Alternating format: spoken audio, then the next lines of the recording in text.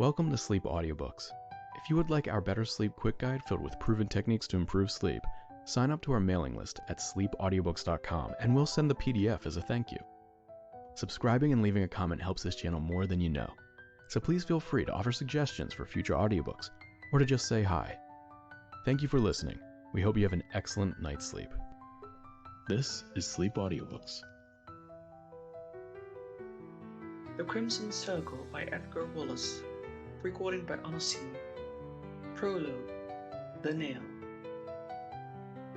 It is a ponderable fact that had not the 29th of a certain September been the anniversary of Monsieur Victor Palion's birth, there would have been no Crimson Circle mystery.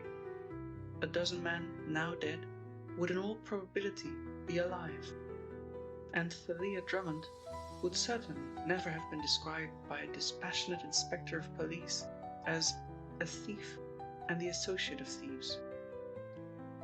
Monsieur Palion entertained his three assistants to dinner at the Coq d'Or in the city of Toulouse, and the proceedings were both joyous and amiable.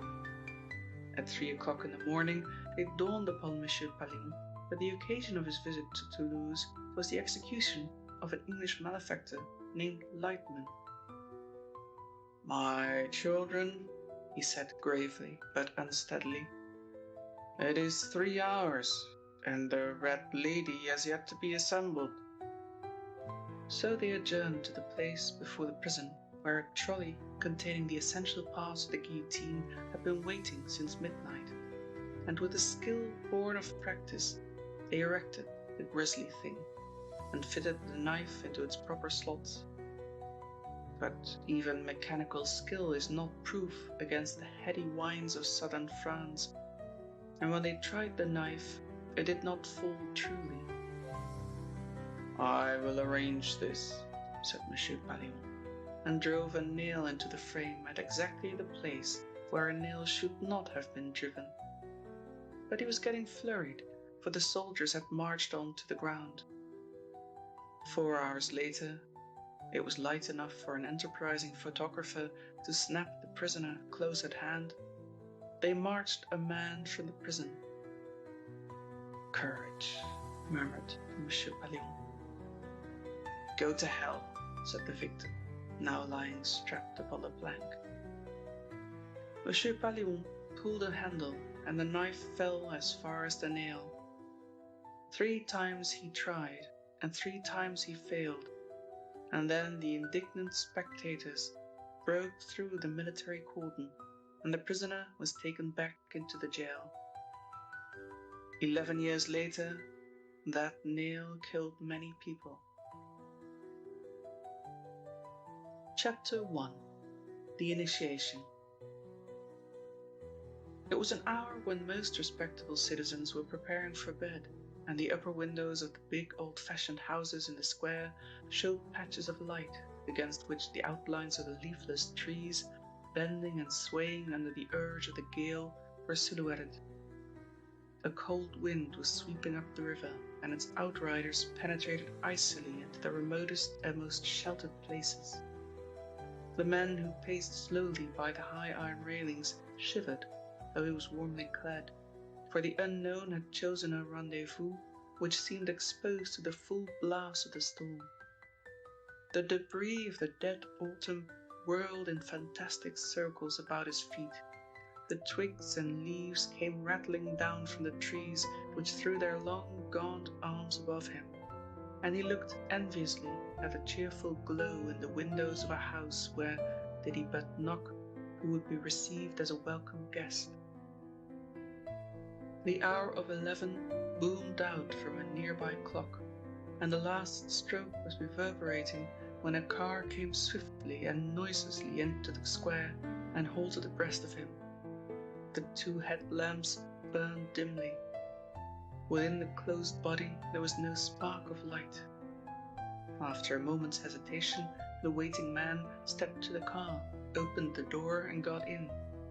He could only guess the outline of the driver's figure in the seat ahead, and he felt a curious thumping of heart as he realized the terrific importance of the step he had taken.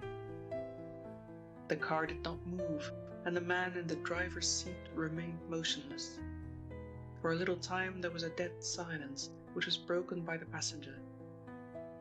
"Well?" he asked nervously, almost irritably. "Have you decided?" asked the driver. "Should I be here if I hadn't?" demanded the passenger. "Do you think I've come out of curiosity? What do you want of me? Tell me that, and I will tell you what I want of you." "I know what you want of me," said the driver. His voice was muffled and indistinct, as one who spoke behind a veil.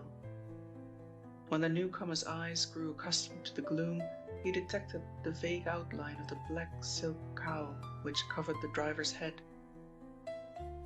"You are on the verge of bankruptcy," the driver went on. "You have used money which was not yours to use, and you are contemplating suicide. And it is not your insolvency which makes you consider this way out. You have an enemy who has discovered something to your discredit, something which would bring you into the hands of the police. 3 days ago you obtained from a firm of manufacturing chemists, a member of which is a friend of yours, a particularly deadly drug which cannot be obtained from a retail chemist. You have spent a week reading up poisons and their effects, and it is your intention, unless something turns up which will save you from ruin, to end your life either on Saturday or Sunday. I think it will be Sunday." He heard the man behind him gasp and laughed softly. "Now, sir," said the driver, "are you prepared for a consideration to act for me?" "What do you want me to do?" demanded the man behind him shakily. "I ask no more than that you should carry out my instructions. I will take care that you run no risks and you are well paid.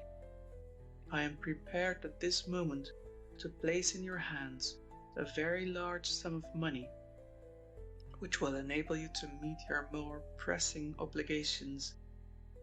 In return for this, I shall want you to put into circulation all the money I send you, to make the necessary exchanges, to cover up the trail of bills and banknotes, the numbers of which are known to the police, to dispose of bonds which I cannot dispose of, and generally to act as my agent."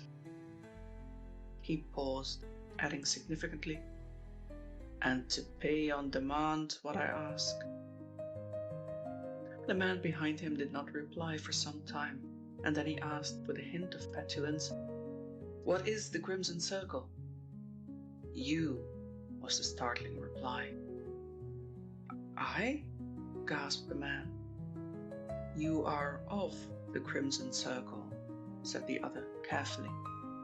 "You have 100 comrades, none of whom will ever be known to you, none of whom will ever know you." "And you?" "I know them all," said the driver. "You agree?" "I agree," said the other after a pause.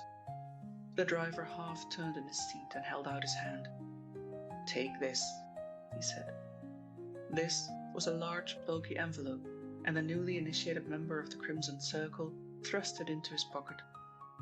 "And now get out," said the driver curtly, and the man obeyed without question. He slammed the door behind him and walked abreast of the driver.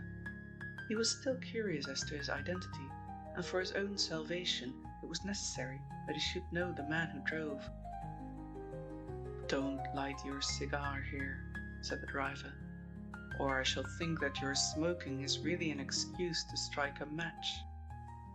And remember this, my friend, that the man who knows me carries his knowledge to hell." Before the other could reply, the car moved on, and the man with the envelope stood watching its red taillight until it disappeared from view. He was shaking from head to foot, and when he did light the cigar, which his chattering teeth gripped, the flame of the match quivered tremulously.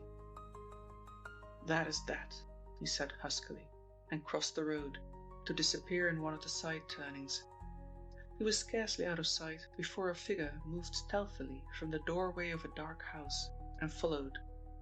It was the figure of a man tall and broad, and he walked with difficulty, for he was naturally short of breath. He had gone 100 paces in his pursuit before he realized that he still held in his hand the ship's binoculars through which he had been watching. When he reached the main street, his quarry had vanished. He'd expected as much and was not perturbed. He knew where to find him. But who was in the car? He'd read the number and could trace its owner in the morning. Mr. Felix Marl grinned. Had he so much as guessed the character of the interview he had overlooked, he would not have been amused. Stronger men than he had grown stiff with fear at the menace of the Crimson Circle. Chapter 2. The Man Who Did Not Pay. Philip Bazar paid and lived, for apparently the Crimson Circle kept faith. Jacques Rizzi, the banker, also paid, but in a panic. He died from natural causes a month later, having a weak heart. Benson, the railway lawyer, pooh-poohed the threat and was found dead by the side of his private saloon. Mr. Derek Yale, with his amazing gifts, ran down the colored man who'd crept into Benson's private car and killed him before he threw the body from the window, and the colored man was hanged, without, however, revealing the identity of his employer. The police might sneer at Yale's psychometrical powers as they did, but within 48 hours he had led the police to the criminal's house at Yearside, and the dazed murderer had confessed. Following this tragedy, many men must have paid without reporting the matter to the police, for there was a long period during which no reference to the Crimson Circle found its way into the newspapers. And then, one morning, there came to the breakfast table of James Beardmore a square envelope containing a card, on which was stamped a Crimson Circle. "You are interested in the melodrama of life, Jack. Read that." James Stamford Beardmore tossed the message across the table to his son and proceeded to open the next letter in the pile, which stood beside his plate. Jack retrieved the message from the floor where it had fallen and examined it with a little frown. It was a very ordinary letter card, save that it bore no address. A big circle of crimson touched its four edges and had the appearance of having been printed with a rubber stamp, for the ink was unevenly distributed. In the center of the circle, written in printed characters, were the words, 100,000 represents only a small portion of your possessions. You will pay this in notes to a messenger I will send in response to an advertisement in the Tribune within the next 24 hours, stating the exact hour convenient to you. This is the final warning.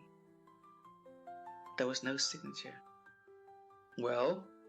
Old Jim Beardmore looked up over his spectacles and his eyes were smiling.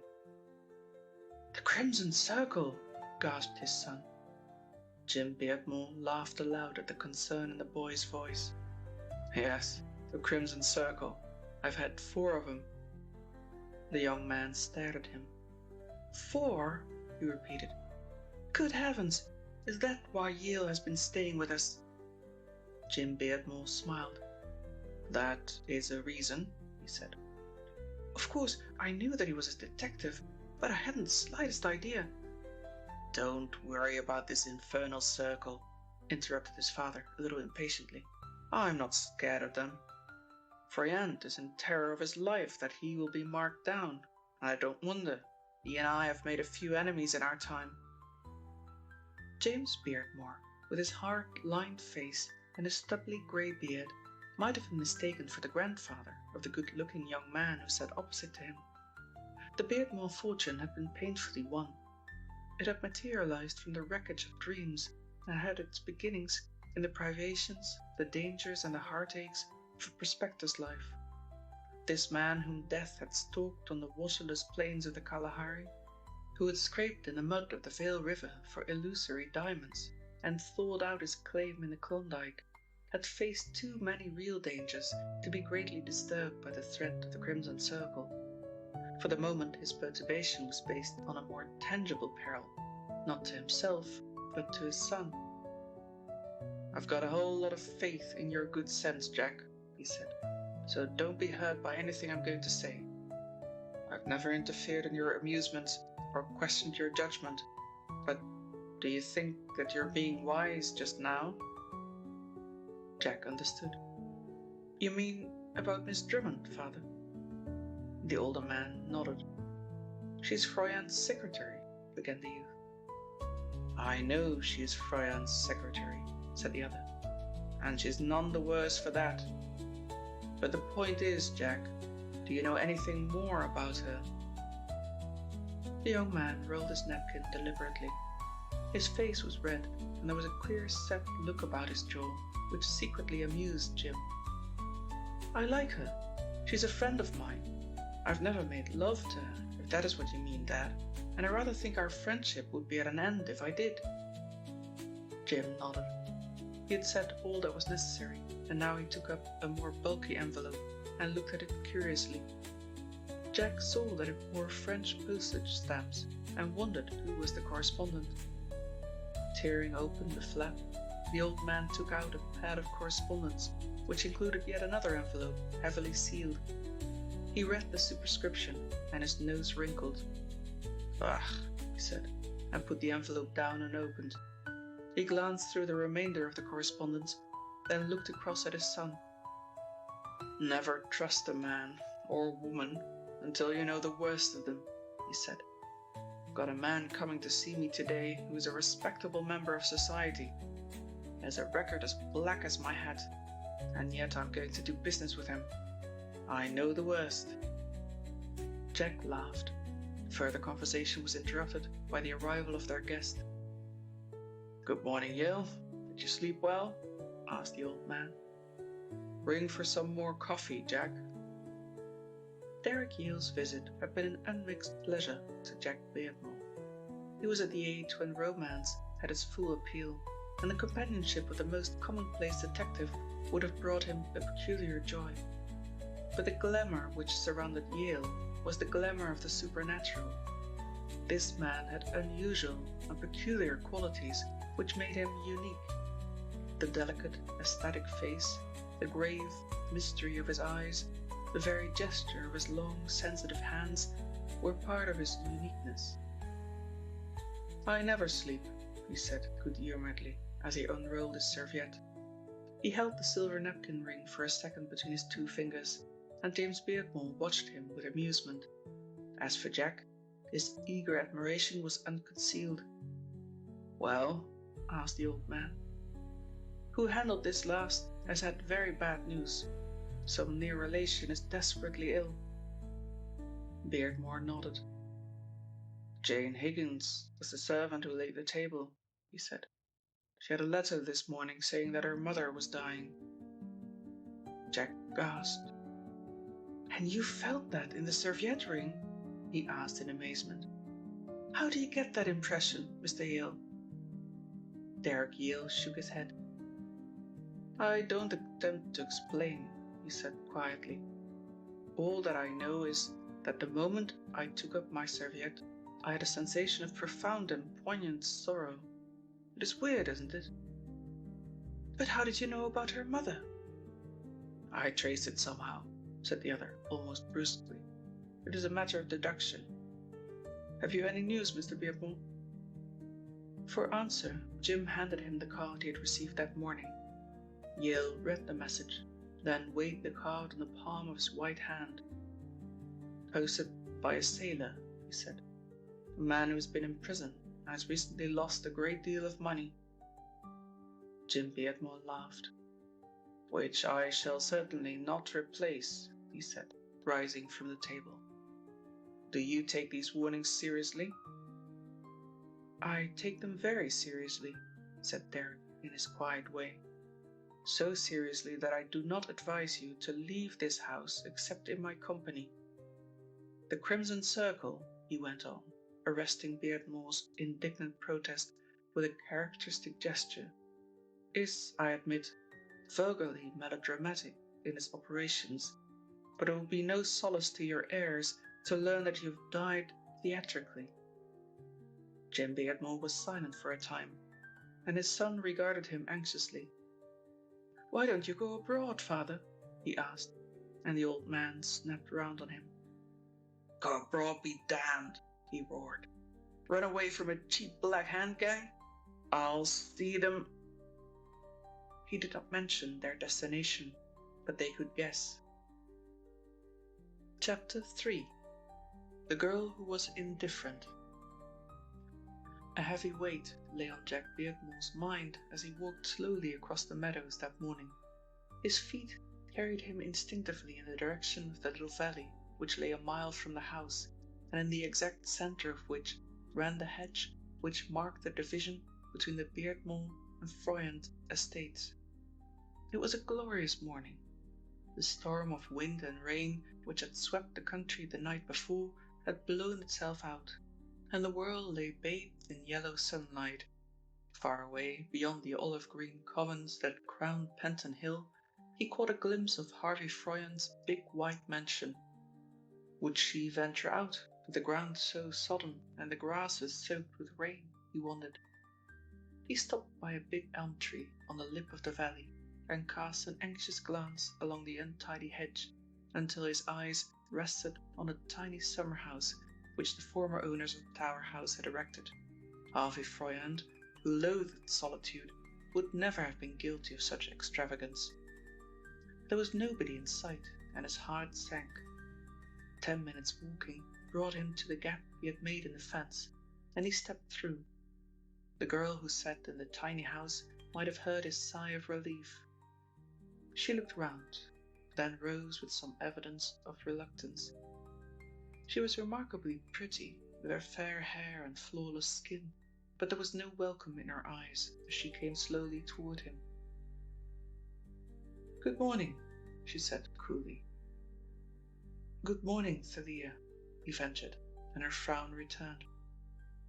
"I wish you wouldn't," she said, and he knew that she meant what she said. Her attitude toward him puzzled and worried him, for she was a thing of laughter and bubbling life. He had once surprised her chasing a hare, and had watched spellbound the figure of this laughing Diana as her little feet flew across the field in pursuit of the scared beast. He had heard her singing too, and the very joy of life was vibrant in her voice. But he had seen her so depressed and gloomy that he'd feared she was ill. "Why are you always so stiff and formal with me?" he grumbled. For a second, the ghost of a smile showed at the corner of her mouth. "Because I've read books," she said solemnly, "and poor girl secretaries who aren't stiff and formal with millionaire sons usually come to a bad end." She had a trick of directness which was very disconcerting. "Besides," she said, "there's no reason why I shouldn't be stiff and formal. It is the conventional attitude which people adopt toward their fellow creatures, unless they are very fond of them, and I'm not very fond of you." She said this calmly and deliberately, and the young man's face went red. He felt a fool and cursed himself for provoking this act of cruelty. "I will tell you something, Mr. Beardmore," she went on in her even tone. "Something which you haven't realized. When a boy and girl are thrown together on a desert island, it is only natural that the boy gets the idea that the girl is the only girl in the world. All his wayward fancies are concentrated on one woman, and as the days pass, she grows more and more wonderful in his eyes. I've read a lot of these desert island stories, and I've seen a lot of pictures that deal with that interesting situation, and that is how it strikes me. You are on a desert island here. You spend too much time on your estate, and the only things you see are rabbits and birds and Thalia Drummond. You should go into the city and into the society of people of your own station." She turned from him with a nod, for she had seen her employer approaching, had watched him out of the corner of her eye as he stopped to survey them, and had guessed his annoyance. "I thought you were doing the house accounts, Miss Drummond," he said with asperity. He was a skinny man in the early 50s, colourless, sharp-featured, prematurely bald. He had an unpleasant habit of baring his long yellow teeth when he asked a question, a grimace which in some curious way suggested his belief that the answer would be an evasion. "Morning, Beardmore." He jerked the salutation grudgingly and turned again to his secretary. "I don't like to see you wasting your time, Miss Drummond," he said. "I am not wasting either your time or mine, Mr. Froyen," she answered calmly. "I've finished the accounts. Here." She tapped the worn leather portfolio which was under her arm. "You could have done the work in my library," he complained. "There's no need to go into the wilderness." He stopped and rubbed his long nose and glanced from the girl to the silent young man. "Very good, that will do," he said. "I'm going to see your father, Beardmore. Perhaps you'll walk with me." Thalia was already on her way to Tower House, and Jack had no excuse for lingering. "Don't occupy that girl's time, Beardmore. Don't, please," said Froyen testily. "You've no idea how much she has to do, and I'm sure your father wouldn't like it." Jack was on the point of saying something offensive, but checked himself. He loathed Harvey Froyen, and at the moment hated him for his domineering attitude toward the girl. "That class of girl," began Mr. Froyen, turning to walk by the side of the hedge toward the gate at the end of the valley. "That class of girl—" He stood still and stared. "Who the devil has broken through the hedge?" he demanded, pointing with his stick. "I did," said Jack savagely. "It's our hedge anyway, and it saves half a mile. Come on, Mr. Froyen." Harvey Froyen made no comment as he stepped gingerly through the hedge. They walked slowly up the hill toward the big elm tree where Jack had stood looking down into the valley. Mr. Harvey Froyen preserved a tight-lipped silence. He was a stickler for the conventions, where their observations benefited himself. They had reached the crest of the rise, when suddenly his arm was gripped, and he turned to see Jack Beardmore staring at the bole of the tree. Froyen followed the direction of his eye and took a step backward, his unhealthy face a shade paler. Painted on the tree trunk was a rough circle of crimson, and the paint was yet wet. Chapter 4. Mr. Felix Marl. Jack Beardmore looked round, scanning the country. The only human being in sight was a man who was walking slowly away from them, carrying a bag in his hand. Jack shouted, and the man turned. "Who are you?" demanded Jack. Then, "What are you doing here?" The stranger was a tall, stoutish man, and the exertion of carrying his grip had left him a little breathless. It was some time before he could reply. "My name is Marl," he said. "Felix Marl. You may have heard of me. I think you are young Mr. Beardmore, aren't you?" "That is my name," said Jack. "What are you doing here?" he asked again. "They told me there was a shortcut from the railway station, but it is not so short as they promised," said Mr. Marl, breathing stertorously. "I'm on my way to see your father." "Have you been near that tree?" asked Jack, and Marl glared at him. "Why should I go near any tree?" he demanded aggressively. "I tell you, I've come straight across the fields." By this time, Harvey Froyen arrived and apparently recognized the newcomer. "This is Mr. Marl, I know him. Marl, did you see anybody near that tree?" The man shook his head. Apparently the tree and its secret was a mystery to him. "I never knew there was a tree there," he said. What has happened?" "Nothing," said Harvey Froyen sharply. They came to the house soon after, Jack carrying the visitor's bag. He was not impressed by the big man's appearance. His voice was coarse, his manner familiar, and Jack wondered what association this uncouth specimen of humanity could have with his father. They were nearing the house when suddenly, and for no obvious reason, the stout Mr. Marl emitted a frightened squeal and leapt back. There was no doubt of his fear. It was written visibly in the blanched cheeks and the quivering lips of the man, who was shaking from head to foot. Jack could only look at him in astonishment, and even Harvey Froyant was startled into interest. "What the hell's wrong with you, Marl?" he asked savagely. His own nerves were on edge, and the sight of the big man's undisguised terror was a further strain which he could scarcely endure. Nothing, muttered Marl huskily. "I've been drinking, I should think," snapped Froyant. After seeing the man into the house, Jack hurried off in search of Derek Yale. He discovered the detective in the shrubbery, sitting in a big cane chair, his chin upon his breast, his arms folded, a characteristic attitude of his. Yale looked up at the sound of the young man's footsteps. "I can't tell you," he said, before Jack had framed his question, and then, seeing the look of astonishment on his face, he laughed. "You were going to ask me what scared Marl, weren't you?" "I came with that intention," laughed Jack. "What an extraordinary fellow you are, Mr. Yale. Did you see his extraordinary exhibition of funk?" Derek Yale nodded. "I saw him just before he had his shock," he said. "You can see the field path from here." He frowned. "He reminds me of somebody," he said slowly. "Yet I cannot for the life of me tell who it is."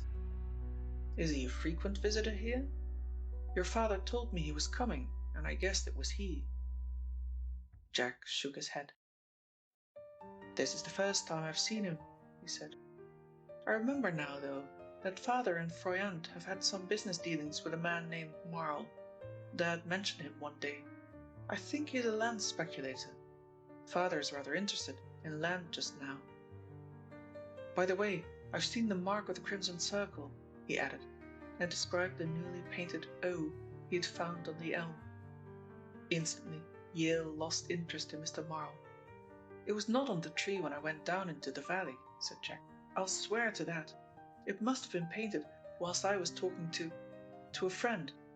The trunk is out of sight from the boundary fence, and it was quite possible for somebody to have painted the sign without being seen. What does it mean, Mr. Yale?" "It means trouble," said Yale shortly. He rose abruptly and began pacing the flagged walk, and Jack, after waiting a little while, left him to his meditations. In the meantime, Mr. Felix Marl was comparatively a useless third of a conference which dealt with the transfer of lands. Marl was, as Jack had said, a land speculator, and he had come that morning bringing a promising proposition which he was wholly incapable of explaining. "I can't help it, gentlemen," he said, and for the fourth time his trembling hand rose to his lips. "I've had a bit of a shock this morning." "What was that?" But Marl seemed incapable of explanation. He could only shake his head helplessly. "I'm not fit to discuss things calmly," he said. "We'll have to put the matter off until tomorrow." "Do you think I've come here today for the purpose of listening to that sort of nonsense?" snarled Mr. Froyant. "I tell you I want this business settled. So do you, Beardmore." Jim Beardmore, who was indifferent as to whether the matter was settled then or the following week, laughed. "I don't know that it's very important," he said. "If Mr. Marl is upset, why should we bother him? Perhaps you'll stay here tonight, Marl." "No, no, no!" The man's voice rose almost to a shout. "No, I won't stay here if you don't mind. I would much rather not." "Just as you like," said Jim Beardmore indifferently, and folded up the papers he had prepared for signature. They walked out into the hall together, and there Jack found them. Beardmore's car carried the visitor and his bag back to the station, and from there on Mr. Marl's conduct was peculiar. He registered his bag through to the city, but he himself descended at the next station, and for a man who so disliked walking, and as by nature so averse from physical exercise, he displayed an almost heroic spirit, for he set forth to walk the 9 miles which separated him from the Beardmore estate. and he did not go by the shortest route. It was nearing nightfall when Mr. Marle made his furtive way into a thick plantation on the edge of the Beardmore property. He sat down, a tired, dusty, but determined man, and waited for the night to close down over the countryside. And during the period of waiting, he examined with tender care the heavy automatic pistol he had taken from his bag in the train. Chapter 5. The Girl Who Ran. "I can't understand why that fellow hasn't come back this morning," said Jim Beardmore with a frown. "Which fellow?" asked Jack carelessly. "I'm speaking of Marle," said his father. "Was that the large-sized gentleman I saw yesterday?" asked Derek Yale. They were standing on the terrace of the house, which, from its elevated position, gave them a view across the country. The morning train had come and gone. They could see the trail of white smoke it left as it disappeared into the foothills 9 miles away. "Yes, I'd better phone Froyant and tell him not to come over." Jim Beardmore stroked his stubbly chin. "Marle puzzles me," he said. "He's a brilliant fellow, I believe. A reformed thief, I know. At least, I hope he is reformed. What upset him yesterday, Jack? He came into the library looking like death." "I haven't the slightest idea," said Jack. "I think he has a weak heart, or something of the sort. He told me he gets these spasms occasionally." Beardmore laughed softly, and going into the house, returned with a walking stick. "I'm going for a stroll, Jack. No, you needn't come along. I've 1 or 2 things I wish to think out, and I promise you, Yale, I won't leave the grounds, though I think you attach too much importance to the threats of these ruffians." Yale shook his head. "What of the sign on the tree?" he asked. Jim Beardmore snorted contemptuously. "It will take more than that to extract 100,000 from me," he said. He waved a farewell at them as he went down the broad stone steps, and they watched him walking slowly across the park. "Do you really think my father is in any kind of danger?" asked Jack. Yale, who had been staring after the figure, turned with a start. "In danger?" he repeated, and then, after a second's hesitation, "Yes, I believe there is very serious danger for him in the next day or 2. Jack turned his troubled gaze upon the disappearing figure. "I hope you're wrong," he said. "Father doesn't seem to take the matter as seriously as you." "That is because your father has not the same experience," said the detective. "But I understand that he saw Chief Inspector Parr, and the inspector thought there was considerable danger." Jack chuckled in spite of his fears. "How do the lion and the lamb amalgamate?" he asked. "I didn't think that headquarters had much use for private men like you, Mr. Yale." "I admire Parr," said Derek slowly. "He's slow but thorough. I am told that he is one of the most conscientious men at headquarters, and I fancy that the headquarters chiefs have treated him badly over the last Crimson Circle crime. They've practically told him that if he cannot run the organization to Earth, he must send in his resignation." Whilst they were speaking, the figure of Mr. Beardmore had disappeared into the gloom of a little wood on the edge of the estate. "I worked with him during the last Circle murder," Derek Yale went on, "and he struck me."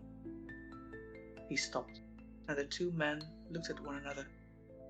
There was no mistaking the sound. It was a shot near and distinct, and it came from the direction of the wood.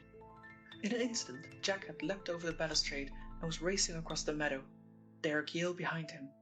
20 paces along the woodland path, they found Jim Beardmore lying on his face, and he was quite dead. And even as Jack was staring down at his father with horrified eyes, a girl emerged from the wood at the farther end, and stopped only long enough to wipe with a handful of grass something that was red from her hands, and she flew along the shadow of the hedge which divided the Froyant estate. Never once did Thalia Drummond look back until she reached the shelter of the little summer house, Her face was drawn and white, and her breath came gaspingly as she stood for a second in the doorway of the little hut and looked back to the wood. A swift glance round, and she was in the house and on her knees, tugging with quivering hands at the end of a floorboard. It came up, disclosing a black cavity.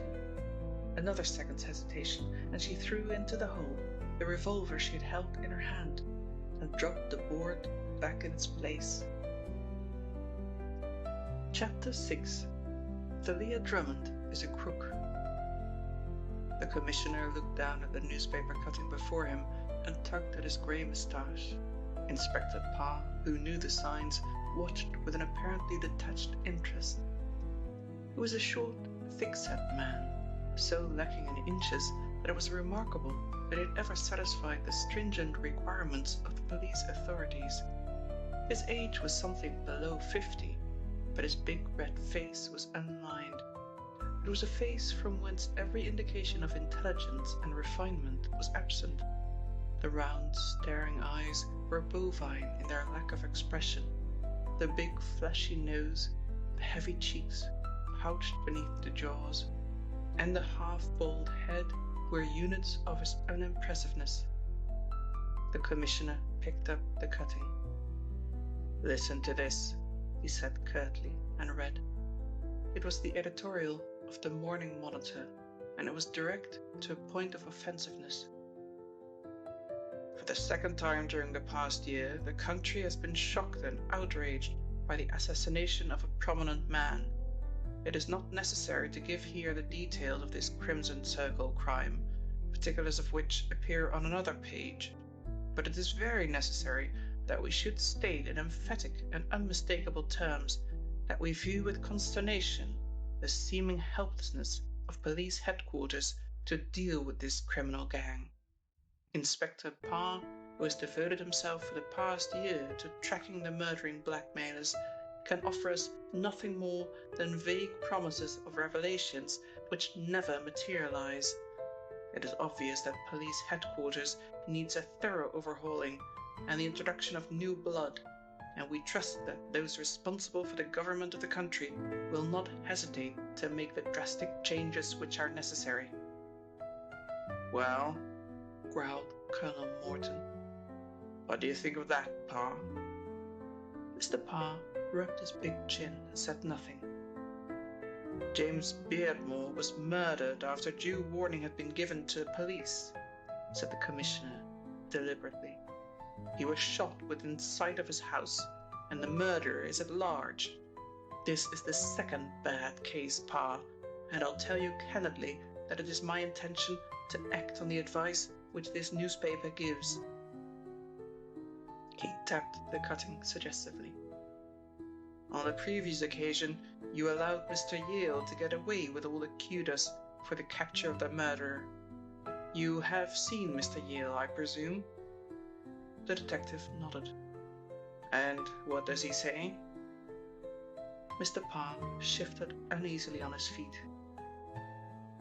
"He told me a lot of nonsense about a dark man with toothache." "How did he get that?" asked the commissioner quickly.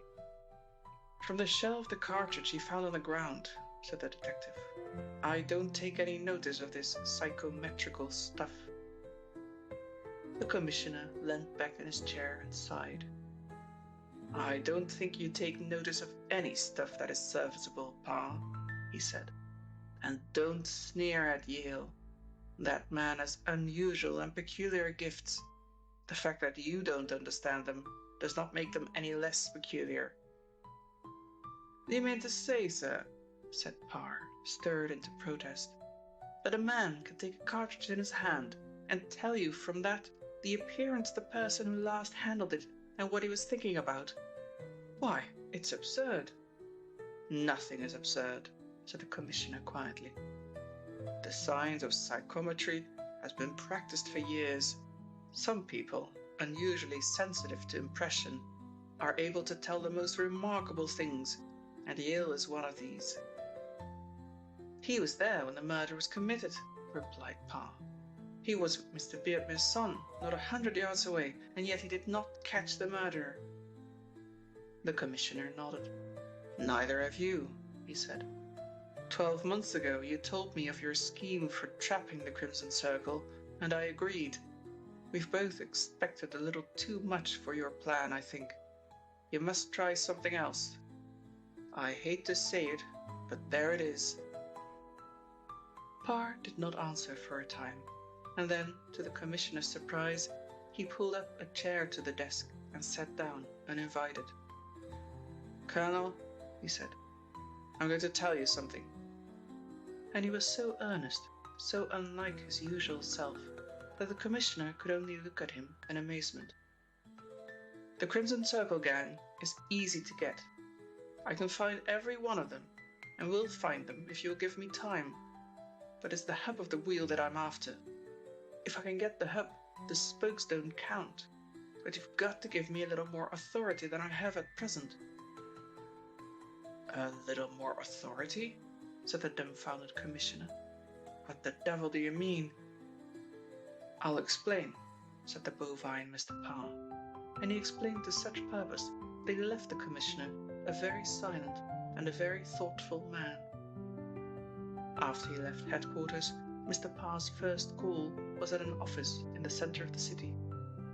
On the third floor, in a tiny suite, which was distinguished only by the name of the occupant, Mr. Derek Yale was waiting for him, and a greater contrast between the two men could not be imagined. Yale, the overstrung, nervous, and sensitive dreamer; Parr, solid and beefy, seemingly incapable of an independent thought. How did your interview go on, Parr? Not very well, said Parr ruefully. I think the Commissioner's got one against me. Have you discovered anything? I've discovered your man with the toothache, was the astonishing reply. His name is Sibley. He's a seafaring man, and was seen in the vicinity of the house the following day. Yesterday, he picked up a telegram. He was arrested for drunken and disorderly conduct, and in his possession was found an automatic pistol, which I should imagine was the weapon with which the crime was committed. You remember that the bullet which was extracted from poor Beardmore was obviously fired from an automatic. Parr gaped at him in amazement. How did you find this out? And Derek Yale laughed softly. You haven't a great deal of faith in my deductions, he said with a glint of humor in his eyes. But when I felt that cartridge, I was as certain that I could see the man as I am certain I can see you. I sent one of my own staff down to make inquiries, with this result. He picked up the telegram. Mr. Parr stood, a heavy frown disfiguring what little claim to beauty he might have. So they've caught him, he said softly. Now I wonder if he wrote this. He took out a pocketbook, and Derek Yale saw him extract a scrap of paper which had evidently been burned, for the edges were black. Yale took the scrap from his hand. Where did you find this? He asked. I raked it out of the ashpan at Beardmore's place yesterday, he said. The writing was in a large, scrawling hand, and the scrap ran, You alone, me alone, Block B graft. Me alone, you alone, read Yale. Block B graft? He shook his head. It's Greek to me. He balanced the letter upon the palm of his hand and shook his head. I can't even feel an impression, he said. Fire destroys the aura. Parr carefully put away the scrap into his case and replaced it in his pocket. There's another thing I'd like to tell you, he said. Somebody was in the wood who wore pointed shoes and smoked cigars. I found the cigar ashes in a little hollow, and his footprint was on the flower beds. Near the house? Asked Derek Yale, startled. The solid man nodded. My own theory is, he went on, that somebody wanted to warn Beardmore, wrote this letter and brought it to the house after dark. It must have been received by the old man because he burnt it. I found the ashes in the place where the servants dumped their cinders.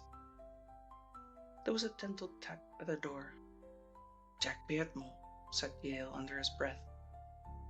Jack Beardmore showed signs of the distressing period through which he had passed. He nodded to Parr and came toward Yale with outstretched hand. No news, I suppose? he asked, and turning to the other. You were at the house yesterday, Mr. Parr. Did you find anything? Nothing worth speaking about, said Parr. I've just been to see Froyant. He's in town, said Jack. It wasn't a very successful visit, for he's in a pitiable state of nerves. He did not explain that the unsatisfactory part of his call was that he had not seen Thalia Drummond, and only one of the men guessed the reason of his disappointment. Derek Yale told him of the arrest which had been made. I don't want you to build any hopes on this, he said. Even if he is the man who fired the shot, he is certain to be no more than the agent. We shall probably hear the same story as we heard before, that he was in low water and that the chief of the Crimson Circle induced him to commit the act. We're as far from the real solution as ever we've been.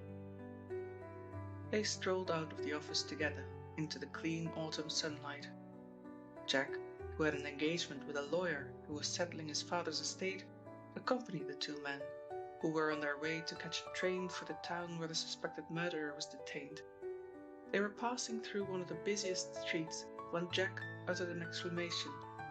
On the opposite side of the road was a big pawnbroker's, and a girl was coming from the side entrance, devoted to the service of those who needed temporary loans. Well, I am blessed. It was Parr's unemotional voice. I haven't seen her for 2 years. Jack turned on him open-eyed. Haven't seen her for 2 years, he said slowly. Are you referring to that lady? Parr nodded.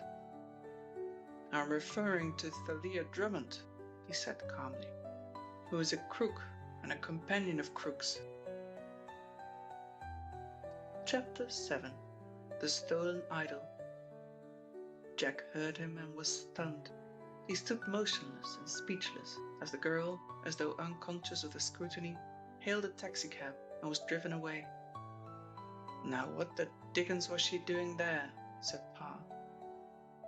A crook and a companion of crooks, repeated Jack mechanically. Good God, where are you going?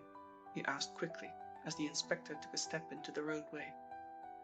I intend discovering what she's been doing in the pawnbroker's, said the stolid Parr. She may have gone there because she was short of money. It is no crime to be short of money. Jack realized the feebleness of his defense even as he spoke. Thalia Drummond, a thief. It was incredible, impossible.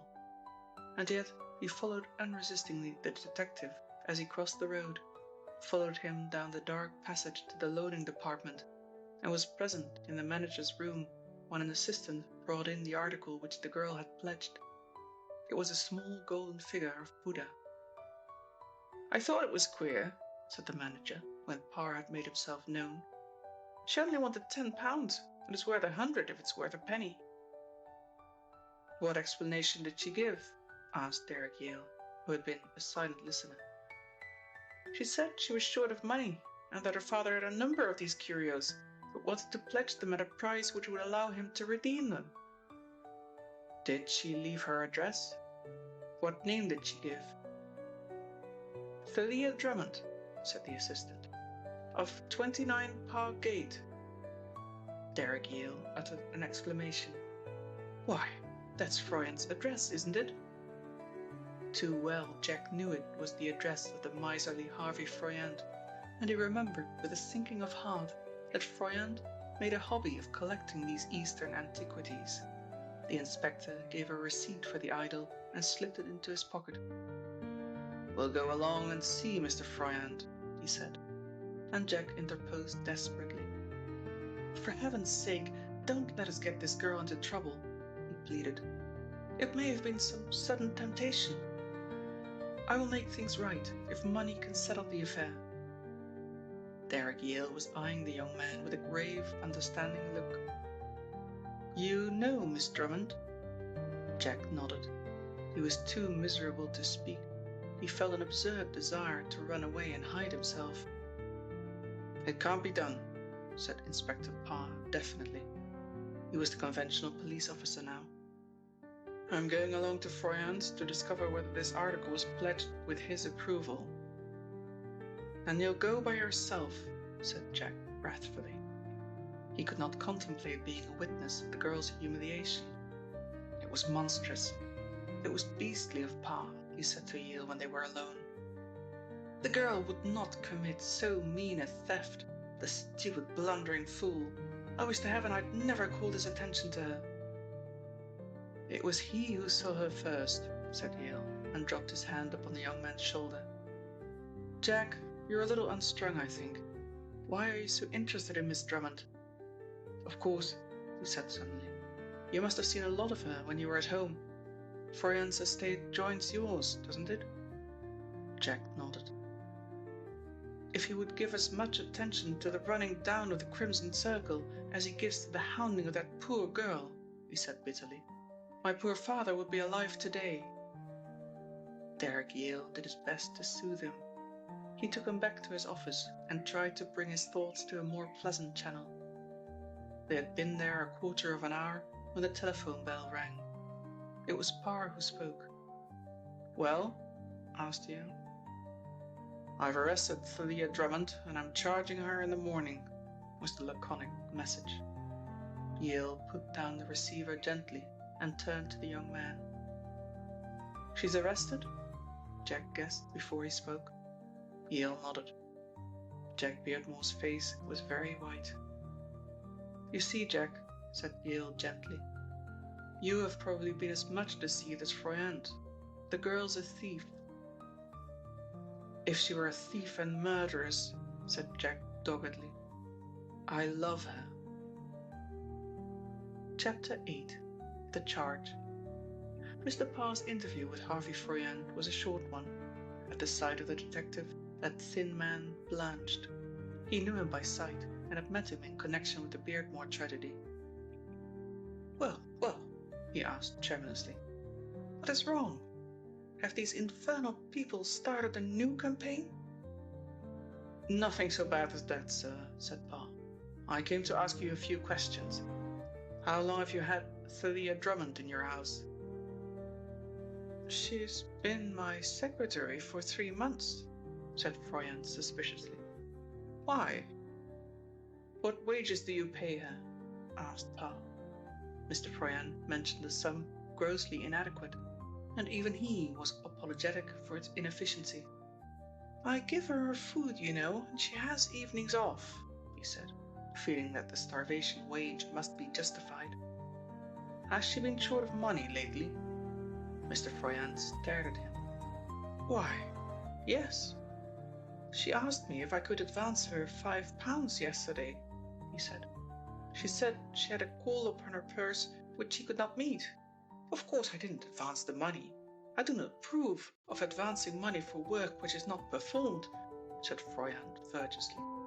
It tends to pauperize. You have a large number of antiques, I understand, Mr. Froyant. Some of them very valuable. Have you missed any lately? Froyant jumped to his feet.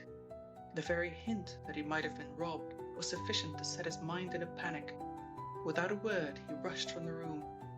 He was gone 3 minutes, and when he came back, his eyes were almost bulging from his head.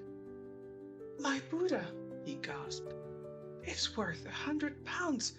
It was there this morning. Send for Miss Drummond, said the detective briefly. Thalia came, a cool, self-possessed girl, who stood by her employer's desk, her hands clasped behind her, scarcely looking at the detective. The interview was short, and for Mr. Froyant, painful. Upon the girl, it had no apparent effect whatever, and yet she must have known from the steely glare in Froyant's eyes that her theft had been detected. For a little time, the man found a difficulty in framing a coherent sentence. You've stolen something of mine, he blurted out. His voice was almost a squeak. The accusing hand trembled in the intensity of his emotion. You're a thief. I asked you for the money, said the girl coolly. If you hadn't been such a wicked old skinflint, you'd have let me have it. You, spluttered Froyant, and then with a gasp, I charge her, Inspector. I charge her with theft. You shall go to prison for this. Mark my words, young woman. Wait, wait! He raised his hand. I will see if anything else is missing. You can save yourself the trouble, said as he was leaving the room. The Buddha was the only thing I took, and it was an ugly little beast anyway. Give me your keys, stormed the enraged man. To think that I've allowed you to open my business letters. I've opened one which will not be pleasant for you, Mr. Froyant, she said quietly, and then he saw what she was holding in her hand. She passed the envelope across to him, and with staring eyes he saw the crimson circle, but the words written within the hoop were blurred and indistinct. He dropped the card and collapsed into a chair. Chapter 9. Thalia in the Police Court. The magistrate was a kind-hearted man and seemed uncomfortable. He looked from the unemotional Mr. Parr, who stood on the witness stand, to the girl in the steel pen, and she was almost as cool and as self-controlled as the police witness. Her face was one which would have attracted attention in any circumstances, but in the drab setting of the police court, her beauty was emphasized and enhanced. The magistrate glanced down at the charge sheet before him. Her age was described as 21, her occupation as secretary. The man of law, who had had many shocks in his lifetime and had steeled himself to the most unusual and improbable happenings, could only shake his head in despair. Is anything known against this woman? He asked. I felt it was absurd even to refer to the slim, girlish prisoner as a woman. She has been under observation for some time, your worship, was the reply. But she has not been in the hands of the police before. The magistrate looked over his glasses at the girl. I cannot understand how you got yourself into this terrible position, he said. A girl who has evidently had the education of a lady. You've been charged with the theft of a few pounds, for although the article you stole was worth a large sum, that was all that your dishonesty realized. Your act was probably due to some great temptation. I suppose the need for the money was very urgent, yet that does not excuse your act. I shall bind you over to come up for judgment when called upon, treating you as a first offender, and I do most earnestly appeal to you to live honestly and avoid a repetition of this unpleasant experience. The girl bowed slightly and left the box for the police office, and the next case was called. Harvey Froyant rose at the same time and made his way out of the court. He was a rich man to whom money represented the goal and object of life. He was the type of man who counted the contents of his pocket every night before he went to bed, and he would have had his own mother arrested in similar circumstances. Thalia Drummond's offence was made more hideous in his eyes because her last act of service had been to hand to him the warning of the Crimson Circle, from the shock of which he had not yet recovered. He was a large, thin man with a permanent stoop. His attitude towards the world was one of acute suspicion. For the moment it was one of resentment, for he held the strongest views on the sacredness of property. To Parr, who followed him out of the court, he expressed his disappointment that the girl had not been sent to prison. A woman like that is a danger to society, he complained in his high-pitched, peevish voice. How do I know that she isn't in league with these blackguards who are threatening me? 40,000 they ask for. 40,000! He wailed the last words. It's your duty to see that I come to no harm. Understand that. It is your duty. I heard you, said Inspector Parr warily. And as to the girl, I don't suppose she ever heard of the Crimson Circle. She's very young. Young? Snarled the lean man. That's the time to punish them, isn't it? Catch them young and punish them young, and you may turn them into respectable citizens. I dare say you're right, agreed the stout Mr. Parr with a sigh, and then inconsequently, children are a great responsibility. Froyant muttered something under his breath, and without so much as a nod of farewell, walked rapidly through the court, into the motor car which was waiting for him at the entrance to the courthouse. The inspector watched him depart with a slow smile, and, looking round, caught the eye of a young man who was waiting by the clerk's door. "Good morning, Mr. Beardmore," he said. "Are you waiting to see the young lady?" "Yes. How long will they keep her?" asked Jack nervously. Mr. Parr gazed at him with expressionless eyes and sniffed. "If you don't mind my saying so, Mr. Beardmore," he said quietly, "you are probably taking a greater interest in Miss Drummond than is good for you." "What do you mean?" asked Jack quietly. "The whole thing was a plot. That beast Froyant." The inspector shook his head. "Miss Drummond admitted that she took the statuette," he said. "And besides, we saw her coming out of Isaac's. There isn't any doubt about it." "She only made the admission for some reason best known to herself," said Jack violently. "Do you think a girl like that would steal? Why should she? I would have given her anything she wanted." He checked himself suddenly. "There's something behind this," he went on more quietly. "Something which I do not understand, and probably you do not understand either, Inspector." The door opened at that moment, and the girl came out. She stopped at the sight of Jack, and a faint flush crept into her pale face. "Were you in court?" she asked quickly. He nodded, and she shook her head. "You shouldn't have come," she said almost vehemently. "How did you know? Who told you?" She seemed oblivious to the presence of the inspector, but for the first time since her arrest she showed some sign of her pent emotion. The color came and went, and her voice shook a little as she continued.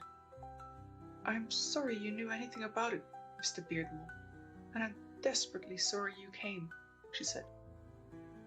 "But it isn't true," he interrupted. "You can tell me that, Thalia. It was a plot, wasn't it?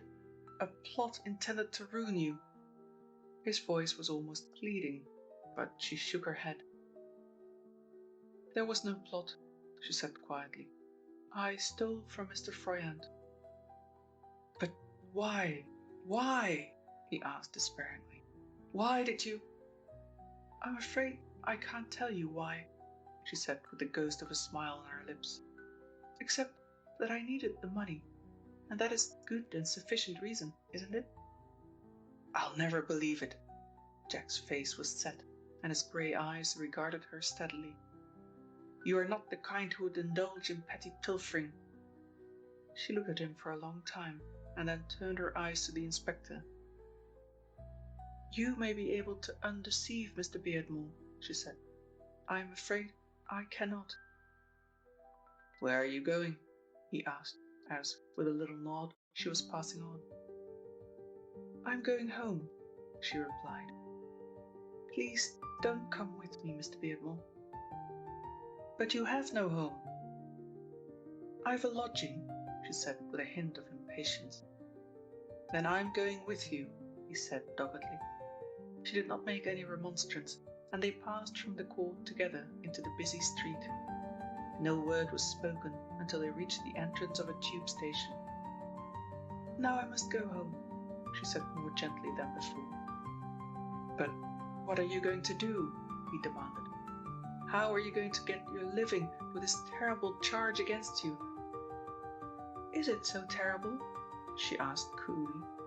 She was walking into the station entrance when he took her arm and swung her round with almost savage violence. "Now listen to me, Thalia," he said between his teeth. "I love you, and I want to marry you. I haven't told you that before, but you've guessed it. I'm not going to allow you to go out of my life. Do you understand that? I do not believe that you're a thief, and—" Very gently she disengaged his grip.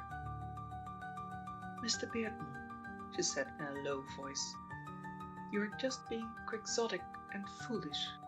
You've told me what you will not allow, and I tell you that I'm not going to allow you to ruin your life through your infatuation for a convicted thief. You know nothing of me except that I am a seemingly nice girl whom you met by accident in the country, and it is my duty to be your mother and your maiden aunt. There was a glint of amusement in her eye as she took his offered hand. Some day perhaps we shall meet again, and by that time the glamour of romance will have worn off. Goodbye. She had disappeared into the booking hall before he could find his voice. Chapter 10. The Summons of the Crimson Circle. Thalia Drummond went back to the lodging she had occupied before she had entered Mr. Harvey Froyant's service as resident secretary, and apparently the story of her ill deeds had preceded her, for the stout landlady gave her a chilly welcome. And had she not continued to pay the rent for her one room during the time she was working for Froyant, it was probable that she would not have been admitted. It was a small room, neatly yet plainly furnished, and oblivious to the landlady's glum face and cold reception, she went to her apartment and locked the door behind her. She had spent a very unpleasant week, for she had been remanded in custody, and her very clothes seemed to exhale the musty odour of Holloway jail. Holloway, however, had an advantage which number 14 Lexington Street did not possess. It had an admirable system of bathrooms, for which the girl was truly grateful as she began to change. She had plenty to occupy her mind. Harvey Froyant, Jack Beardmore. She frowned as though at a distasteful thought, and tried to dismiss him from her mind. It was a relief to go back to Froyant. She almost hated him. She certainly despised him. The time she had spent in his house had been the most wretched period in her life. She had taken her meals with the servants and had been conscious that every scrap of food she ate had been measured and weighed and duly apportioned by a man whose cheque for 7 figures would have been honoured. At least he didn't make love to you, my dear, she said to herself, and smiled. Somehow she couldn't imagine Harvey Froyant making love to anybody. She recalled the days she had followed him about his big house with a notebook in her hand, whilst he searched for evidence of his servants' neglect, drawing his fingers along the polished shelves in the library in a vain search for dust, turning up carpet corners, examining silver, or else counting, as he did regularly every week, the contents of his still room. He measured the wine at table and counted the empty bottles, even the corks. It was his boast that in his big garden he could tell the absence of a flower. These he sent to market regularly, with the vegetables he grew and the peaches which ripened on the wall, and woe betide the unlucky gardener who had poached so much as a ripe apple from the orchard, for Harvey had an uncanny instinct which led him to the rifled tree. She smiled a little wryly at the recollection, and, having completed her change of costume, she went out, locking the door behind her. Her landlady watched her pass down the street and nodded ominously. "Your lodger's come back," said a neighbour. "Yeah, she's come back," said the woman grimly. "A nice lady she is, I don't think. It's the first time I've ever had a crook in my house, and it'll be the last. I'm giving her notice tonight." Unconscious of the criticism, Thalia boarded a bus which took her into the city. She got down in Fleet Street, went into the large office of a popular newspaper. At the desk, she took an advertisement form, looked at the white sheet for a moment thoughtfully, and then wrote, "Secretary. Young lady from the colonies requires post as secretary. Resident secretary preferred. Small wages required. Shorthand and typewriting." She left a space for the box number, handed the advertisement across the counter, and paid the fee. She was back again in Lexington Street in time for tea, a meal which was brought up to her on a battered tray by her landlady. "Look here, Miss Drummond," said that worthy person. "I've got a few words to say to you." "Say them," said the girl carelessly. "I shall want your room after next week." Thalia turned slowly. "Does that mean I've got to get out?" "That's what it means. I can't have people like you staying in a respectable house. I'm surprised at you, a young lady as I always thought you were." "Continue to think so," said Thalia coolly. "I'm both young and ladylike." But the stout landlady was not to be checked in her well-rehearsed indictment. "A nice lady you are," she said, "giving my house a bad name. You've been in prison for a week. Perhaps you don't think I know, but I read the newspapers." "I'm sure you do," said the girl quietly. "That will do, Mrs. Bolett. I leave your house next week." "And I should like to say," began the woman. "Say it on the mat," said Thalia, and closed the door in the choleric lady's face. As it was now growing dark, she lit a kerosene lamp and occupied the evening by manicuring her nails, an operation which was interrupted by the arrival of the 9 o'clock post. She heard a rat-tat at the door and the heavy feet of her landlady on the stairs. "A letter for you," called the woman. Thalia unlocked the door and took the envelope from the landlady's hand. "You'd better tell your friends that you're going to get a new address," said the woman, loath to leave her quarrel half-finished. "I haven't told my friends yet that I live in such a horrible place," said Thalia sweetly, and locked the door before the woman could think of a suitable reply. She smiled as she carried the envelope to the light. It was addressed in printed characters. She turned it over, looking at the postmark before she opened it, and extracted a thick white card. At the first glance of the message, her face changed its expression. The card was a square one, and in the center was a large crimson circle. Within the circle was written in the same printed characters, "We have need of you. Enter the car which you will find waiting at the corner of Stane Square at 10 o'clock tomorrow night." She put the card down on the table and stared at it. The crimson circle had need of her. She had expected the summons, but it had come earlier than she had anticipated. Chapter 11. A Confession. At 3 minutes to 10 the following night, a closed car drove slowly into Stane Square and came to a halt at the corner of Clarges Street. A few minutes later, Thalia Drummond walked into the square from the other end. She wore a long black cloak, and the little hat upon her head was held in its position by a thick veil knotted under her chin. Without a second's hesitation, she opened the door of the car and stepped in. It was in complete darkness, but she could see the figure of the driver indistinctly. He did not turn his head, nor did he attempt to start the car, although she felt the vibration of the engines beneath her feet. "You were charged at the Marylebone Police Court yesterday morning with theft," said the driver without preamble. "Yesterday afternoon you inserted an advertisement describing yourself as a newly arrived colonial, your intention being to find another situation where you could continue your career of petty pilfering." "This is very interesting," said Thalia without a tremor of voice. "But you did not bring me here to give me my past history. When I had your letter, I guessed that you thought I would be a very useful assistant. There is one question I want to ask you."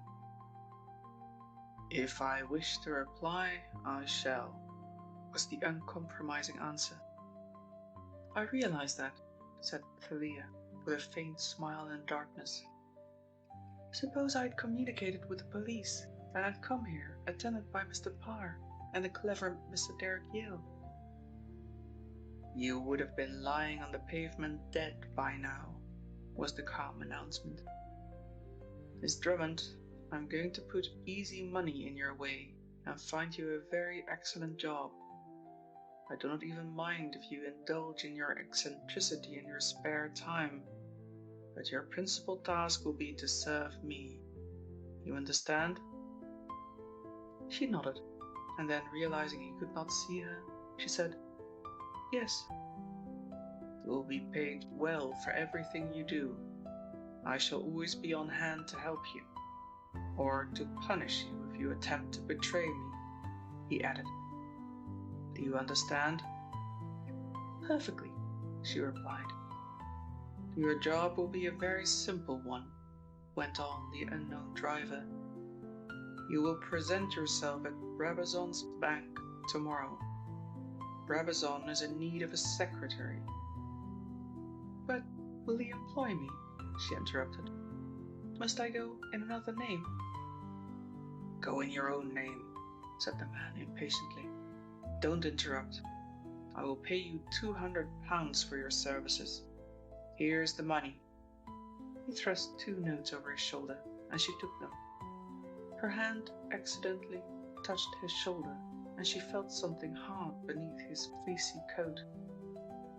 A bulletproof waistcoat, she noted mentally, and then aloud, what am I to say to Mr. Brabazon about my earlier experience?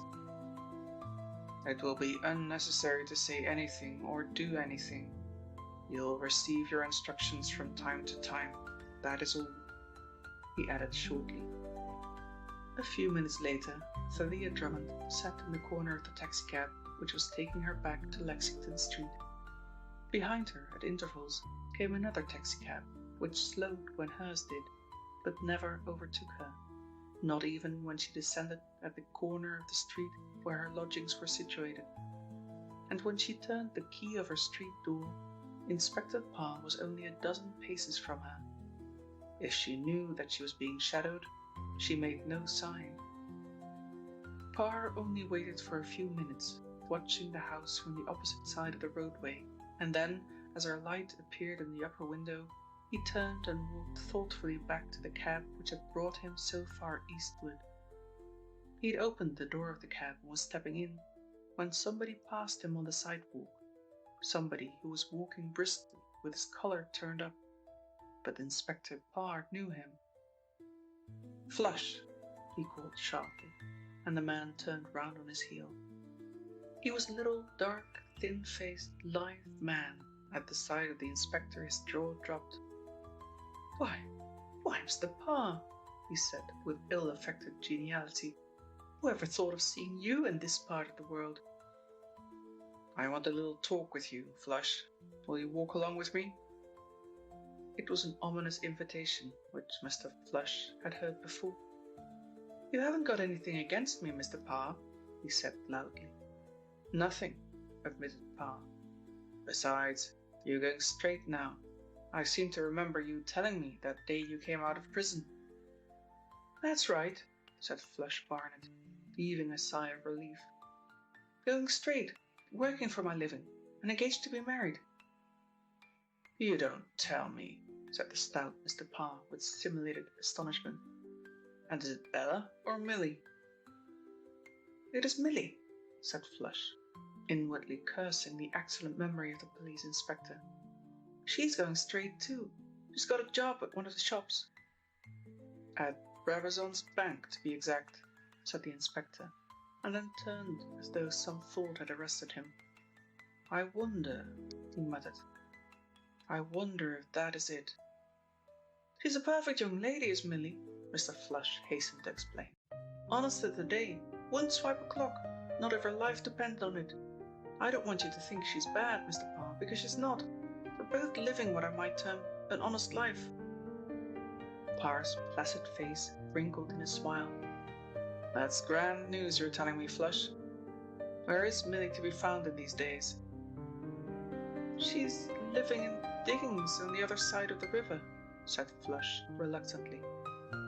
"You're not going to rake up old scandals, are you, Mr. Parr?" "Heaven forbid," said Inspector Parr piously. "No, I'd like to have a talk with her. Perhaps—" he hesitated. "Anyway, it can wait. It was rather providential meeting you, Flush." But Flush did not share that view, even though he expressed a faint acquiescence.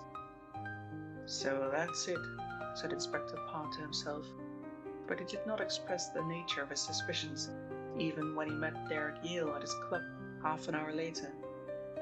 And it was a further curious fact that, though they touched every aspect of the Crimson Circle mystery in the long conversation which followed, never once did Mr. Parr mention Thalia Drummond's interview, which, if he had not seen, he had at least guessed. The two men left early the next morning for the little country town where one Ambrose Sibley, described as an able seaman, was held on a charge of murder. At his own earnest request, Jack Beardmore was allowed to accompany them, though he was not present at the interview between the two detectives and the sullen man who had slain his father. A brawny, unshaven fellow, half Scottish, half Swede, Sibley proved to be. He could neither read nor write, and had been in the hands of the police before. This much Parr had discovered from a reference of his fingerprints. At first he was not inclined to commit himself, and it was rather Derek Yale's skillful cross-examination than Inspector Parr's efforts which produced the confession. "Yes, I did it all right," he said at last. They were seated in the cell, with an official shorthand writer taking a note of his statement. "You've got me proper, but you wouldn't have got me if I hadn't been drunk. And whilst I'm confessing, I might as well own up that I killed Harry Hobbs. He was a shipmate of mine on the Oritianga in 1912. They can only hang me once. Killed him and chucked his body overboard, I did, over the question of a woman that we met at Newport News, which is in America. I'll tell you how this happened, gentlemen. I lost my ship about a month ago. I was stranded at the sailors' home at Wapping. I got chucked out of there for being drunk, and on top of that, I was locked up and got 7 days imprisonment. If the old fool had only given me a month, I shouldn't have been here. One night after I came out of prison, I was walking through the East End, down on my luck and starving for a drink, and feeling properly miserable. To make worse, I had a toothache." Parr met Derek Yale's eyes, and Derek smiled faintly. "I was loafing along the edge of the pavement, looking for cigarette ends, and thinking of nothing except where I could get a bit of food and a night's lodging. It was beginning to rain too, and it looked as though I was going to have another night on the streets, when I heard a voice say almost in my ear, 'Jump in.' I looked around. A motor car was standing by the side of the roadway. I couldn't believe my ears. Presently the man in the car said, 'Jump in, it's you I mean,' and he mentioned my name. We drove along for a while without his saying anything, and I noticed that he kept clear of all the streets where the big lights were. After a bit he stopped the car and began to tell me who I was. I can assure you I was surprised. He knew the whole of my history, he even knew about Harry Hobbs. I was tried for that killing and acquitted. And then he asked me if I'd like to earn £100. I told him I would, and he said there was an old gentleman in the country who had done him a lot of harm, and he wanted him outed. I didn't want to take the job on for some time, but he gave me such a lot of talk about how he could get me hung for Hobbs' murder, and how it was safe, and he'd give me a bicycle to get away on, and at last I agreed. He picked me up by arrangement a week later in State Square. Then he gave me all the final particulars. I got down to Beardmore's place soon after it was dark and hid in the wood. He told me Mr. Beardmore generally walked through the wood every morning, and that I was to make myself comfortable for the night. I hadn't been in the wood an hour when I had a fright. I heard somebody moving. I think it must have been a gamekeeper. He was a big fellow, and I only just got a glimpse of him. I think that's about all, gentlemen, except that the next morning the old fellow came in the wood and I shot him.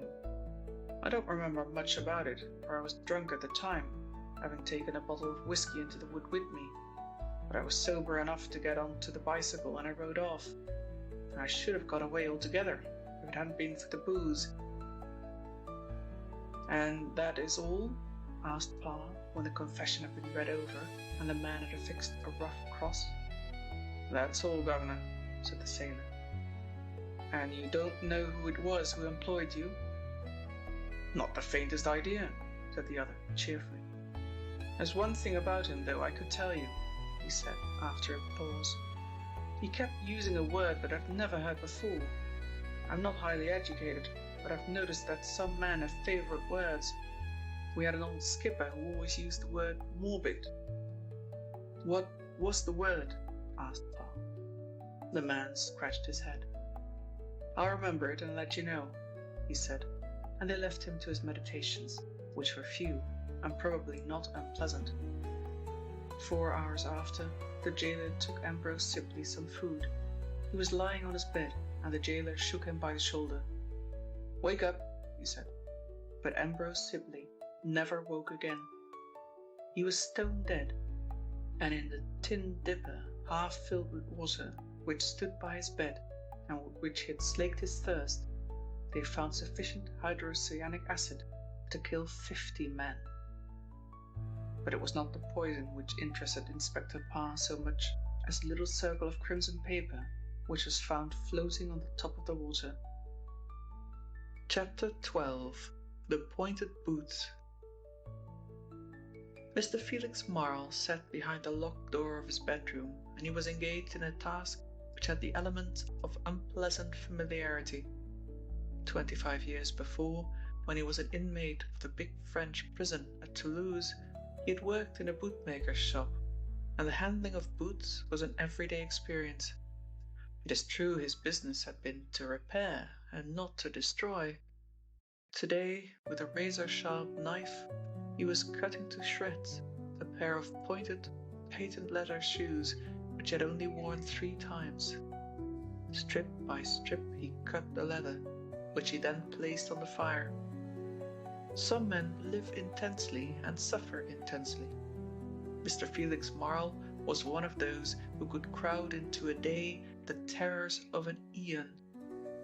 In some manner, a newspaper had got hold of the story of the footprint in Beardmore's ground, and a new fear had been added to the many which confused and paralyzed this big man. He was sitting in his shirt sleeves, the perspiration rolling down his face, for the fire was a big one, and the room was superheated. Presently, the last shred was thrown into the fire, and he sat watching it grill and flame before he put away the knife, washed his hands, and opened the windows to let out the acrid odor of burning leather. It would have been better, he thought, if he had carried out his first resolution, and he cursed himself for the cowardice which had induced him to substitute his revolver for a fountain pen. But he was safe. Nobody had seen him leave the grounds. With such men as he, blind panic and unreasoning confidence succeed one another, almost as a natural reaction. By the time he had descended the stairs to his little library, he had almost forgotten that he was in any danger. In the fading light of day, he had written a conciliatory, even a grovelling letter, and had, as he believed, delivered it safely. Would it be found? He had another moment of panic. "Bah," said Mr. Marl, and dismissed that dangerous possibility. His servant brought him a tea tray and arranged it on a small table by the side of his desk, where the big man sat. "Will you see that gentleman now, sir?" "Eh?" said Mr. Marl, turning round. "Which gentleman?" "I told you there was a man who wanted to see you." Marl remembered that his boot-destroying operation had been interrupted by a knock.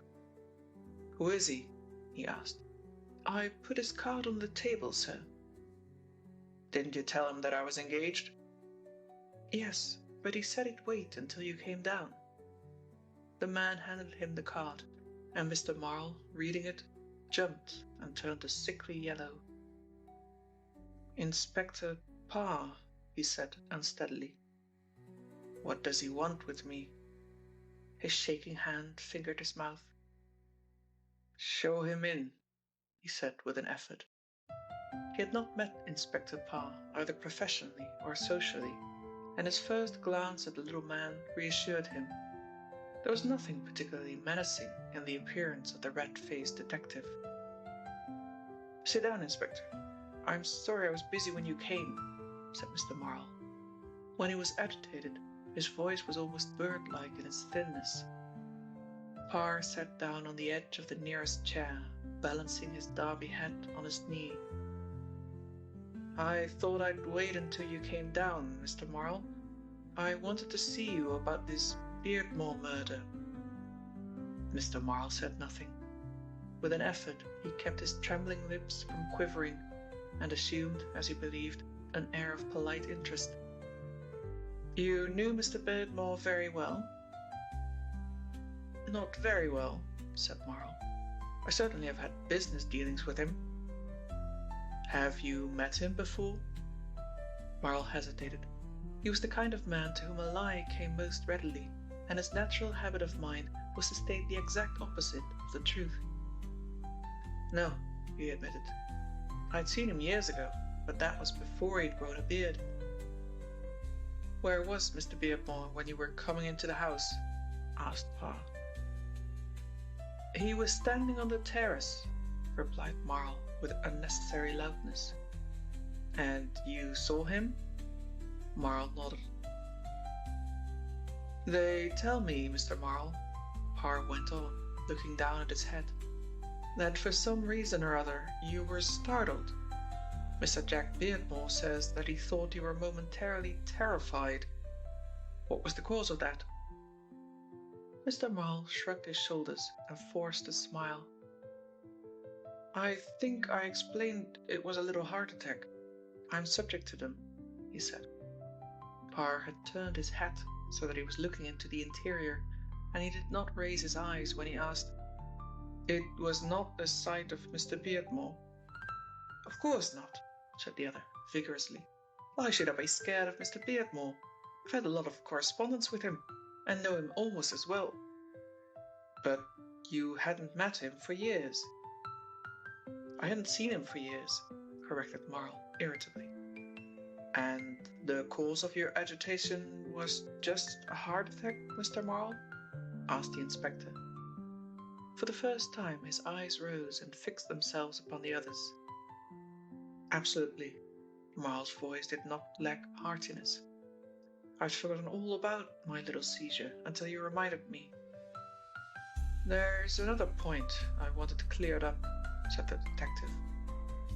His attention had gone back to his fascinating hat, which he was turning over and over mechanically until it had the appearance of a revolving butter churn. When you came to Mr. Beardmore's house, you were wearing pointed patent shoes. Marl frowned. Was I? I've forgotten. Did you take any walk into the grounds, except the walk you had from the railway station? No. You didn't walk around the house to admire the architecture? No, I did not. I was only in the house a few minutes, and then I drove away. Mr. Parr raised his eyes to the ceiling. Would it be asking you too much, he demanded apologetically, if I requested you to show me the patent shoes you wore that day? Certainly, said Marl, rising with alacrity. He was out of the room a few minutes and came back with a pair of long, pointed patent boots. The detective took them in his hand and looked earnestly at the sole. Yes, he said. Of course, these are not the boots you were wearing because... He rubbed the soles gently with his hand. There's dust on them, and the ground has been wet for the last week. Marl's heart nearly stopped beating. Those are the boots I wore, he said defiantly. What you call dust is really dried mud. Parr looked at his dusty fingers and shook his head. I think there must be some mistake, Mr. Marl, he said gently. This is chalk dust. He put the boots down and rose. However, it isn't very important, he said. He stood so long, looking down at the carpet, that Mr. Marl, in spite of his fear, became impatient. Is there anything more I can do for you, officer? He asked. Yes, said Parr. I want you to give me the name and address of your tailor. Perhaps you would write it down for me. My tailor? Mr. Marl glared at the visitor. What the dickens do you want of my tailor? And then, with a laugh, well, you're a curious man, Inspector, but I'll do it with pleasure. He went to his secretary, pulled out a sheet of paper, wrote down a name and address, and, blotting it, handed it to the detective. Thank you, sir. Parr did not even look at the address, but put the paper into his pocket. I'm sorry to bother you, but you will realize that everybody who was present at the house within 24 hours of Mr. Beardmore's death must necessarily be interrogated. The Crimson Circle. The Crimson Circle? Gasped Mr. Marl, and the detective looked at him straightly. Didn't you know that the Crimson Circle were responsible for this murder? To do him justice, Mr. Felix Marl knew nothing of the kind. He had seen a brief report that James Beardmore had been found shot, but the association of the murder with the Crimson Circle had not been disclosed except by the Monitor, a newspaper which Mr. Marle never read. He dropped into a chair, quaking. "The Crimson Circle," he muttered. "Good God, I never thought—" He checked himself. "What didn't you think?" asked Parr gently. "The Crimson Circle," murmured the big man again. "I thought it was just—" He did not complete his sentence.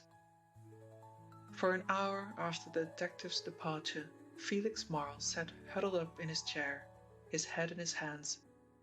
The Crimson Circle. It was the first time he had ever been brought into even the remotest touch with that blackmailing organization, and now its obtrusion upon the order of his thoughts was so violent that it disturbed every theory he had formed. "I don't like it," he muttered as he got up painfully and turned on the light in the darkened room. "I think this is where I get away." He spent the evening examining his bank book, and the examination was very comforting. He could squeeze out a little more, he thought, and then... Chapter 13. Mr. Marle squeezes a little more. Another agent of the Crimson Circle found her lines cast in pleasant places. She'd been accepted by Mr. Brabazon without question, and evidently the man in the car possessed extraordinary influences. What was even more extraordinary was that day followed day without a word from her mysterious employer. She had expected that he would almost immediately avail himself of her services, but she had been at Brabazon's, late Sellers, bank, nearly a month before she received any communication. It came one morning. She found the letter on her desk, addressed in bold pen print. There was no sign of the circle on the letter, which began without preamble. Make the acquaintance of Marle. Discover why he has a hold over Brabazon. Send me the figures of his account, and notify me immediately his account is closed. Notify me also if Parr and Derek Yale come to the bank. Wire Johnson, 23 Mildred Street, City. She carried out her instructions faithfully, though it was not for a few days that she had an opportunity of seeing Mr. Marle. Only once did Derek Yale come into the bank. She had seen him before, when he was a guest at the Beardmores, and even if she had not, she would have recognized him from the portrait of the famous detective which had appeared in the newspapers. What his business was, she did not learn, but looking out of the corner of her eye from the little office she occupied alone, by virtue of her position as Brabazon's private secretary, she saw him talking with one of the tellers at the counter, and duly notified the Crimson Circle. Inspector Parr, however, did not come, nor did she see Jack Beardmore. She didn't want to think too much of Jack. He was not a pleasant subject. In moments of perturbation, John Brabazon, the austere and stately president of Sellers Bank, had a characteristic little trick. His white hands would stray to the hair, curly and thick at the back of his head. One curl he would twist about his forefinger for a moment, and then he would slowly bring the tips of his fingers across his bald dome until they rested on his forehead. In such moments, with his head bowed and his fingers resting on his brow, he had the appearance of being engaged in prayer. The gentleman who sat with him in his neat office had no characteristics at all. He was a big man who breathed noisily, and he was puffy with lazy, indulgent living, but he did not fidget, and his hands were folded over his large waistcoat. "My dear Marle," the banker's voice was soft and almost caressing, "you try my patience at times. I will say nothing about the strain you put upon my resources." The big man chuckled. "I give you security, Brad. Excellent security, old man. You can't deny that." Mr. Brabazon's white fingers played a tune on the edge of his desk. You bring me impossible schemes, and hitherto I've been foolish enough to finance them, he said. There must come an end to such folly. You have no need for help. Your balance at this bank alone is nearly 100,000. Marl looked round at the door and bent forward. I'll tell you a story, he mumbled. A story about a penniless young clerk that married the widow of Seller's bank. She was old enough to be his mother and died suddenly in Switzerland. She fell over a precipice. Don't I know it? Wasn't I taking photographs of the beautiful mountain scenery? Did I ever show you the picture of that accident, Brad? You are in it. Yes, you're in it. Though you told the examining magistrate you were miles and miles away. Mr. Brabazon's eyes were on the desk. Not a muscle of his face moved. Besides, said Mr. Marl in a more normal tone, you can afford it. You're making another matrimonial alliance. That's the expression, ain't it? The banker raised his eyes and frowned at his visitor. What do you mean? He demanded. Mr. Marl was evidently amused. He slapped his knee and choked with laughter. What about the person you met in Stane Square the other night? The one in the closed motor car, eh? Don't deny it, I saw you. A nice little car it was. Now, for the first time, Brabazon displayed signs of emotion. His face was grey and drawn, and his eyes seemed to have receded further into their sockets. I will arrange your loan, he said. Mr. Marl's expression of satisfaction was interrupted by a knock at the door. At Brabazon's "Come in," the door opened to admit one whose appearance put all other matters out of the visitor's head. The girl brought a paper which she placed before her employer, evidently a penciled telephone message. White, gold, red. Mr. Marl's senses registered the impression he received. White, creamy white, and delicate skin, red as poppies the scarlet lips, yellow as ripe corn the hair. He saw her in profile, was revolted a little at the firmness of her chin. Mr. Marl liked women who were yielding and soft and malleable in his hands, but the beauty of mouth and nose and brow, they made him blink. He breathed a little more quickly, a little more loudly, and when she'd gone, after a colloquy in a low tone, he sighed. What a queen, he said. I've seen her somewhere before. What is her name? Drummond. Thalia Drummond, said Mr. Brabazon, eyeing the gross man coldly.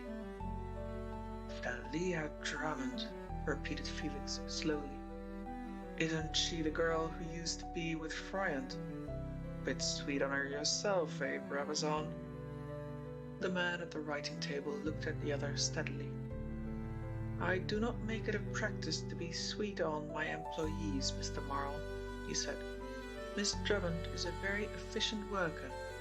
That is all that I require of my staff. Marl rose heavily, chuckling. I'll see you tomorrow morning about that other business, he said. He laughed wheezily, but Mr. Brabazon did not smile. At 10:30 tomorrow, he said, going to the door with the visitor. Or can you make it 11? 11, agreed the man. Good morning, said the banker, but did not offer his hand. Hardly had the door closed on the visitor before Mr. Brabazon locked it and returned to his desk. He took from his pocketbook a plain white card and, dipping his pen in the red ink, drew a small circle. Beneath, he wrote the words, Felix Marl saw our interview in Stane Square. He lives at 79 Marisburg Place. He put the card into an envelope and addressed it. Mr. Johnson, 23 Mildred Street, City. Chapter 14. Thalia is asked out.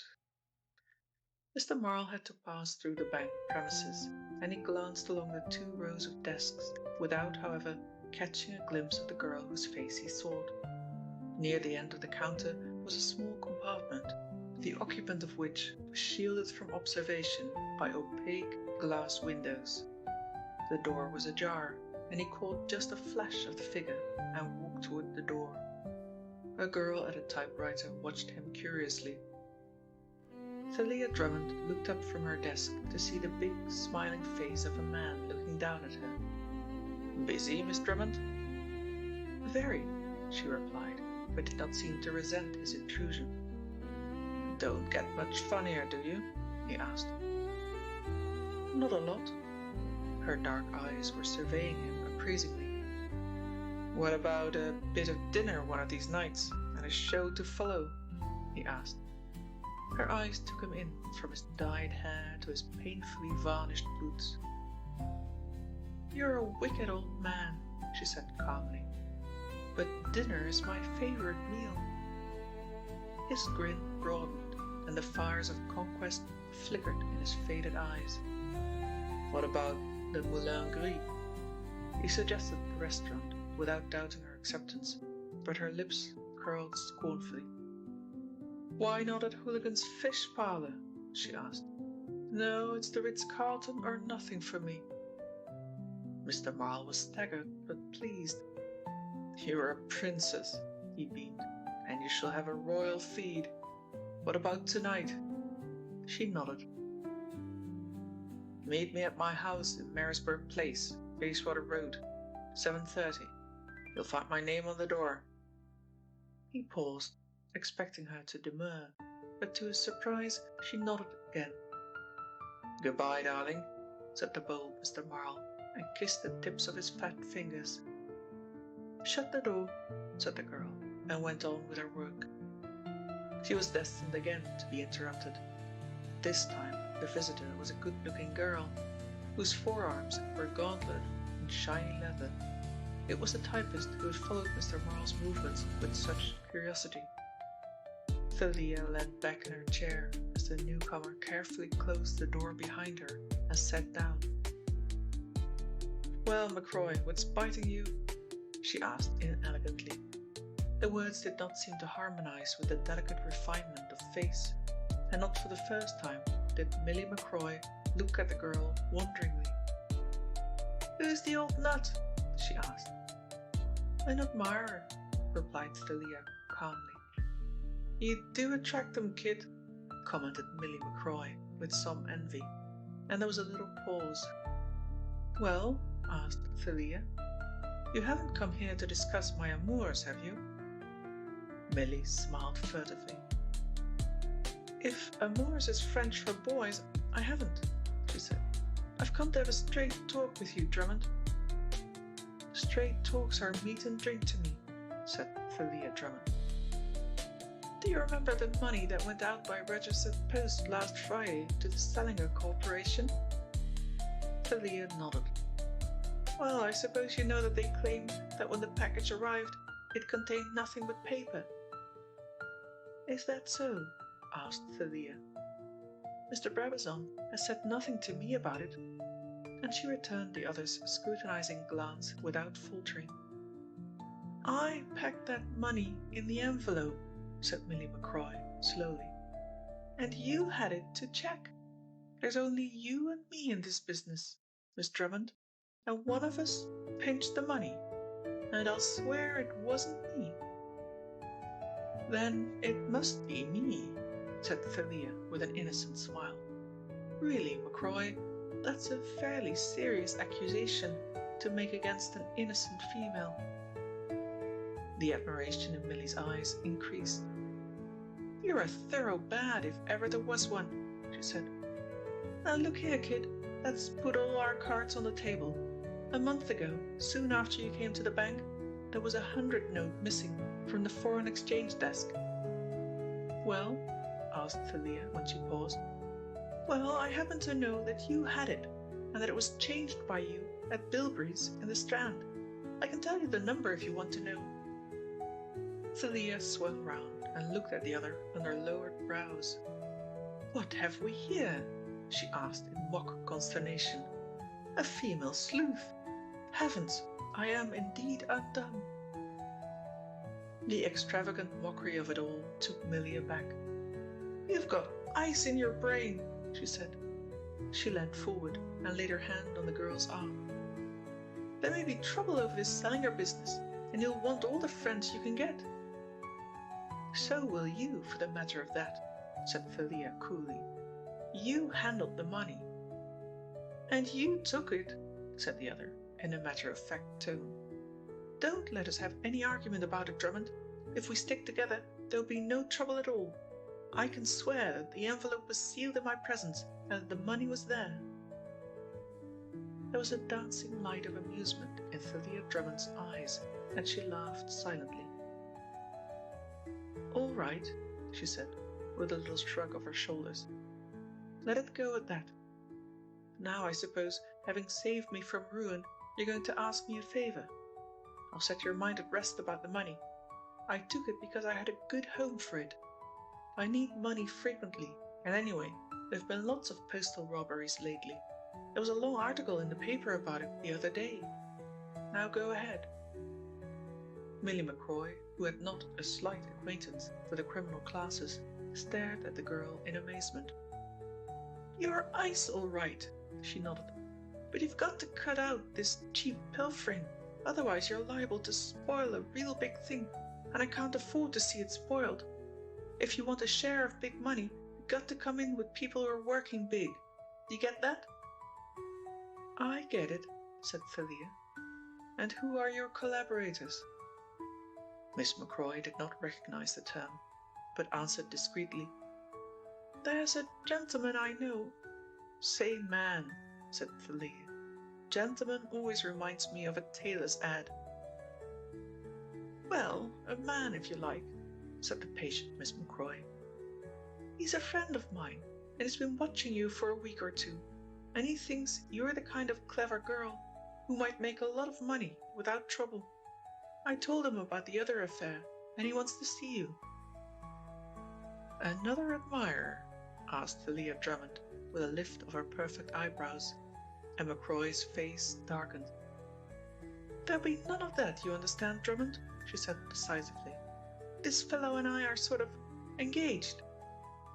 Heaven forbid, said Thalia Drummond piously, that I should come between two loving hearts. And you needn't be sarcastic either, said McCroy, rather still. I tell you that there's to be no lovey-dovey stuff in this. It's real business, you understand? Thalia played with her paper knife. Presently, she asked, Suppose I don't want to come into your combination? Millie McCroy looked suspiciously at the girl. Come and have a bit of dinner after the bank closes, she said. Nothing but invitations to dinner, murmured Thalia, and the nimble-witted Millie McCroy jumped at the truth. The old boy asked you to dinner, did he? She demanded. Well, ain't that luck? She whistled, and her eyes brightened. She was about to offer a confidence, but changed her mind. He's got loads of money out of money lending. My dear, I can see you with a diamond necklace in a week or two. Thalia straightened herself and took up her pen. Pearls are my weakness, she said. All right, McCroy, I'll see you tonight. And she went on working. Millie McCroy lingered. Look here, you're not going to tell this gentleman what I said about my being engaged to him, are you? There's Brab's bell, said Thalia, rising and taking up her notebook as a buzzer sounded. No, I'm not going to discuss anything of the kind. I hate fairy stories anyway. Miss McCroy looked after the retreating figure of the girl with an expression which was not friendly. Mr. Brabazon was sitting at his desk when the girl came in and handed her a scaled envelope. Send this by hand, he said. Thalia looked at the address and nodded, and then looked at Mr. Brabazon with a new interest. Truly, the Crimson Circle was recruited from many and various classes. Chapter 15. Thalia joins the gang. Thalia Drummond was almost the last of the staff to leave the bank that night, and she stood on the steps looking idly from left to right as she pulled on her gloves. If she saw the man who was watching her from the opposite side of the road, she did not reveal the fact by so much as a glance. Presently, her eyes lighted upon Millie, waiting a few yards up the street, and she walked toward her. "You've been a long time, Drummond," grumbled Miss McCroy. "You mustn't keep my friend waiting, you know. He doesn't like it." "He'll get over that," said Thalia. "I do not run to timetable where men are concerned." She fell in by Millie's side, and they walked 100 yards along the busy thoroughfare before they turned into Reader Street. The restaurants in Reader Street have taken to themselves names which are designed to suggest the gaiety and Epicurean wonders of Paris. The Moulin Gris was a small, deep shop which, with the aid of numerous mirrors and the application of gold leaf, had managed to create an atmosphere of cramped splendor. The tables were set for dinner and empty, for it was 2 hours before the meal, and to the proprietors of the Moulin Gris, such a function as afternoon tea was unknown. They went up a narrow stairway to another dining room on the first floor, and a man who was seated at one of the tables rose briskly to meet them. He was a sleek, dark young man. His beautifully brilliantined hair was brushed back from his forehead, and he was dressed, if not in the height of fashion, at least in the height of the fashion which he favored. A faint odor of l'origan, a soft large hand, a pair of bright, unwinking eyes, were the first impression which Thalia received. Sit down, Miss Drummond," he said brightly. "Waiter, bring that tea." "This is Thalia Drummond," said Miss McCroy, unnecessarily it seemed. "We needn't be introduced," laughed the young man. "I've heard a lot about you, Miss Drummond. My name's Barnett." "Flush Barnett," said Thalia, and he seemed surprised and not ill-pleased. "You've heard of me, have you?" "She's heard of everything," said Miss McCroy in resignation. "And what's more," she added significantly, "she knows Marl and is dining with him tonight." Barnett looked sharply from one to the other, then back again at Millie McCroy. "Have you told her anything?" he asked. There was a note of menace in his voice. "You don't have to tell her anything," said Miss McCroy recklessly. "She knows it all." "Did you tell her?" he repeated. "About Marl? No, I thought you'd tell her that." The waiter brought the tea at that moment, and there was a silence until he had gone. "Now, I'm a plain-spoken man," said Flush Barnett, "and I'm going to tell you what I call you." "This sounds interesting," said the girl, never taking her eyes from his face. "I call you Thoroughbad Thalia. How's that? Good, eh?" said Mr. Barnett, leaning back in his chair and surveying her. "Thoroughbad Thalia, you're a naughty girl. I was in court the day old Froyant charged you with pinching." He shook his head waggishly. "You're as full of information as last year's almanac," said Thalia Drummond coolly. "I suppose you didn't bring me here to exchange compliments." "No, I didn't," admitted Flush Barnett, and the jealous Miss McCroy recognized by certain signs the fascination that the girl was casting over her lover. "I brought you here to talk business. We're all friends here, and we're all in the same old business. I want to tell you straight away that I'm not one of your little thieving cooks who lives from hand to mouth." He spoke very correctly, but aspirated his H's just a trifle heavily, Thalia duly remarked. "I've people behind me who can find money to any amount if the job is good enough, and you're spoiling a good pitch, Thalia." "Oh, I am I?" said Thalia. "Admitting I am all you think I am, in what way do I spoil the pitch?" Mr. Barnett rolled his head from side to side with a smile.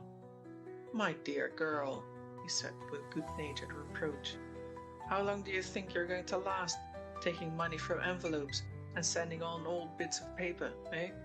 If my friend Brabazon hadn't got the idea into his silly head that the fraud was worked in the post, you'd have had the police in your office in no time. And when I say my friend Brabazon, I'm not being funny, see?" Here he evidently thought he had said too much. though he found it very difficult indeed to leave the question of his friendship with the austere banker. Challenged, he might have said more, but Thalia offered no comment. Now I'm going to tell you something. He leaned over the table and regulated his voice. Millie and me have been working Brabazon's bank for 2 months. There's a big lot of money to be got, but not out of the bank. Brabazon is a friend of mine, but it can be done through one of the clients, and the man with the biggest balance is Marl. Her lips curled for the second time that day. That's where you're wrong, she said quietly. Marl's balance wouldn't buy a row of beans. He stared at her incredulously, then looked at Millie McCroy with a frown. You told me that he had the best part of 100,000. So he has, said the girl. He had it until today, replied Thalia. But this afternoon Mr. Brabazon went out. I think he went to the Bank of England, because the notes were all new. He sent for me, and I saw them stacked up on his desk. He told me he was closing Marl's account, and that he was not the kind of man he wanted as a client. Then he took the money and called on Marl, I think, for when he came back just before the bank closed, he handed me Marl's cheque. I've settled that account, Miss Drummond, he said. I don't think we'll be troubled with that blackguard again. Did he know about Marl asking you out to dinner? Asked Millie, but the girl shook her head. Mr. Barnett said nothing. He was sitting back in his chair, fondling his chin, with a faraway look in his eyes. A big amount, was it? He asked. 62,000, replied the girl. And it is in his house? Said Barnett, his face pink with excitement. 62,000. Did you hear that, Millie? And you are dining with him tonight, said Flush Barnett, slowly and significantly. Now, what about it? She met his gaze without flinching. What about what? She asked. Here's the chance of a lifetime, he said, husky with emotion. You're going to the house. You're not above stringing the old man along, are you, Thalia? She was silent. I know the place, said Flush Barnett. One of those quaint little houses in Kensington that cost a fortune to keep up. Marisburg Place, Bayswater Road. I know the address pretty well, said the girl. He keeps 3 men-servants, said Flush Barnett. But they're usually out any night he happens to be entertaining a lady friend. Do you get me? But he's not entertaining me in his house, said the girl. What's the matter with a little bit of supper after the show, eh? Asked Barnett. Suppose he puts it up to you, and you say yes. There'll be no servants in the house when you get back. That I'll take my oath. I've studied Marl. What do you expect me to do? Rob him? Asked Thalia. Stick a gun under his nose and say, deliver your pieces of 8? Don't be a fool, said Mr. Barnett, startled out of his pose of elegant gentleman. You're to do nothing but have your supper and come away. Keep him amused, make him laugh. You needn't be frightened, because I'll be in the house soon after you, and if there's any trouble, I'll be on hand. The girl was playing with her teaspoon, her eyes fixed on the tablecloth. Suppose he doesn't send his servants away? You can bank on that, interrupted Mr. Barnett. Moses, there never was such a wonderful opportunity. Do you agree? Thalia shook her head. It is too big for me. Maybe you're right, and I'm likely to get into trouble, but it seems to me that petty pilfering is my long suit. Bah, said Barnett in disgust. You're mad. Now's your time to make a harvest, my dear. You're not known to the police. You're not under the limelight like me. Are you going to do it? She dropped her eyes again to the cloth, and again fidgeted with her spoon nervously. All right, she said with a sudden shrug. I might as well be hung for a sheep as a lamb. Or for a good share of 60,000, as for a miserable couple of hundred, eh? Said Barnett jovially, and beckoned the waiter. Thalia left the restaurant and turned homeward. She had to pass the bank, and it was not good policy, she thought, to hail a taxicab until she had left the neighborhood, where Mr. Brabazon's grave eyes might observe her extravagance. She had turned into the stream of pedestrians that thronged Regent Street at this hour, when she felt a touch on her arm and turned. A young man was walking by her side, a good-looking, keen-faced young man who did not smile ingratiatingly as others had done who had nudged her arm in Regent Street, nor did he inquire if she were going the same way as he.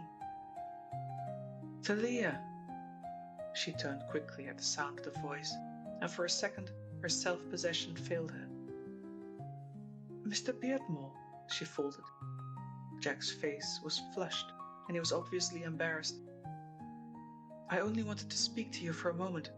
I've waited for a week for the opportunity," he said hurriedly. "You knew I was at Brabazon's. Who told you?" He hesitated. "Inspector Parr," he said, and when he saw the smile curl on the girl's lips, he went on, "Old Parr isn't a bad sort, really. He's never said another word against you, Thalia." "Another," she quoted. "But does it really matter?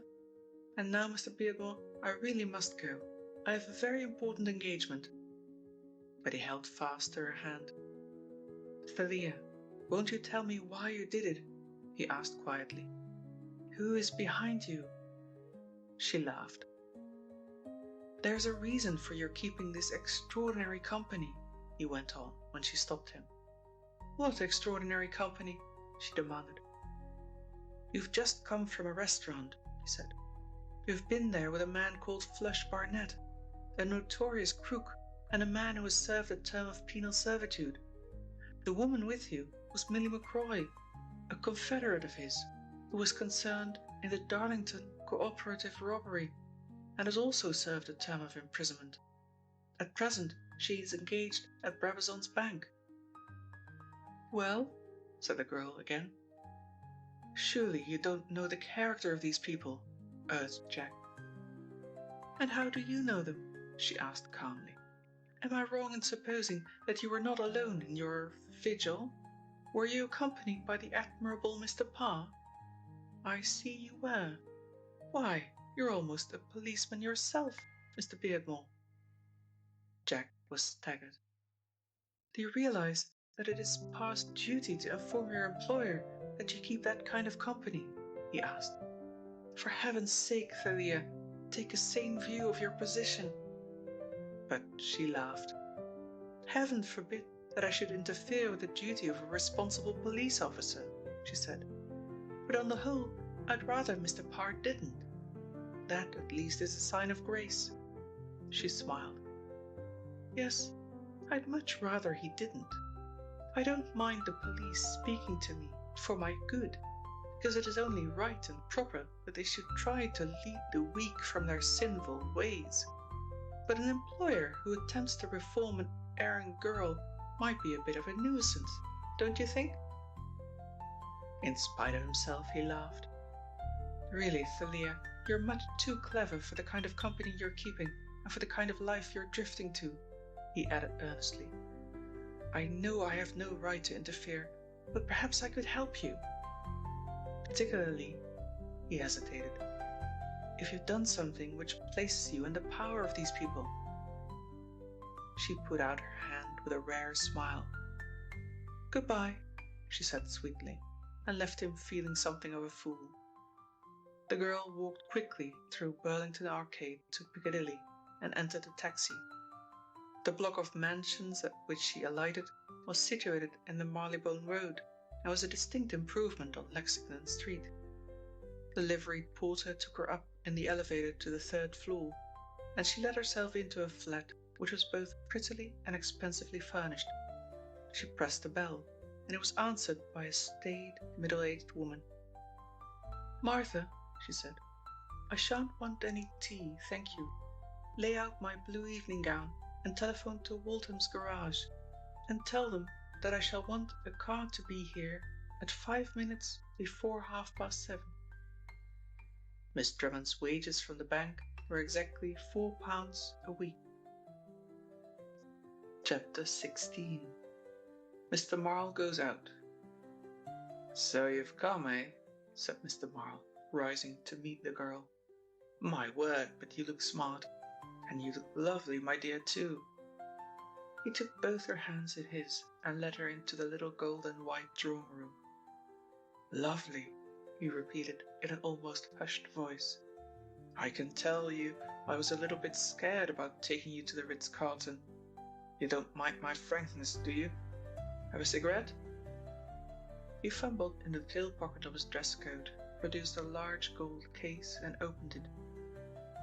"You thought I'd turn up in one of Morton Gillingsworth's 6-guinea models, eh?"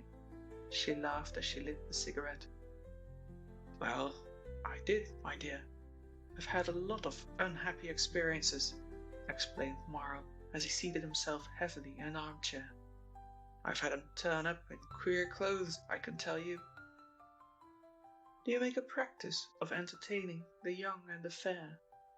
Thalia had seated herself on the big padded fireguard and was looking down at him under her half-closed lids. "Well," said Mr. Marle complacently, rubbing his hands, "I'm not so old that I don't get some pleasure out of ladies' society, but you're stunning." He was a blond, red-faced man with suspiciously brown hair, suspiciously even teeth, and for this evening he had acquired a waist which seemed wholly unreal. "We're going to dinner, and then we'll go on and see the boys and the girls at the Winter Palace," he said. "And then," he hesitated. "What do you say to a little supper?" he asked. "A little supper? I don't take supper," said the girl. "Well, you can pack a bit of fruit, I suppose," suggested Mr. Marle. "Where?" asked the girl steadily. "Most of the restaurants are closed before the theatres are out, aren't they?" "There's no reason why you shouldn't come back here. You're not a prude, my dear, are you?" "Not much," she confessed. "I can see you home in my car," he said. "I've got my own car, thank you," said the girl. And Mr. Marle's eyes opened. Then he began to laugh steadily at first, and his laughter ended in an asthmatical paroxysm. Presently he gasped, "You wicked little devil." The evening was an interesting one for Thalia, more interesting by reason of the fact that she caught a glimpse of Mr. Flush Barnett in the hall of the hotel as she passed through. It was after the theatre was over and they were standing in the vestibule, waiting for the liftman to call their car, that Thalia showed some symptom of hesitation. But the eloquent Mr. Felix Marle overcame whatever reluctance she felt, and as the clock was striking the half-hour after 11, she passed into the hall, not failing to notice that Mr. Marle did not ring for his servants, but let himself in with his own latchkey. The supper was laid in a rose-panelled dining room. "I will help you, my dear," said Mr. Marle. "We won't bother about the servants." But she shook her head. "I can eat nothing, and I think I'll go home now," she said. Wait, he begged. "I want to have a little talk with you about your boss. I can do you a lot of good in that firm. At the bank, Thalia." "Who called you Thalia?" "My godfathers and godmothers, M or N," said Thalia solemnly. Mr. Marle squeaked his delight at her humour. He was passing behind her, ostensibly to reach one of the dishes which were set on the table, when he stooped and, had she not slipped from his grasp, would have kissed her. "I think I'll go home," said Thalia. "Rubbish." Mr. Marle was annoyed, and when Mr. Marle was annoyed, he forgot that he made any pretensions to gentle birth. "Come and sit down." She looked at him long and thoughtfully, and then, turning suddenly, went to the door and turned the handle. It was locked. "I think you had better open this door, Mr. Marle," she said quietly. "I think not," chuckled Mr. Marle. "Now, Thalia, Be the dear, good little girl I thought you were. I should hate to dissipate any illusions you may have about my character, said Thalia coolly. You'll open that door, please? Certainly. He ambled toward the door, feeling in his pocket, and before she could realize his intention, he had seized her in his arms. He was a powerful man, a head taller than she, and his big hands gripped her arms like steel clamps. Let me go, said Thalia steadily. He did not lose her nerve nor show the least sign of fear. Suddenly, he felt her tense muscles relax. He had conquered. With a quick intake of breath, he released his hold of the sullen girl. Let me have some supper, she said, and he beamed. Now, my dear, you are being the little girl I... What's that? The last was a squeak of terror. She had strolled slowly to the table and had taken up the brocade bag. He had watched her and thought she was seeking a handkerchief. Instead, she had produced a small, black, egg-shaped thing, and with a flick of her left hand had pulled out a small pin and dropped the pin onto the table. He knew what it was. He had dabbled in army supplies and had seen many Mills bombs. Put it down! No, put the pin in, you young fool! He whimpered. Don't worry, she said coolly. I have a spare pin in my bag. Open that door. His hand shook like a man with palsy as he fumbled at the keyhole. Then he turned and blinked at her. A Mills bomb, he mumbled, and fell back an obese mass of quivering flesh against the delicate paneling. Slowly she nodded. A Mills bomb, she said softly, and went out, still gripping the lever of the deadly egg-like thing. He followed her to the door and slammed it after her, then went shakily up the stairs to his bedroom. Flush Barnett, standing in the shadow of a clothes press, heard the click of locks and the snap of a bolt as Mr. Marle entered his room. The house was still. Through the thick door of Mr. Marle's bedroom, no sound came. There was no transom to the door, and the only evidence that there was somebody in his room was afforded by a fret of light in the ceiling of the passage, which came through a ventilator in the wall of the bedroom. During the war, this house had been used as an officer's convalescent home, and certain hygienic arrangements had been introduced, which were more useful than beautiful. Flush crept softly in his stockinged feet to the door and listened.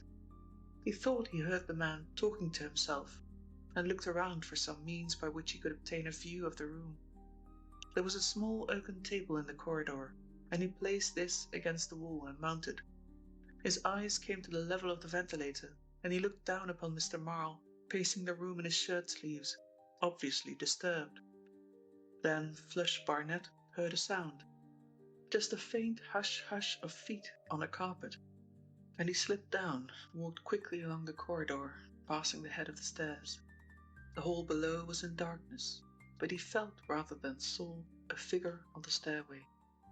Whether it was man or woman he could not say, and did not stop to discover. It might be one of the servants returning furtively. Servants did not always stay away when they were bidden. Flush passed to the farther end of the corridor, and from an angle in the wall watched. He saw nobody pass the head of the stairs, but there was no background. After a while he crept back again. There was nothing to be gained by forcing the door of Marle's bedroom, even if it were possible. He had had time to inspect the house at his leisure, and had already decided upon investigating the little safe in the library, for Mr. Marle's own room had drawn blank. The investigation, which took 2 hours, and the employment of one of the best sets of tools in the profession, was not unprofitable, but it did not reveal the huge sum of money which he anticipated. He hesitated. The night was too far through to make an attempt on the bedroom, even if he had not already searched it from wall to wall. He folded his kit and slipped it into one pocket, his loot into another, and went upstairs again. There was no sound from Marle's room, but the light was still on. He tried to look through the keyhole, but the key was still there. The only inducement there was for him to enter the room was the possibility that the money was in the man's clothes. This likelihood was remote, he thought. Possibly Marl had taken it to some safe deposit, a contingency which Barnett had foreseen. He went slowly down the stairs, through the hall and the butler's pantry to the side door, where he had left his boots, his overcoat, and his shiny silk hat, for he was in evening dress. Then he stole softly forth along the covered passageway running by the side of the house. Here a door opened into the little forecourt of Marl's house. He reached the garden, and his hand was on the gate, when somebody touched him, and he spun round. "I want you, Flush," said a well-remembered voice. "Inspector Parr. You may remember me." "Parr!" gasped the bewildered Barnett, and with an oath wrenched himself free and leapt through the gate. But the 3 policemen who were waiting for him were not so easy to dispose of, and they marched Flush Barnett to the nearest police station, a worried man. In the meantime, Parr conducted a search of his own. Accompanied by a detective, he made his way to the hall of the house and up the stairs. "This is the only room occupied, apparently," he said, and knocked at the door. There was no reply. "Go along and see if you can rouse any of the servants," said Parr. The man came back with the startling information that there were no servants in the house.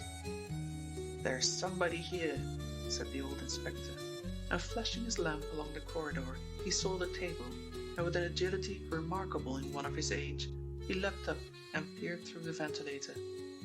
"I can just see somebody asleep," he said. "Hi, wake up," he called, but there was no reply. Hammering on the door did not produce any response. "Go down and see if you can find a hatchet. We'll break open the door," said Parr. "I don't like this." Hatchet there was none, but they found a hammer. "Can you show a light, Mr. Parr?" asked the man, and the inspector flashed his lamp on the door. It was a white door, white except for the crimson circle affixed to a panel as by a rubber stamp. "Break in the door," said Parr, breathing heavily. For 5 minutes they smashed at a panel before they finally hammered it through, and the sleeper within gave no sign of consciousness. Parr reached his hand through the door, turned the key, and, by dint of stretching, found the bolt at the top. He slipped into the room. The light was still burning, and its rays fell across the man on the bed, who lay upon his back, a twisted smile on his face, most obviously dead. Chapter 17. The Blower of Bubbles. It was long after midnight, and Derek Yale was sitting in his pretty little study. He lived in a flat overlooking the park, when the knock came to the door, and he rose to admit Inspector Parr. Parr related the incident of the evening. "But why didn't you tell me?" asked Derek a little reproachfully, and then laughed. "I'm sorry," he said. "I always seem to be butting in on your affairs. But how came the murderer to escape? You say you had the house surrounded for 2 hours. Did the girl come out?" "Undoubtedly. She came out and drove home." "And nobody else went in?" "I wouldn't like to swear that," said Parr. "Whoever was in the house had probably arrived long before Marl returned from the theatre. I have since discovered that there was a way out through the garage at the back of the house. When I said the house was surrounded, that was an exaggeration. There was a way through the back garden which I did not know. I didn't even suspect there were gardens there. Undoubtedly, he went through the garage door." "Do you suspect the girl at all?" Parr shook his head. "But why were you surrounding Marl's house at all?" asked Derek Yale seriously. The answer was as unexpected as it was sensational. "Because Marl has been under police observation ever since he came back to London," said Parr. "In fact, ever since I discovered that he was the man who wrote the letter, the scrap of which I found, and which I compared last week with his writing. I asked him for the address of his tailor." "Marl?" said the other, incredulously. Inspector Parr nodded. "I don't know what there was between Old Man Beardmore and Marl, who had brought him to the house. I've been trying to reconstruct the scene. You may remember that when Marl came to the house on a visit, he was suddenly seized with a panic." "I remember," nodded Yale. Jack Beardmore told me about it. Well? He refused to stay at the house, said he was going back to London, said Pa. As a matter of fact, he went no farther than Kingside, which is a station some 8 or 9 miles away. He sent his bag on to London and came back by road. He was probably the person whom the murderer saw in the wood that night. Now why had he come back if he was so scared that he ran away in the first place? And why did he write that letter for delivery in the night when he had every opportunity to tell James Beardmore by day when he was with him? There was a long silence. How was Marl killed? Asked Yale. The other shook his head. That's a mystery to me. The murderer could not possibly have entered the room. I had an interview with Flush Barnett. As yet he knows nothing about the murder, and he admits he broke in for the purpose of burglary. He says he heard the sound of somebody moving about the house and very naturally hid himself. He also says he heard a strange hissing sound, like air escaping from a pipe. Another remarkable clue was a round wet patch on the pillow within a few inches of the dead man's hand. It was exactly circular. At first I thought it was a symbol of the Crimson Circle, until I discovered another patch on the counterpane. The doctor has not been able to diagnose the cause of death, but the motive is clear. According to his banker, I've just been talking to Brabazon on the telephone, he drew a large sum of money from the bank yesterday. In fact, Brabazon closed his account. They had a quarrel over something or other. The safe was of course opened by Flush Barnett, but there was no money found on him when he was searched at the police station. Curiously enough, we did discover several little oddments that Flush had picked up. Now, who took the money? Derek Yale paced the floor, his hands behind him, his chin on his breast. Do you know anything of Brabazon? He asked.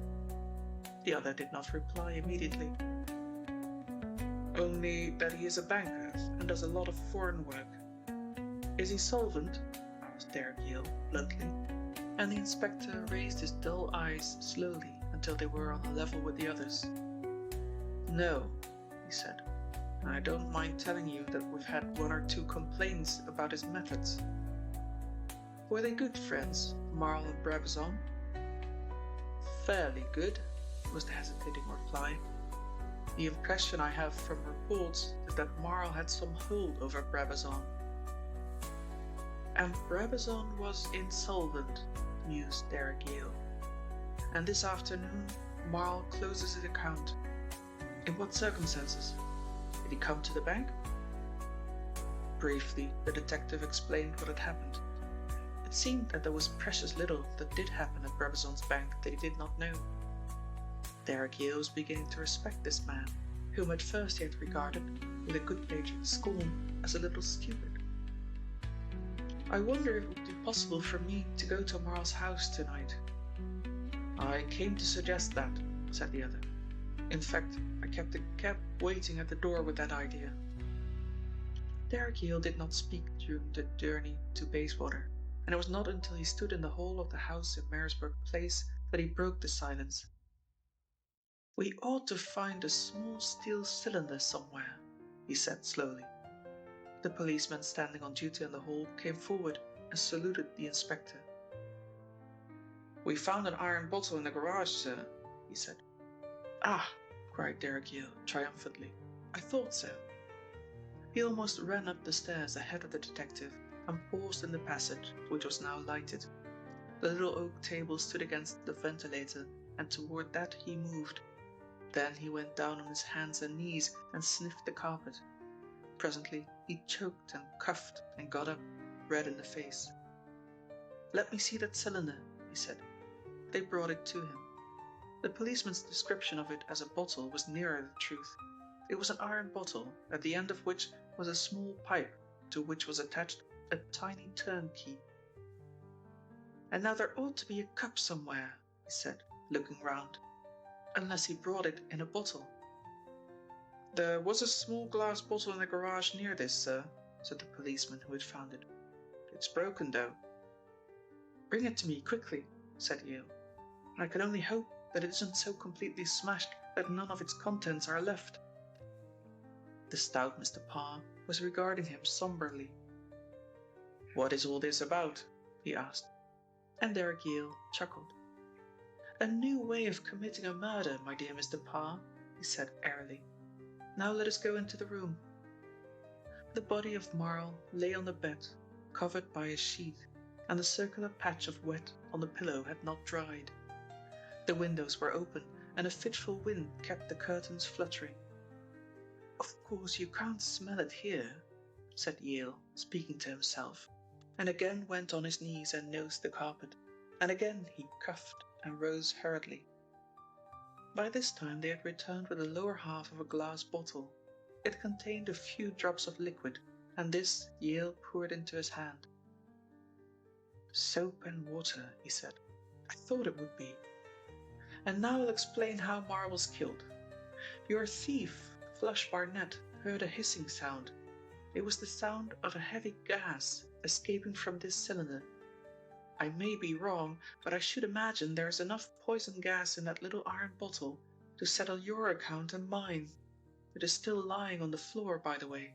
It is one of those heavy gases which descend." "But how did it kill Marl? Did they pump it through the grating onto his head?" Derek Yale shook his head. "It is a much simpler and a much more deadly method which the Crimson Circle employed," he said quietly. "They blew bubbles." "Bubbles?" Derek Yale nodded. "The end of this cylinder, you can still feel the slime of soap upon it, was first dipped into the soap solution, then thrust through the grating. The tap was turned down and a bubble formed, which was shaken off. From the ventilator, he ran outside and jumped onto the table. Yes, I thought so, he said. He could see Marl's head. 2 or 3 of the bubbles must have been failures. One struck the pillow, but I should imagine that was blown after his death. One struck the wall. He'll find the wet patch. But one, and probably more, burst on his face. He must have been killed almost instantaneously. Parr could only gape. I thought it all out on the way here. The circular patch on the pillow reminded me of my own boyish exploits and their disastrous effect when I started blowing bubbles in the bedroom. And then when you mentioned the ventilator and the hissing noise, I was perfectly certain that my theory was right. But we smelled no gas when we came into the room, said Parr. The wind may have blown away the fumes, said Derek Yale. But apart from that, the weight of the gas would send it to the floor, and by its own density it would spread evenly. Look. He struck a match, shielded it for a moment until it caught light, and then slowly brought it to the floor level. An inch from the carpet, the match was suddenly extinguished. I see, said Inspector Parr. Now, what about searching the place? Perhaps I can be of use, suggested Yale. But his offer of help did not meet with any very gracious response. A small police audience, which had listened awe-stricken while Yale had developed his theory, could understand the inspector's feelings. Apparently, Yale did too, for with a good-humoured laugh, he made his excuses and went home. There are moments when the headquarters police should be left alone with their own emotions. Nobody realized this more than Derek Yale. Chapter 18. Flush Barnett's Story. Inspector Parr, after a further search, proceeded to the nearest police station to interview Mr. Flush Barnett. Flush, a depressed and weary man, had no illuminating information to give. The proceeds of his robbery lay upon the station sergeant's table, a miscellaneous collection of rings and watches, a perfectly valueless bank book, valueless to Flush at any rate, and a silver flask. But the most surprising circumstance was that in Flush Barnett's pocket were 2 brand-new banknotes for £100, which he insisted stoutly were his own property. Now, burglars, and particularly the type of burglar that Flush Barnett was, are notoriously improvident people. They do not work whilst they have money, and with £200 in his possession, it is certain that Flush Barnett, would not have attempted to break into Marisburg Place. "They're my own, I tell you, Mr. Parr," he protested. "Would I tell you a lie?" "Of course you would," said Inspector Parr, without heat. "If they are your own, where did you get them?" "They were given to me by a friend." "Why did you light a fire in the library?" asked Parr unexpectedly, and Flush Barnett started. "Because I was cold," he said, after a pause.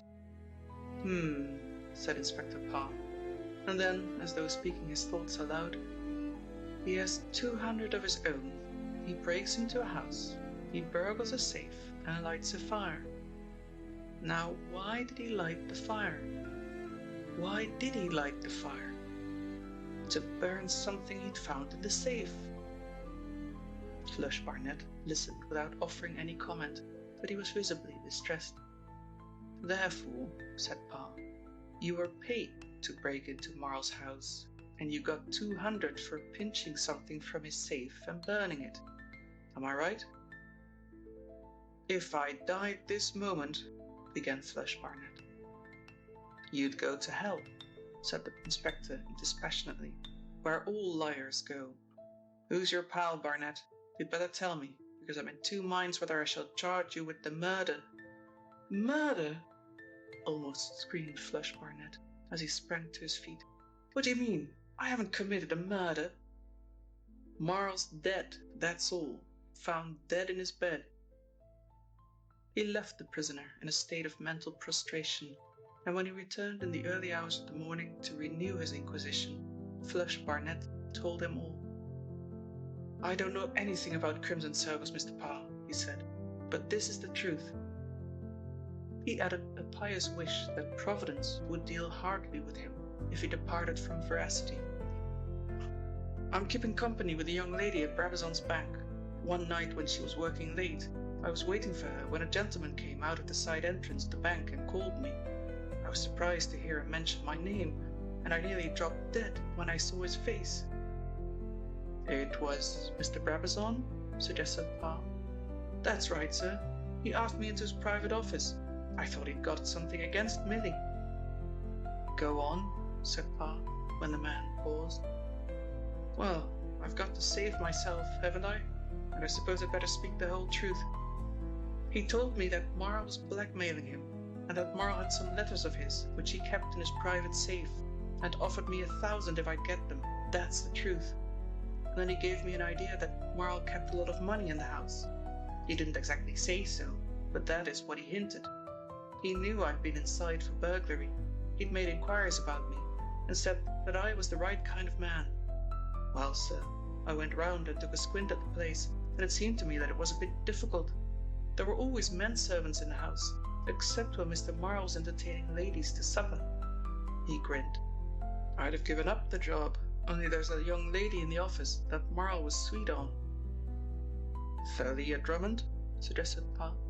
"That's right, sir," nodded Flush.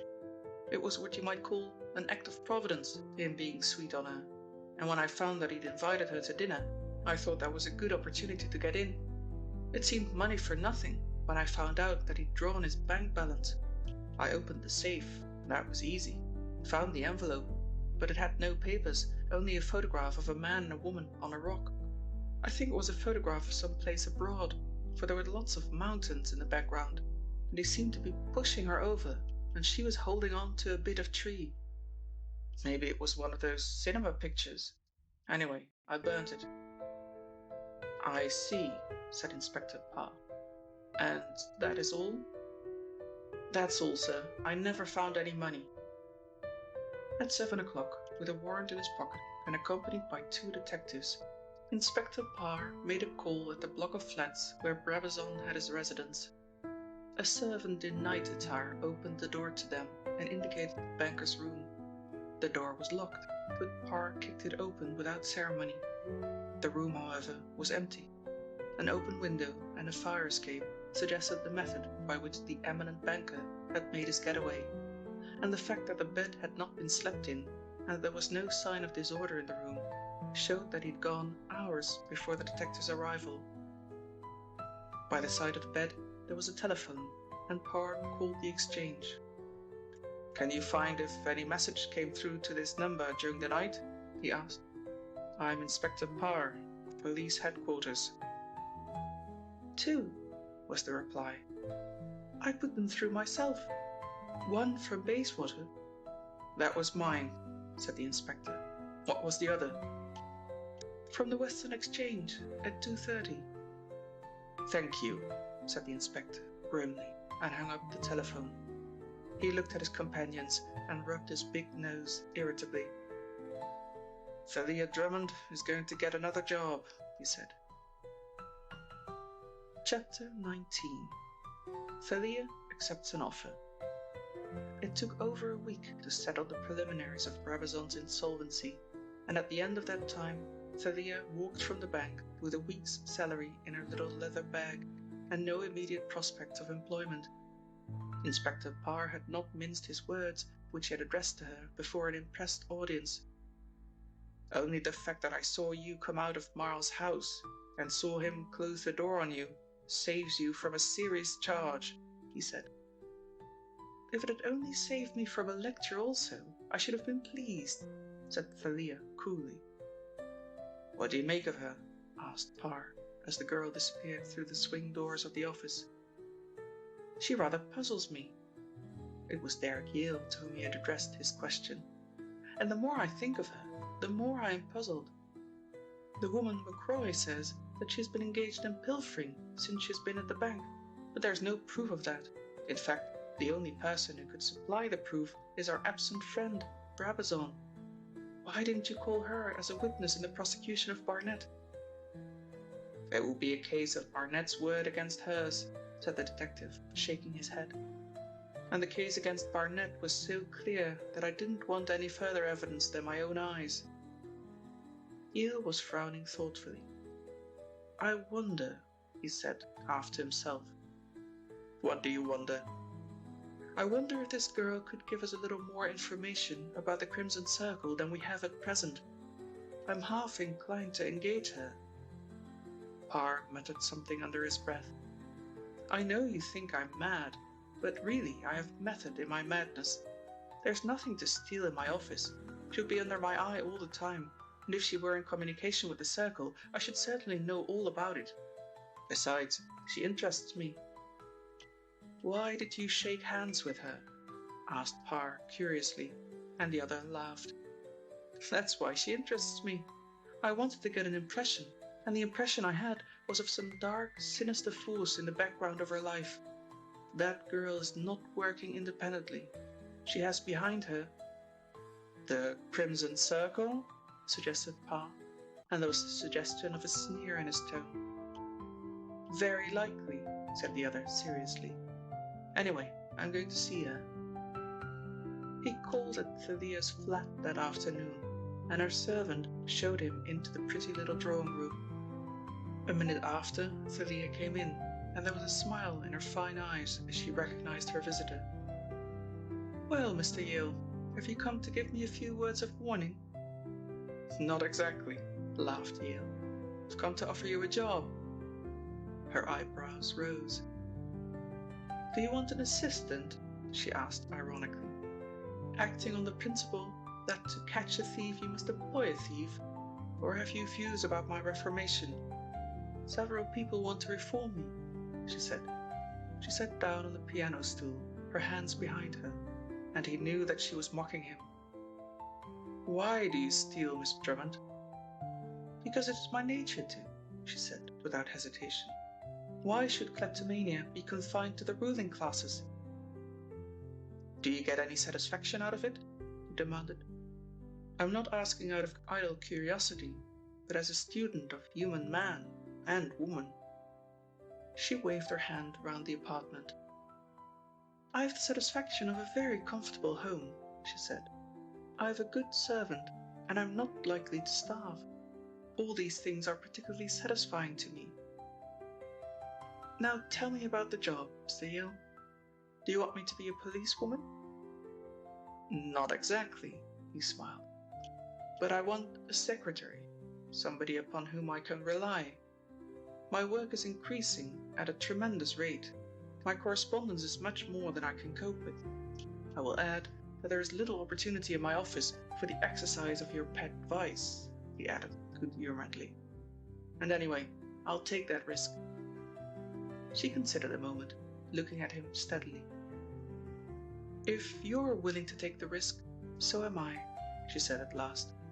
"Where is your office?" He gave her the address. "I shall be with you at 10 o'clock in the morning. Lock up your checkbook and clear away your loose change," she said. A remarkable girl, he thought, as he was going back to the city. He spoke no more than the truth when he had told Parr that she puzzled him, and yet he had met with every type of criminal, and probably knew more of criminal psychology than did Parr with all his experience. His mind strayed to Parr, that unhappy individual whom he knew was in disgrace. How much longer would police headquarters tolerate him after this third failure to deal with the Crimson Circle, he wondered. Mr. Parr was thinking on the same lines that night. A brief official memo had awaited him on his arrival at headquarters, and he read it with a grimace of pain. And there was worse to follow, he guessed, and he had good reason for that fear. The next morning he was summoned to the house of Mr. Froyant and found Derek Yale already there. For all their good relationship, the chase of the Crimson Circle had developed into a duel between these strangely different personalities. It was an open secret in newspaper land that Parr's impending ruin was due less to the unchecked villainies of the Crimson Circle than to the superhuman brilliancy of this unofficial rival. To do him justice, Yale did his best to discredit this view, but it was held. Froyant, for all his meanness and his knowledge of Yale's heavy fees, had commissioned him immediately after he had received the warning. His faith in the police had evaporated, and he made no attempt to disguise his skepticism. "Mr. Froyant has decided to pay," were the words which greeted the inspector. Of course I shall pay," exploded Mr. Froyant. He had aged 10 years in the past few days, thought Parr. His face was white and thinner, and he seemed to have shrunk within himself. "If police headquarters allow this dastardly association to threaten respectable citizens, and cannot even protect their lives, what else is there to be done but to pay? My friend Pindle has had a similar threat, and he has paid. I cannot stand the strain of this any longer." He paced up and down the library floor like a man demented. "Mr. Froyant will pay," said Derek Yale slowly. "But this time I think the Crimson Circle have been just a little too venturesome." "What do you mean?" asked Parr. "Have you the letter, sir?" demanded Yale, and Froyant pulled open a drawer savagely and slammed down the familiar card upon his blotting pad. "When did this arrive?" asked Parr as he took it up, noting the Crimson Circle. "By this morning's post." Parr read the words inscribed in the center. "We shall call for the money at the office of Mr. Derek Yale at 3:30 on Friday afternoon. The notes must not run in series. If it is not there for us, you will die the same night." 3 times the inspector read the short message, and then he sighed. "Well, that simplifies matters," he said. "Of course they will not call." "I think they will," said Yale quietly, "but I shall be prepared for them, and I should like you to be on hand, Mr. Parr." "If there is one thing more certain than another," said the inspector phlegmatically, "it is that I shall be on hand, but I don't think they will come." "There I can't agree with you," said Yale. "Whoever the central figure of the Crimson Circle is, he or she does not lack courage. And, by the way," he lowered his voice, "you'll meet an old acquaintance at my office." Parr shot a quick, suspicious glance at the detective and saw that he was mildly amused. "Drummond?" he asked. Yale nodded. "You are engaging her?" "She rather interests me, and I fancy that she's going to be a real help in the solution of this mystery." Froyant came in at that moment, and the conversation was tactfully changed. Chapter 20. The key of River House. It was arranged that Froyant should draw the necessary money from his bank on the Thursday morning to pay the demand, and that Yale should call for it and meet Parr at the former's office in ample time to make the necessary preparations for the visitor's reception. Mr. Parr's way to headquarters took him past the big house where Jack Beardmore was living in solitude. The events of the past few weeks had wrought an extraordinary change in the youth. From a boy, he'd suddenly become a man, with all a man's balance and understanding. He had inherited an enormous fortune, but with its coming, the incentive of life had, for the most part, fallen away. He could never escape the memory of Thalia Drummond. Her face was before him, sleeping or waking, and though he called himself a fool, and could, as he did, argue the matter to a logical conclusion, the sum of all his reasoning faded before the image he carried in his heart. Between Inspector Parr and he had grown a curious friendship. There was a time when he was near to hating the stout little man, but his good sense had told him that however large a part sentiment had played in his own life and in the direction of his own actions, it could have no place in a police officer's moral equipment. The inspector stopped before the door of the house and was for passing on, but, obeying an impulse, he walked slowly up the steps and rang the bell. The footman who admitted him was one of the dozen servants who accentuated the emptiness of the mansion. Jack was in the dining room, pretending to be interested in a late breakfast. "Come in, Mr. Parr," he said, rising. "I suppose you breakfasted hours ago. Is there anything new?" "Nothing," said Parr, "except that Mr. Froyant has decided to pay." "He would," said Jack contemptuously, and then, for the first time in a long while, he laughed. "I shouldn't like to be the Red or Crimson Circle or whatever it calls itself." "Why not?" asked Mr. Parr, with a little light of amusement in his eyes, but he could guess the answer. "My poor father used to say that Froyant fretted over every cent that was taken from him and never rested until he got it back. When Harvey's panic is over, he will go after the Crimson Circle and will never leave it until every banknote he has handed to them is repaid." "Very likely," agreed the inspector, "but they aren't holding the money yet." He told Jack the contents of the letter which Froyant had received that morning, and his young host was visibly astonished. "They're taking a big risk, aren't they? It will be a clever man who got the better of Derek Yale." "So I think," said the inspector, crossing his legs comfortably. "I must take my hat off to Yale. There are things about him that I admire tremendously." "His psychometrical powers, for example?" smiled Jack, but the inspector shook his head. "I don't know enough about those to admire them. They seem uncanny to me, and yet in a certain way I can understand them. No, I'm thinking of other of his qualities." He was suddenly silent, and Jack sensed his depression. "You're having a pretty bad time at headquarters, aren't you?" he asked. "I don't suppose they're particularly pleased with the immunity of the Crimson Circle." Parr nodded. "I'm not exactly in a bed of roses just now," he admitted, "but that doesn't worry me a bit." He looked steadily at Jack. "By the way, your young friend is in a new job." Jack started. "My young friend?" he stammered. "You mean Miss Drummond, I mean. Derek Yale has engaged her." He chuckled softly at Jack's astonishment. "Engaged Miss Thalia Drummond? You're joking, surely," said Jack. "I thought he was joking when he suggested it. He's a queer bird, is Yale." "He ought to be at headquarters, a lot of people think," said Jack, and realized that he'd made a faux pas before the words were out. But if Mr. Parr was hurt, he did not show it. "They don't take them in from outside," he said with a smile, and the inspector very rarely smiled. "Otherwise, Mr. Beardmore, we should have taken you. No, our friend is clever.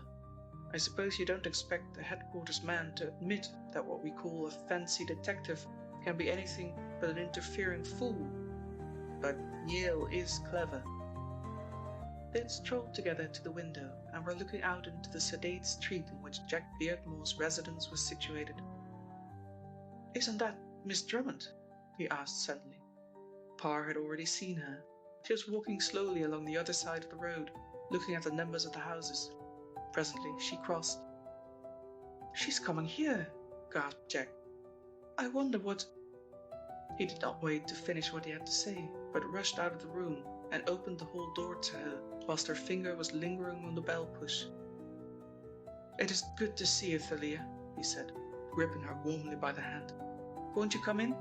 An old acquaintance of yours is in the dining room." She raised her eyebrows. "Not Mr. Parr?" "You're a wonderful guesser," laughed Jack as he closed the door behind her. "Did you want to see me alone?" he asked suddenly. She shook her head. "No, I've only a message for you from Mr. Yale. He wanted you to let him have the key of your riverside house." By this time they were in the dining room, and the girl, meeting the expressionless gaze of Mr. Parr, nodded curtly. "You evidently do not love my friend, Mr. Parr," thought Jack. He explained the object of the girl's visit. "My poor father had a derelict property by the riverside," he said.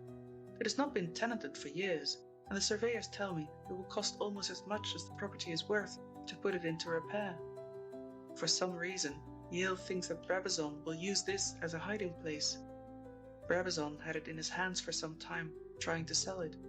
He looked after some of my father's property. But is he at all likely to be there?"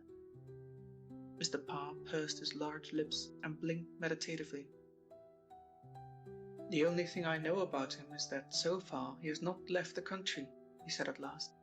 "I should not think he'd go to a house which he must know would be searched." He stared absently at Thalia. "Yet he might," he mused. "I suppose he has a key to the place. What is it, a house?" "It is half house and half warehouse," said Jack. "I've never seen it, but I believe it is one of those dwellings which the old merchants favoured 200 years ago, in the days when they lived in the places where they carried on business." He unlocked his desk and pulled out a drawer full of keys, each bearing a label. "This is the one, I think, Miss Drummond," he said, handing the key to her. "How do you like your new job?" It required some courage to ask the question, for he was almost awe-stricken in her presence. She smiled faintly. "It is amusing," she said, "without being in any way tempting. I cannot tell you very much about it, because I only started this morning." She turned to the detective. "No, I shan't trouble you very much, Mr. Parr," she said. "The only thing of value in the office is a silver paper-weight. I don't even have to post the letters," she went on mockingly. "The office is built on the American plan, and there's a little chute in Mr. Yale's private office that drops the letters straight away into the box in the hall below. It is very disappointing." Solemn though she was, her eyes were dancing with merriment. "You're a queer woman, Thalia Drummond," said Pa, "and yet I'm sure there's some good in you." The remark seemed to cause her unbounded amusement. She laughed until the tears were in her eyes, and Jack grinned sympathetically. Parr, on the other hand, showed no sign of amusement. "Be careful," he said ominously, and the smile faded from her lips. "You may be sure I shall be very careful, Mr. Parr," she said. "And if I'm in any kind of trouble, you can be equally sure that I shall send immediately for you." "I hope you will," said Parr, "though I have my doubts." Chapter 21. River House. Thalia went straight back to the office and found Derek Yale sitting in his room, reading through a heap of unanswered correspondence. "Is that the key? Thank you. Put it down there," he said. "I'm afraid you'll have to answer most of these yourself. The majority of them are from foolish young people who wish to be trained as private detectives. You will find a form reply, and you can sign the answers yourself. And will you tell this lady," he handed a letter across to her, "that I am so busy now that I cannot undertake any further commissions." He took up the key from the table and held it for a second on his hand. You saw Mr. Parr? She laughed. You were almost terrifying, Mr. Yale. I did see Mr. Parr, but how did you know? He shook his head smilingly. It is really very simple, and I should take no credit for my gift, he said, any more than you take credit for your good looks and your predisposition to, shall I say, take things as you find them. She did not answer at once. Then, I am a reformed character. I believe you will reform in time. You interest me, said Yale, and then, after a pause, immensely. And with a jerk of his head, he dismissed her. She was in the midst of her work, and her typewriter was clacking furiously when he appeared at the door of his room. Will you try to get Mr. Parr on the telephone? He said. You'll find his number on the register. Mr. Parr was not in his office when she called, but half an hour later she reached him and switched through the wire to the next room. Is that you, Parr? She heard his voice through the door, which was left ajar. I'm going to Beardmore's river property to make a search. I have an idea that Brabazon may be hiding there. After lunch. All right. Will you be here at 2:30? Thalia Drummond listened and made a shorthand note on her blotting pad. At 2:30, Parr called. She did not see him, for there was a direct entrance to Yale's room from the corridor without, but she heard the rumble of his voice, and presently they went out. She waited until their footsteps had died away. Then she took a telegraph form, and addressing it to Johnson, 23 Mildred Street, City, she wrote, Derek Yale has gone to search Beardmore's riverside house. Thalia Drummond was nothing if not dutiful. The house stood upon a little wharf, and was a picture of desolation and neglect. The stone foundation of the wharf was in decay, parapet broken, the yard a wilderness of weed. Rank grasses and nettles formed almost an impenetrable barrier to their progress after they had opened the gate which led from the mean East End street in which the wharfage was sited. The house itself might at one time have been picturesque, but now, with its broken lower windows, its weather-stained woodwork and discoloured walls, it was a pitiable piece of architectural wreckage. At one end was a big, gaunt stone stall built flush with the war's edge, and apparently communicating with the house. An air raid during the war had demolished one corner of the wall and robbed it of a few slates which remained, leaving the skeleton of rotting roof ribs nakedly bare to inspection. A cheerful place, said Yale as he opened the door. It is not the sort of setting in which one could imagine the elegant Brabazon, is it? The passageway was dusty. Cobwebs hung from the ceiling, and the house was silent and lifeless. They made a rapid tour through the rooms, without, however, discovering any sign of the fugitive. There's a garret here, said Yale, pointing to a flight of steps that led to a trapdoor in the ceiling of the upper floor. He ran up the steps, pushed open the flap, and disappeared. Parr heard him walking along, and presently he came down. Nothing there, he said, as he slammed the trapdoor in its place. I never expected that you would find anything, said Parr, as he led the way out of the house. They crossed the weed-grown path to the outer gate, and from a garret window, a white-faced man watched them through the dusty glass. A man with a week's growth of beard, whom even his most intimate friends would never have recognized as Mr. Brabazon, the well-known banker. Chapter 22. The Messenger of the Circle. You're a fool, sir, and an idiot. I thought you were a clever detective, but you're a fool. Mr. Froyant was in his most savage mood, and the neat stack of banknotes which stood upon his desk supplied the reason. The sight of so much good money going away from him was a cause of unspeakable anguish to the miserly Harvey, and if his eyes strayed away from that accumulation of wealth, they came back again almost instantly. Derek Yale was a difficult man to offend. Perhaps I am, he said, but I must run my own business in my own way, Mr. Froyant, and if I think that the girl can lead me to the Crimson Circle, as I do think, then I shall employ her. Mark my words, Froyant shook his fingers in the detective's face. "That girl is with the gang. You will discover, my friend, that she is the messenger who will call for the money." "In which case she will be immediately arrested," said the other. "Believe me, Mr. Froyant, I have no intention of losing sight of these notes, but if they are taken by the Crimson Circle, the responsibility must be mine, not yours. My job is to save your life, and to divert the vengeance of the Circle from you to myself." Quite right, said Mr. Froyant hastily. "That's the proper way to look at it, Yale. I see that you're not as unintelligent as I thought. Have it your own way," he said. He fingered the notes lovingly, and putting them into a long envelope, handed them, with every evidence of reluctance, to the detective, who slipped the package into his pocket. "I suppose there's no news of Brabazon? The rascal has robbed me of over £2,000, which I foolishly invested in one of Marl's rotten concerns." "Did you know anything about Marl?" asked the detective, opening the door. "I only know that he was a blackguard." "Did you know anything that isn't as well known?" asked Yale patiently. "His beginnings, where he came from?" "He came from France, I believe," said Froyant. "I know very little about him. In fact, it was James Beardmore who introduced me. There was some story about his having been concerned in land swindles in France, and of having been imprisoned there. But I never take much notice of gossip. He was useful to me, and I made quite a considerable sum out of most of my investments with him." The other smiled.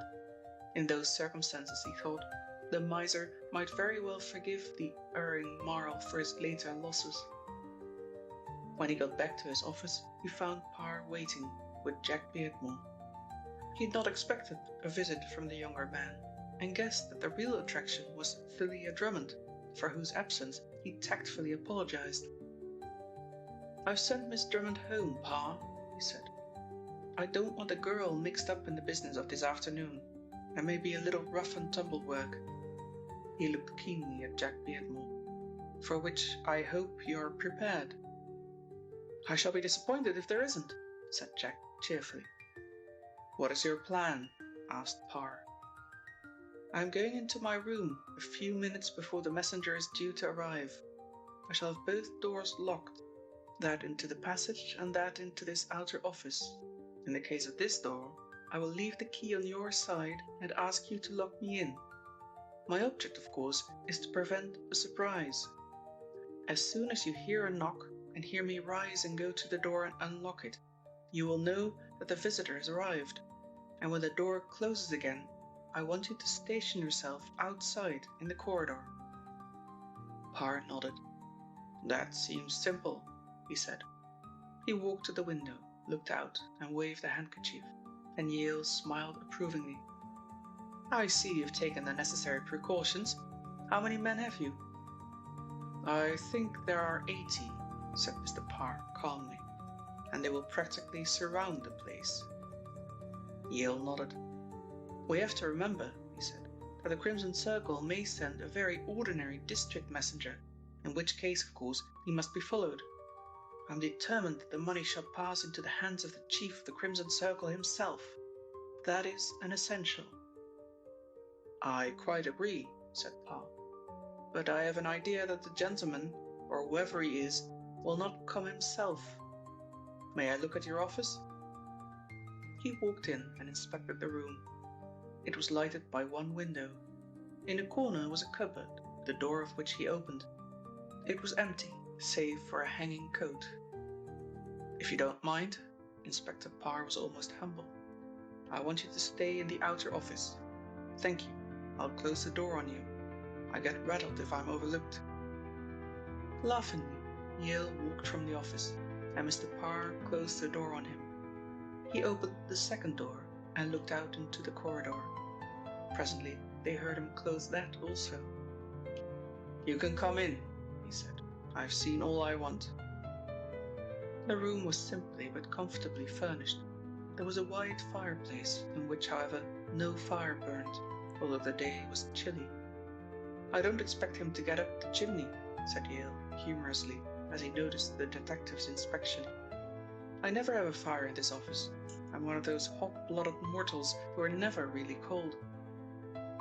Jack, a fascinated observer of the search, picked up the deadly little pistol that lay on the detective's table and examined it cautiously. Be careful, that trigger is a little sensitive, said Yale. He took from his pocket the envelope containing the notes and laid it by the side of the weapon. Then he looked at his watch. Now I think that to be on the safe side, we should go to the other office and lock the door, he said. He accompanied his words by locking the door into the corridor. It is rather thrilling, whispered Jack. He felt that a whisper was the fitting tone for that exciting moment. I hope it won't be too thrilling, said Hugh. They went to the outer office and turned the key on him and sat down. Jack unconsciously on Thalia Drummond's chair, a fact which he realized with a start. Was she of the Crimson Circle, he wondered? Parr had hinted as much. Jack set his teeth. He could not and would not believe even the evidence of his own eyes and his own common sense. So far from her influence waning, it was gathering strength. She was a being apart, and if she was guilty... He looked up and saw Parr's eyes fixed upon him. I don't pretend to be psychometrical, said the detective slowly, but I've an idea you're thinking about Thalia Drummond. I was, admitted the young man. Mr. Parr, do you think she's really as bad as she appears to be? Do you mean, do I think that she stole Froyan's Buddha? Because if that's what you mean, it's not a question of thinking. I'm certain. Jack was silent. He could never hope to convince this stolid man of the girl's innocence, and anyway, it was madness, he recognized, to think of her as innocent when she had confessed her fault. You'd better keep quiet in there. It was Yale's voice, and Parr grunted a reply. Thereafter, they sat in dead silence. They heard him moving about the room. Then he too was quiet, for the hour was approaching. Inspector Parr pulled his watch from his pocket and laid it on the table. The hands pointed to 3:30.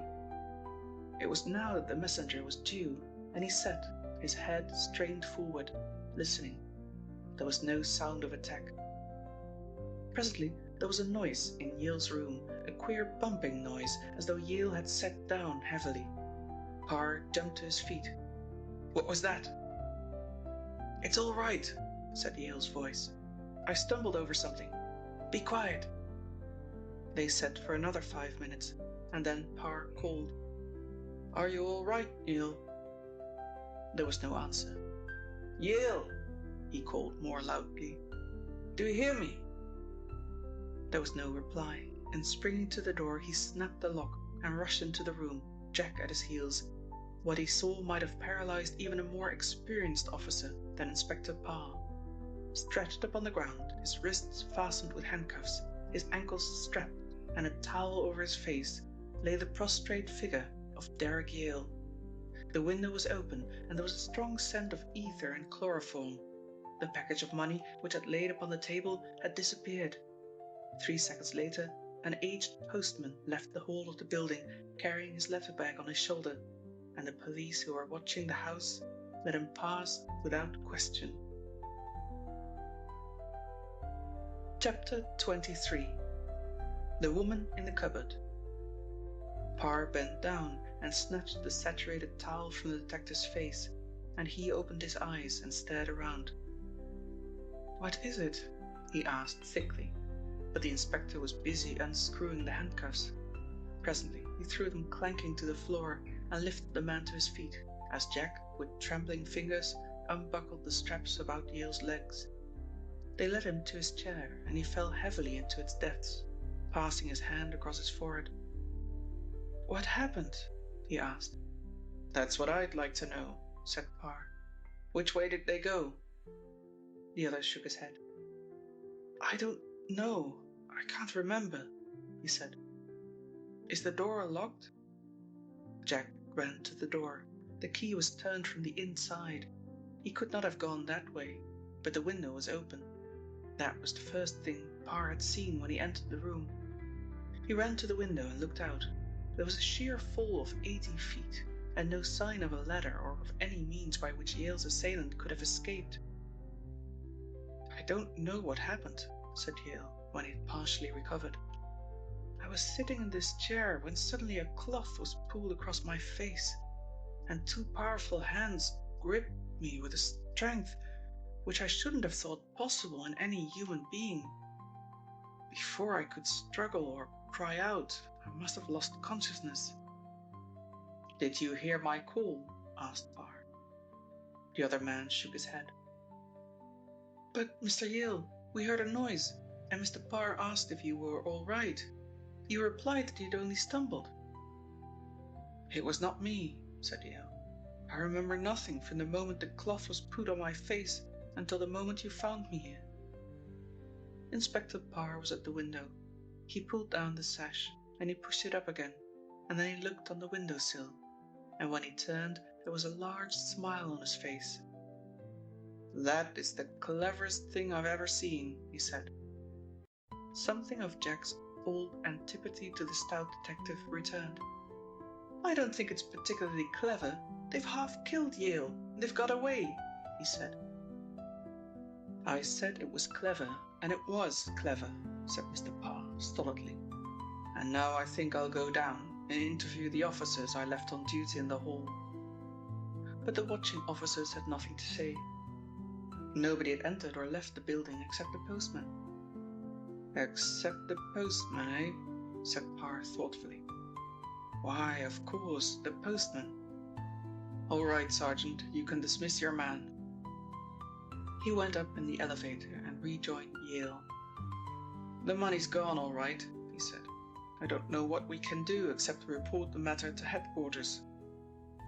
Yale was now nearly his normal self, and sat at his desk with his head resting on his hands. "Well, I'm the culprit this time," he said, "and they can't blame you, Parr. I'm still trying to puzzle out how they got into that window, and how they reached me without making a sound." "Was your back to the window?" Yale nodded. "I never dreamt of the window. I said so that I could see both doors." "Your back was also to the fireplace." "They couldn't have come that way," said the other, shaking his head. "No, this is the supreme mystery of my career, more astounding than the identity of the Crimson Circle." He got up slowly. "I must report this to old man Froyant, and you'd better come along and lend me your moral support," he said. "He will be furious." They left the office together, Yale locking both doors and slipping the key into his pocket.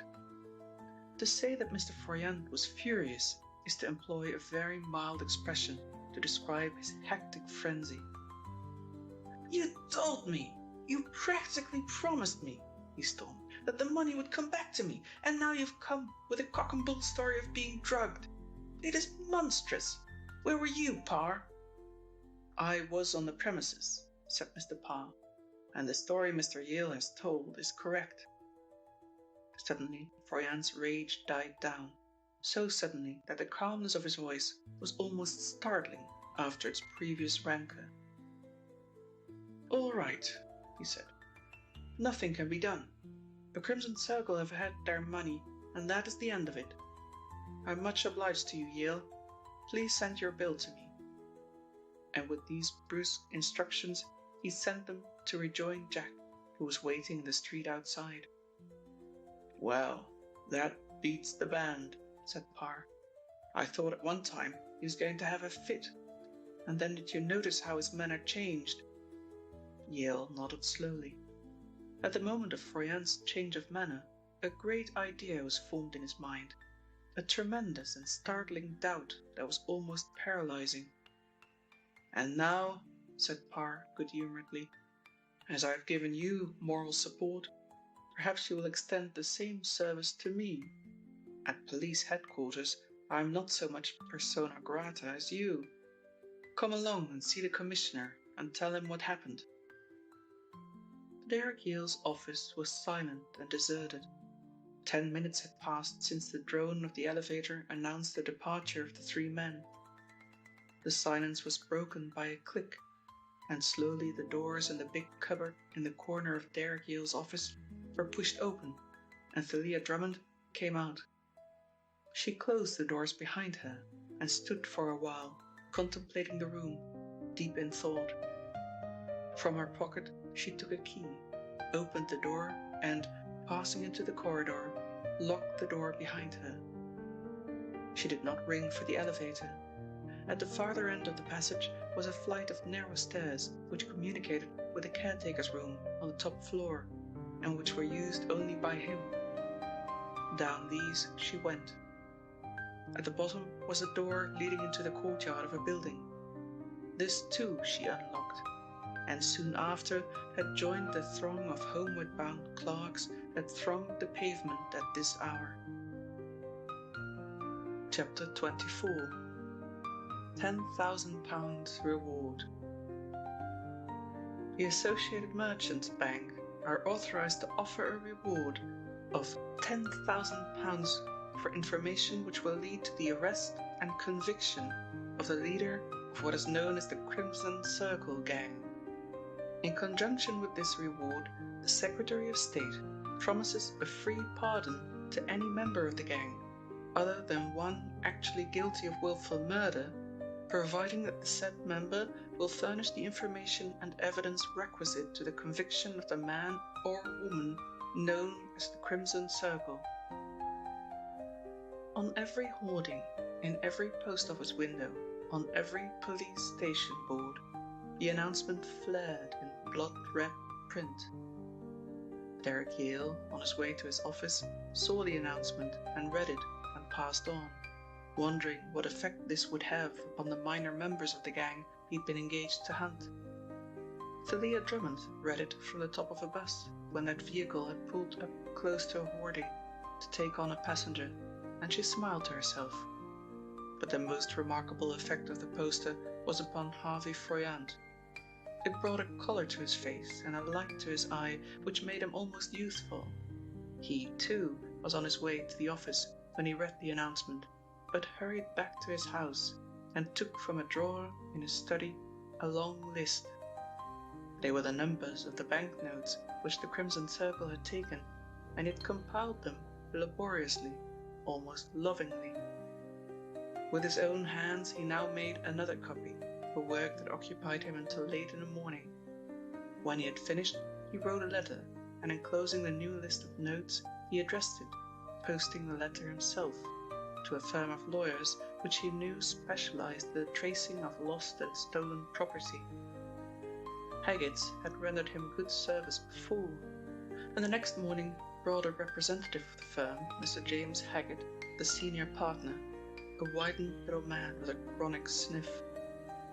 The name of Haggett was not one which was universally respected, nor did lawyers, when they met, speak of it with affection or regard.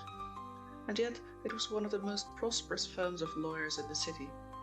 The majority of its clients were on or over the borderline which separates the lawful from the unlawful, but to the law-abiding also it was very useful, and was frequently consulted by more eminent firms whose clients wished to recover valuable goods which had been taken by the light-fingered gentry. In some mysterious way, Haggett's could always place their finger upon a gentleman who had heard of the property which was lost, and in the majority of cases, the missing article was restored. "I got your note, Mr. Froyant," said the little lawyer, "and I can tell you now that none of these notes are likely to go through the usual channels." He paused and licked his lips, looking past Mr. Froyant. "The biggest offence of all has gone, so I'm not doing him any injustice when I mention the fact." "Who's that?" "Brabazon," was the startling reply, and the other stared at him in astonishment. "You don't mean Brabazon of Brabazon's Bank?" "Yes, I do," said Haggett, nodding. "I should say he did a bigger business in stolen money than any other man in London. You see, it could pass through his bank without anybody being the wiser, and as he did a lot of business abroad, and was constantly changing and rechanging money for export, he got away with it. We knew who was fencing it. At least, when I say we knew, he corrected himself, we had a shrewd suspicion. As officers of the court, we should of course have notified the authorities had we been certain. I thought it better to call to explain to you that it's going to be a very difficult job to trace this money. Most stolen notes are passed on race courses, but quite a considerable number find their way abroad, where it is a much simpler matter to change them, and where they are ever so much more difficult to trace. You say it was the Crimson Circle who did it. Do you know them? Asked Froyan quickly. The lawyer shook his head. I have never had any dealings with them at all, he said. But of course I knew about them, and enough to know that they are clever people. It's likely that this man Brabazon has been doing their work, consciously or unconsciously. In that case, they might find a difficulty in disposing of the stuff. For a banknote, fence is one of the hardest to find. What am I to do when I track one of these notes and have discovered the person who passed it? I want you to notify me at once, said Froyan, and nobody else. You understand this is a matter on which my life may hang, and if by any chance the Crimson Circle get to know that I'm trying to recover the money, it will be a very serious thing for me. The lawyer agreed. The Crimson Circle apparently interested him, for he lingered and skillfully plied his employer with questions without Mr. Froyan realizing that he was being pumped. There's something new in criminals, he said. In Italy, where the Black Hand thrives, the demand for money, followed by a threat of death, is quite a common occurrence, but I should not have thought it possible in this country. The most amazing thing of all is that the Crimson Circle holds together. I should imagine, he said thoughtfully, that there is only one man in it, and that he employs a very considerable number of people unknown to one another, and each having his particular job to perform. Otherwise he would have been betrayed a long time ago. It is only the fact that the people serving him do not know him that makes it possible for him to carry on. He took up his hat. By the way, did you know Felix Marl? A client of ours is under charge of burgling his house. Mr. Barnett. You may not have heard of him. Mr. Froyan had not heard of Flush Barnett, but he knew Marl, and Marl interested him almost as much as the Crimson Circle interested the lawyer. I knew Marl. Why do you ask? The lawyer smiled. A strange character, he said. A remarkable character in many ways. He was a member of the gang engaged in frauds on French banks. I suppose you didn't know that. His lawyer came to see me today. Apparently, a Mrs. Marl has turned up to claim his property, and she has told us the whole story. He and a man named Lightman made a fortune in France until they were caught. Marl would have been sent to the guillotine, only he turned state's evidence. Lightman, I believe, went to the knife. What a charming man Mr. Marl must have been, said Mr. Froyan ironically. The little lawyer smiled. What charming people we all are when our lives are laid bare, he said, and Mr. Froyan resented the implied censure, for it was his boast that his life was a book. He might have added, in truth, a bank book. So Brabazon was a dealer in stolen notes, and Marl a convicted murderer. Mr. Froyan wondered how Marl managed to escape from his term of imprisonment, which must have been a severe one, and he inwardly rejoiced that his business relationships with the deceased had not ended even more disastrously than they had. He dressed and went to his club to dine, and his car was running into Pall Mall when a hoarding poster showed under the light of a lamp and reminded him of the unpleasant fact that he was a £50,000 poorer man that night than he had been in the morning. 10,000 reward, he muttered. Bah, who is going to turn King's evidence? I don't suppose even Brabazon would dare. But he did not know Brabazon. Chapter 25. The Tenant of River House. Mr. Brabazon sat in the chill upper room of River House, eating slowly a large portion of bread and cheese. He wore the dress suit he was wearing when the warning came to him, and he was a ludicrous figure in the smartly fitting but now soiled and dusty garb. His white shirt was grey with the grime of the house. He was colourless, and his general air of dissipation was heightened by the stubbly beard that decorated his face. He finished his repast, opened the window carefully, and threw out the remnants of bread. And, passing through the trapdoor, he descended the ladder and made his way to the big kitchen at the back of the house. He had neither soap nor towel, but he made some attempt to wash himself without their aid, utilizing one of the 2 handkerchiefs he had brought with him to the house in his flight. With the exception of the clothes he stood up in, an overcoat and the soft felt hat he had seized when he made his escape, he was quite unequipped for this undesirable adventure. The provisions which the mystery man had brought the night after he had reached his hiding place were almost exhausted.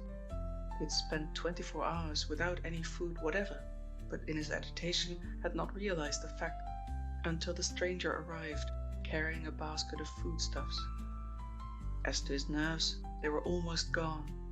A week spent in that hovel without communion with man, with the knowledge that the police were searching for him, and that a long term of imprisonment would automatically follow his capture, had played havoc with his placid features, and to the solitude had been added the terror of a search. He had shrunk in a corner behind a door which opened to the inner room leading to the garret, whilst the detective had explored the room. The memory of Derek Yale's visit was a nightmare. He settled himself down in the old chair that he had found in the house to spend yet another night. The man whose warning had sent him flying to cover must come soon and must bring more food. Brabazon was dozing when he heard the sound of a key put into the lock below and jumped up. He tiptoed carefully to the trapdoor and lifted it, and then he heard the booming voice of the stranger.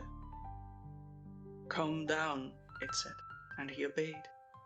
The previous interview had been in the passage, where the darkness seemed thicker than anywhere else in the house. He had accustomed himself to the darkness and walked down the rickety stairs without mishap. "Stay where you are," said the voice. "I have brought you some food and clothing. You will find everything you need. You had better shave yourself and make yourself presentable." "Where am I going?" asked Brabazon. "I have taken a berth for you on a steamer leaving Victoria Dock tomorrow for New Zealand. You will find your passport papers and ticket in the grip. Now listen. You are to leave your moustache, or what there is of it, unshaven, and shave your eyebrows. They are the most conspicuous features of your face." Brabazon wondered when this man had seen him. Mechanically, his hand stole up to his shaggy eyebrows, and mentally he agreed with the mysterious visitor. "I have not brought you any money," the voice went on. "You have 60,000 which you stole from Marl. You closed his account, forging his name to his check, believing that I would settle with him, as I did." "Who are you?" asked Brabazon.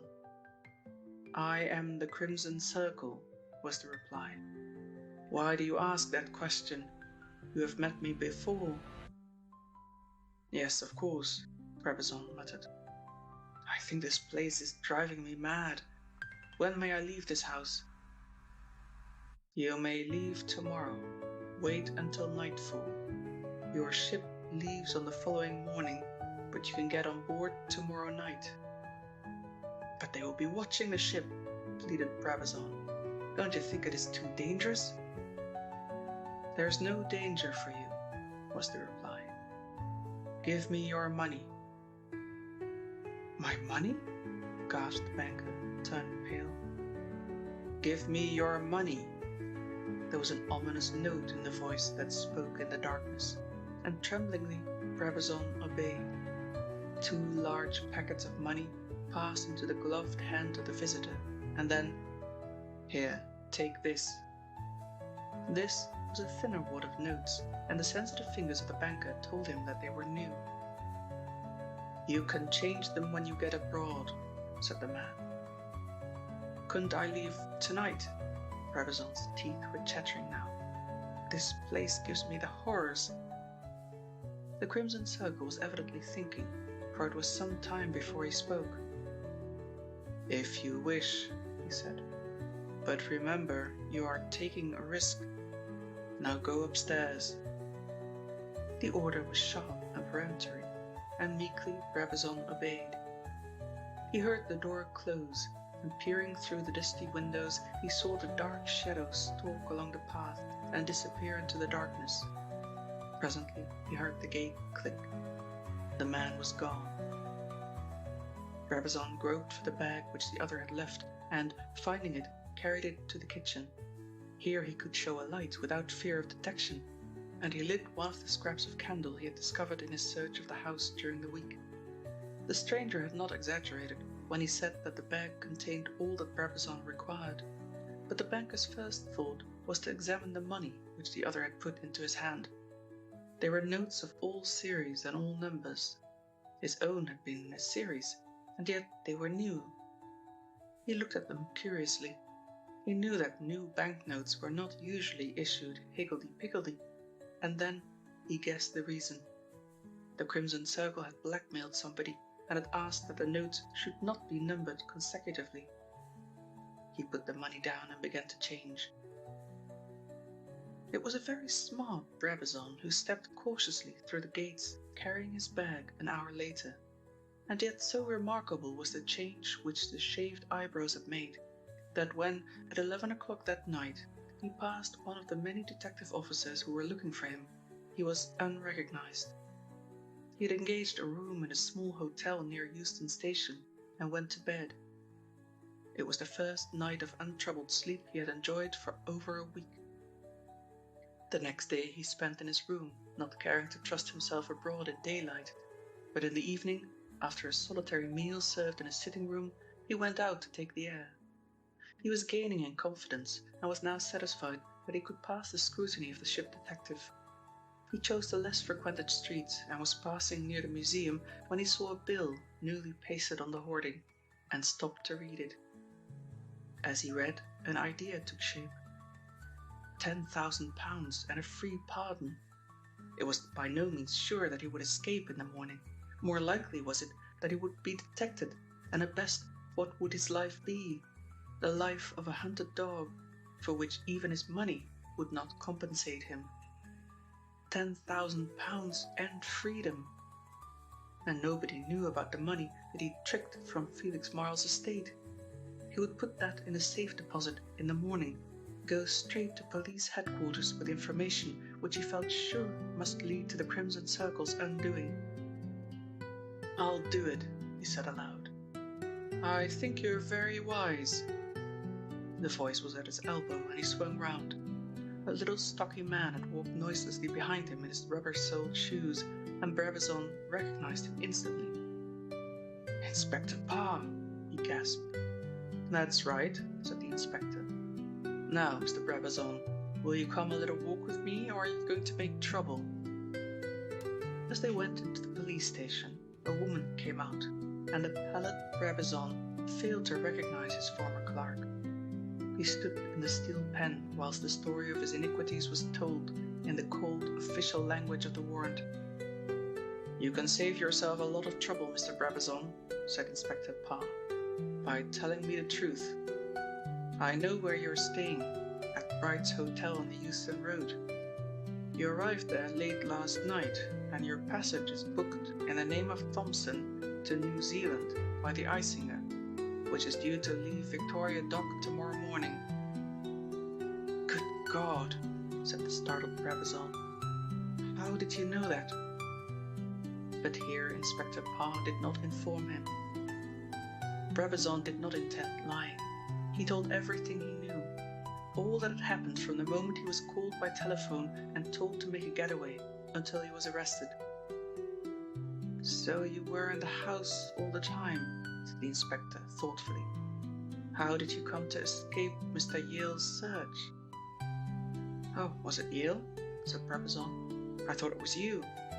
There was an inner room, just a little storehouse. I think it was in the old times. I got behind the door and hid. He came almost to the door. I nearly died with fright." "So Yale was right again. You were there," said the inspector, speaking half to himself. "Now, what are you going to do about it, Brabazon?" "I'm going to tell you all I know about the Crimson Circle, and I think I can give you information which will lead to his arrest. But you'll have to be smart." He was recovering something of his old pomposity, Parr observed. "I told you that he exchanged my notes for his, and his notes for mine. I'm sure he did that because he was afraid of the numbers being taken, but my notes were in a series E19, and I can give you the number of every one of them," he went on easily. "He wouldn't change the stuff he got." "That was Froyant's money, I think," said the inspector. "Yes, go on." "He dare not change that, but he will change mine. Don't you see what a chance this gives to you?" The inspector was a little skeptical. Nevertheless, after Brabazon had been locked in the cell, he called up Froyant on the phone and told him as much of what had happened as was necessary for him to know. "You've got the money," said Froyant eagerly. "Come up to the house at once." "I'll bring it up to the house with pleasure," replied Parr. "But I feel I ought to warn you that this is not your money, although it is the actual cash that was transferred by you to the Crimson Circle." Later on, in Mr. Froyant's presence, he explained the situation. That spare man made no attempt to hide his disappointment, for he seemed to think that in whatever circumstances the money was recovered, he was entitled to claim. After a while, Inspector Parr got him into a more reasonable frame of mind. Froyant was talking quite calmly on the matter when he suddenly broke off with the question, "Have you the numbers of the notes which Brabazon handed to him?" "They are easy to remember," said Parr. "They belong to a series." And he recited the numbers, Mr. Froyant making a rapid note on his desk pad. Chapter 26. The Bottle of Chloroform. Thalia Drummond was writing a letter when her visitor arrived, and of the many people whom Thalia expected to call, Millie McCroy was the last. The girl looked ill and tired, but she was not so far from human that she could not stand and admire the dainty drawing-room into which Thalia showed her servant having gone home for the night. "Why, this is a palace kid," she said, and regarded Thalia with reluctant admiration. "You know how to do it all right, better than poor Flush." "And how is the elegant Flush?" asked Thalia coolly. Millie McCroy's face darkened. "See here," she said roughly. "I don't want any kind of talk about Flush in that tone, do you understand? He is where you ought to be. You were in it as well as him." "Don't be silly. Take off your hat and sit down. Why, it's like old times seeing you, McCroy." The girl grumbled something under her breath, but accepted the invitation. "It is about Flush I want to see you," she said. "There's some talk of framing a murder charge against him, but you know he didn't commit any murder." "I know? Why should I know?" asked Thalia. "I didn't even know that he was in the house until I read the newspapers in the morning. How wonderfully clever they are on the press to get news so red hot." Millie McCroy had not come to discuss the enterprise of the press. She drove straight into her subject, which was, as Thalia had expected, Flush Barnett and his immediate prospects. "Drummond, I'm not going to quarrel with you," she said. "I'm glad of that," said Thalia. "I can't exactly see what there is to quarrel about, anyway." "That may or may not be," said Miss McCroy ironically. "The point is, what are you going to do for Flush?" You know all these swells, and you're working for that swine, Yale, she almost hissed. It was Yale who put Parr up to the Marisburg Place job. Parr hadn't got brains enough to think it out for himself. Were you working with Yale all the time? Don't make me laugh, said Thalia scornfully. It's certainly true I'm working for Yale, if writing his letters and tidying his desk is work. But what swells are you talking about? And what can I do for Flush Barnett? You can go to Inspector Parr and tell him the old story, said Croy. I've got it all worked out. You can say that Flush was sweet on you, saw you go into the house and followed, and couldn't get out. What about my young reputation? Asked the girl coolly. No, Millie McCroy, you've got to think up something prettier. And anyway, I don't think they're making a charge for murder against him, from what Derek Yale said this morning. She rose and walked slowly across the room, her hands clasped behind her. Besides, what interest have I in your young man? Why should I take the trouble of speaking for him? I'll tell you why. Miss McCroy rose, her hands on her hips, and glared at the girl.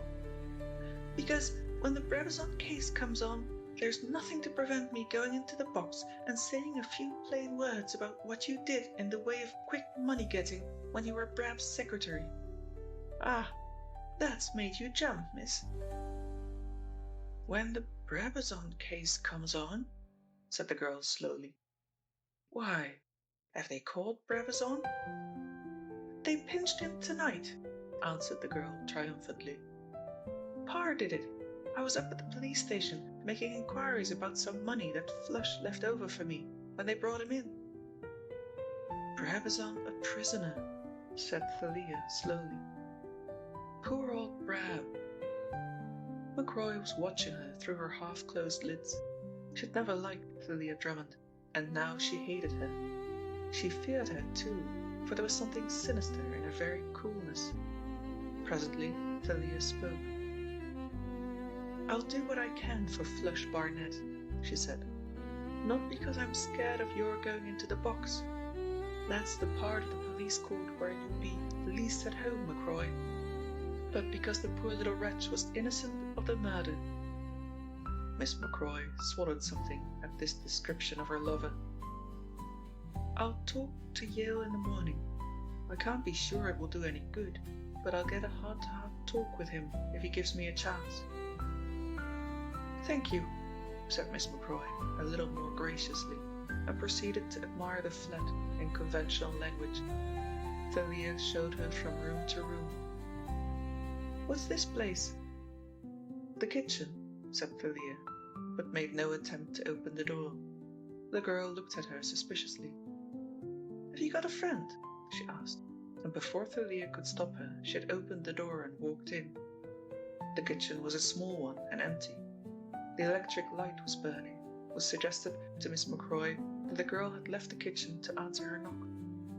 Thalia could have smiled at the obvious disappointment on Millie McCroy's face, but her inclination to amusement departed as McCroy walked to the sink and picked up a bottle.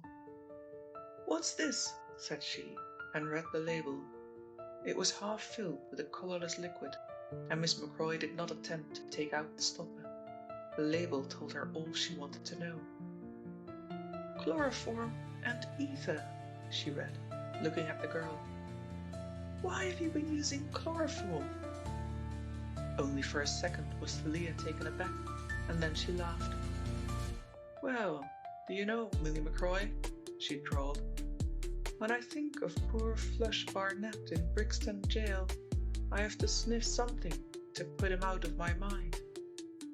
McCroy banged down the bottle on the table with a snort.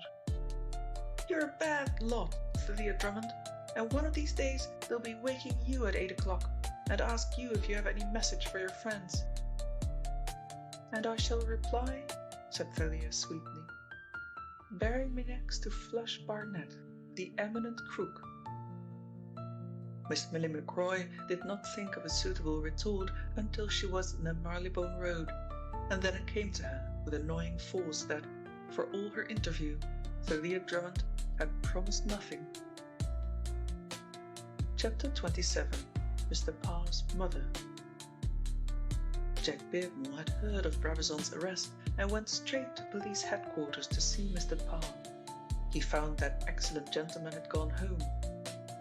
"If it is important, Mr. Beardmore," said the police clerk on duty, "you'll find him at home in his house at Stamford Avenue." Beyond his natural interest in the Crimson Circle and all that pertained thereto, Jack had no particular wish to see the inspector, and Derek Yale had telephoned all that was known or could be told. "Parr thinks this arrest may have an important development," he said. "No, I haven't seen Brabazon, but I accompany Parr tomorrow morning when he visits him." Yale too was apparently unget-at-able. He had hinted that he had a theatre party that night, and Jack bent his steps homeward. He had sent his car away, for he felt he needed exercise to dissipate his energies, and as he crossed the gloomy park, taking a short cut to his house, he found himself wondering what sort of a home life a man like Parr could have. He had never spoken about his family, and his mode of living outside of police headquarters was almost as much of a mystery as that which he was trying to unravel. Where was Stamford Avenue, he wondered. He had reached a deserted spot of the park when he thought he heard footsteps behind him, and turned his head. He was not a nervous type, and ordinarily the sound of somebody walking in his rear would not have interested him sufficiently to make him turn. The path here skirted a dense thicket of rhododendrons. There was nobody in sight. Jack went on, quickening his pace. He heard no more footsteps, but looking round, he thought he saw a man walking on the grass by the side of the path. As Jack stopped, he too halted. He was doubtful as to what he should do. To challenge the man might put him into an absurd position. There was no reason in the world why any good citizen should not walk in the park at night, or, for the matter of that, why they should not walk behind him anywhere at a respectable distance. And then, ahead of him, he made out a slowly strolling figure, and heard the unmistakable beat walk of a policeman. To his own amazement, he felt relieved, and when he looked round, the figure that had followed him had disappeared. He tried to reconstruct his impression. Whoever his tracker had been, he was smallly made. At first Jack had thought it was a boy, perhaps some poor park beggar who was mustering up courage to approach him for the price of a night's bed. It seemed absurd that he was glad to be out of the park and to step into the well-lighted street, but it was the case. He made an inquiry of a policeman. "Stamford Avenue, sir. That bus you see over there will take you, or you can get there in a taxi in 10 minutes. Jack stood for a long time before he called the taxicab. Mr. Parr would rightly resent this intrusion into his domestic privacy, and really he had no excuse to offer. But, making up his mind of a sudden, he called a cab, and in a very short time was experiencing exactly the same doubts and misgivings before the door of Inspector Parr's maisonette. It was Parr himself who opened the door. His face was naturally free from expression, and he neither showed surprise nor annoyance at the arrival of his late visitor. "Come in, Mr. Beardmore," he said. "I've just arrived, and I'm having supper. I suppose you've had your evening meal a long time ago?" "Don't let me interrupt you, Mr. Parr. Only I was rather interested to hear that you'd caught Brabazon, and I thought I'd come along." The inspector was showing him into the dining room, when suddenly he stopped. "Good Lord," he said. Jack could only wonder what had startled him. "Do you mind waiting here?" For the first time since Jack had known the police officer, Parr was embarrassed. "I must first tell an old aunt of mine who's staying here who you are," he said. "She's not used to visitors. I'm a widower, you know, and my aunt keeps house for me." He entered the dining room hurriedly, closing the door behind him, and Jack felt something of his host's embarrassment. A minute, 2 minutes passed. He heard a hurried movement in the room, and Parr opened the door. "Come in, sir." His red face was even a deeper red. "Sit you down, and please forgive me for keeping you waiting." The room in which he found himself was well and tastefully furnished. Jack was annoyed with himself for expecting anything else. Mr. Parr's aunt was a faded lady with an absent manner, and she seemed to cause Mr. Parr a considerable amount of anxiety. He scarcely took his eyes from her as she moved about the room, and she hardly spoke before he jumped in to interrupt her, always politely, but always very definitely. The inspector's supper was set upon a tray. He had just about finished when Jack had knocked at the door. "I hope you will excuse our untidiness, Mr. Beardmore," said Jack. "She'll never remember it," murmured the inspector. "I can't keep the place as Mother kept it," she said. Of course not, Auntie," said Mr. Parr hurriedly. "A little absent," he murmured. "Now, what did you want to know, Mr. Beardmore?" Jack laughingly excused himself for his call. "The Crimson Circle is such a complicated business that I suspect every new agent to be the central figure," he said. "Do you think that the arrest of Brabazon was going to help us?" "I don't know," replied Parr slowly. "There is just a chance that Brabazon will be a very big help indeed.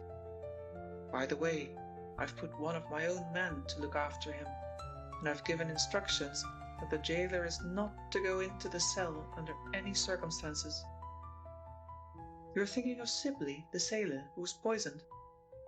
Parr nodded. "Don't you think, Mr. Beardmore, that was one of the greatest mysteries of all the mysterious Crimson Circle murders?"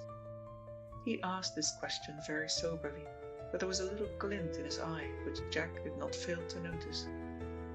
"You're laughing. Why? I think it was mysterious, don't you?" "Very," said the inspector. "In some respects, and the poisoning of Sibley will, to my mind, be a much more important factor in the eventual capture of the Crimson Circle than is the arrest of our friend Brabazon." "I wish you wouldn't talk about crime and criminals," said his aunt fretfully. "Really, John, you're very trying. It may have suited Mother." "Yes, of course, Auntie. I'm sorry," said Parr hurriedly, and when she had left the room, Jack Beardmore's curiosity got the better of his discretion. "Mother seems to have been rather a paragon," he smiled, and wondered if he had made a faux pas. The answering laugh reassured him. "Yes, rather a paragon. She's not staying with us just now." "Is she your mother, Mr. Parr?" "No, my grandmother," said Mr. Parr, and Jack looked at him in astonishment. Chapter 28. A Shot in the Night. The inspector must have been nearly 50, and he made a rapid calculation as to the age of this wonderful grandmother who took an interest in crime and kept the house tidy. "She must be a wonderful old lady," he said, "and I suppose she'd even be interested in the Crimson Circle." "Interested?" Mr. Parr laughed. "If Mother was on the track of that gang with the same authority as I have, they would be high and dry in Cannon Street Police Station tonight. As it is," he paused, "they are not." All the time they were talking, Jack was puzzling his head as to why, in spite of its order, the room gave him an impression of untidiness. But he was not left to his own thoughts for very long, for Mr. Parr was in an unusually communicative mood. He even went so far as to tell Jack some of the unpleasant things said to him by the Commissioner. "Naturally, police headquarters are rather rattled by the continuance of these crimes," he said. "We haven't had anything like this for 50 years. In fact, I don't think, since the Ripper murders, there has been such an orgy of destruction. It may interest you too, Mr. Beardmore, to know that the Crimson Circle, whoever he is the first real organizing criminal we've had to deal with for nearly 50 years.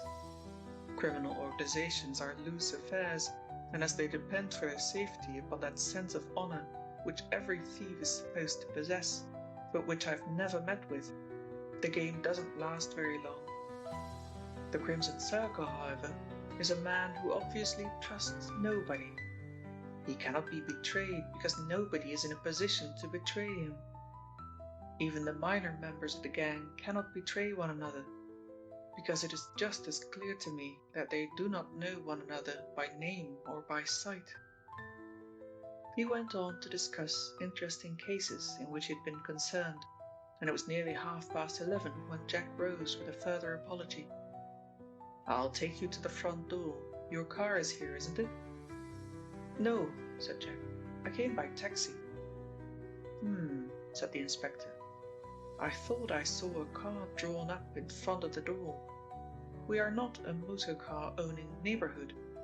Probably it is a doctor's machine." He opened the door, and as he said, a black car was drawn up at the curb. "I seem to have seen that before," said the inspector, and took a step forward. As he did so, a pencil of flame leapt from the dark interior of the car. There was a deafening report, and Inspector Parr fell into Jack's arms and slid to the ground. A second later, and the car was speeding up the street. It showed no light and vanished round the corner as the doors in the street began to open and to let out the alarmed residents. A policeman came running along the pavement, and together they lifted the detective and carried him into the dining room. Happily, the aunt had gone to bed and had apparently heard and noticed nothing. Inspector Parr opened his eyes and blinked. "That was a nasty one," he said, with a wince of pain.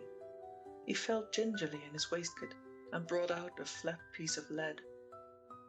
"I'm glad he didn't use an automatic," he said, and then, seeing the blank amazement on Jack's face, he grinned. "The Crimson Circle, gentlemen, is only one of 3 who wear a bulletproof waistcoat," he said. "I am the second, and—" he paused. "Thalia Drummond is the 3rd, as I happen to know." He did not speak again for some time, and then he said to Jack, "Will you telephone to Derek Yale? I think he's going to be considerably startled." The prophecy understated the case. Derek Yale arrived half an hour after the shooting in such haste that his appearance suggested that he had dressed over his pajama suit. He listened to Parr's story and then, "I don't want to be uncomplimentary, Inspector," he laughed, "but you're the last person in the world I should have thought they would have wanted to shoot." "Thank you," said Parr, who was gingerly fixing a lint pad over his bruised chest. "I don't mean that as uncomplimentary. I merely mean that such a definite challenge to the police is the last thing in the world I expected them to deliver." He frowned heavily. "I don't understand it," he said, as though speaking to himself. "I wonder why she wanted to know." "I'm talking about Thalia Drummond.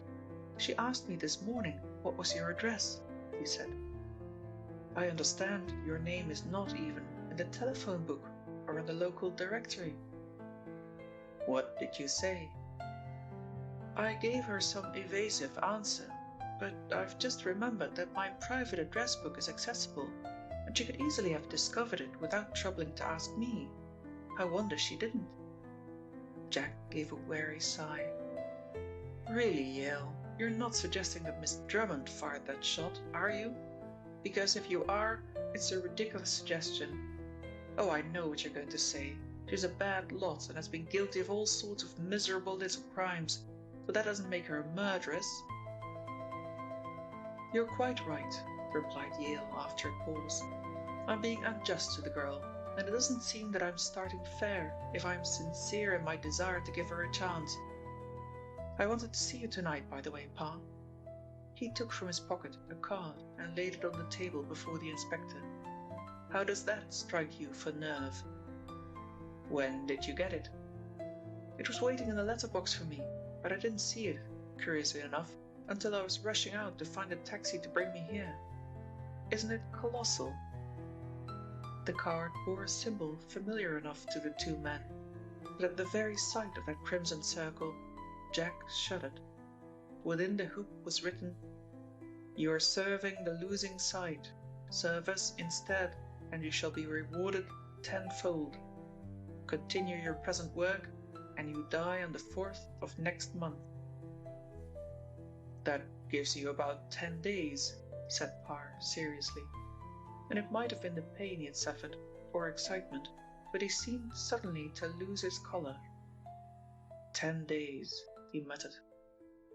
Of course, I take not the slightest notice of that threat, said Derrick Yale cheerfully. I must confess that after my unpleasant experience at the office, I almost credit them with supernatural gifts. 10 days, repeated the detective. Have you made any plans? Ordinarily, where would you be on the 4th of next month? It is curious that you should ask that, said Yale. But I had arranged to go down to Deal for some fishing. A friend of mine has lent me a motor launch, and I thought of spending the night in the channel. In fact, I had arranged to go on that day. You can make what arrangements you like, but you're not going alone, said Parr emphatically. And now you can all clear out.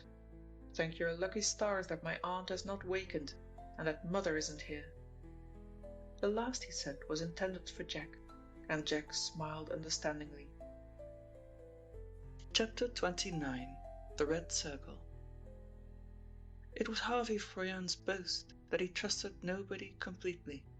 He trusted the lawyer, up to a point, but his known connection with questionable people would have been alone sufficient to prevent Harvey from trusting implicitly to his agent.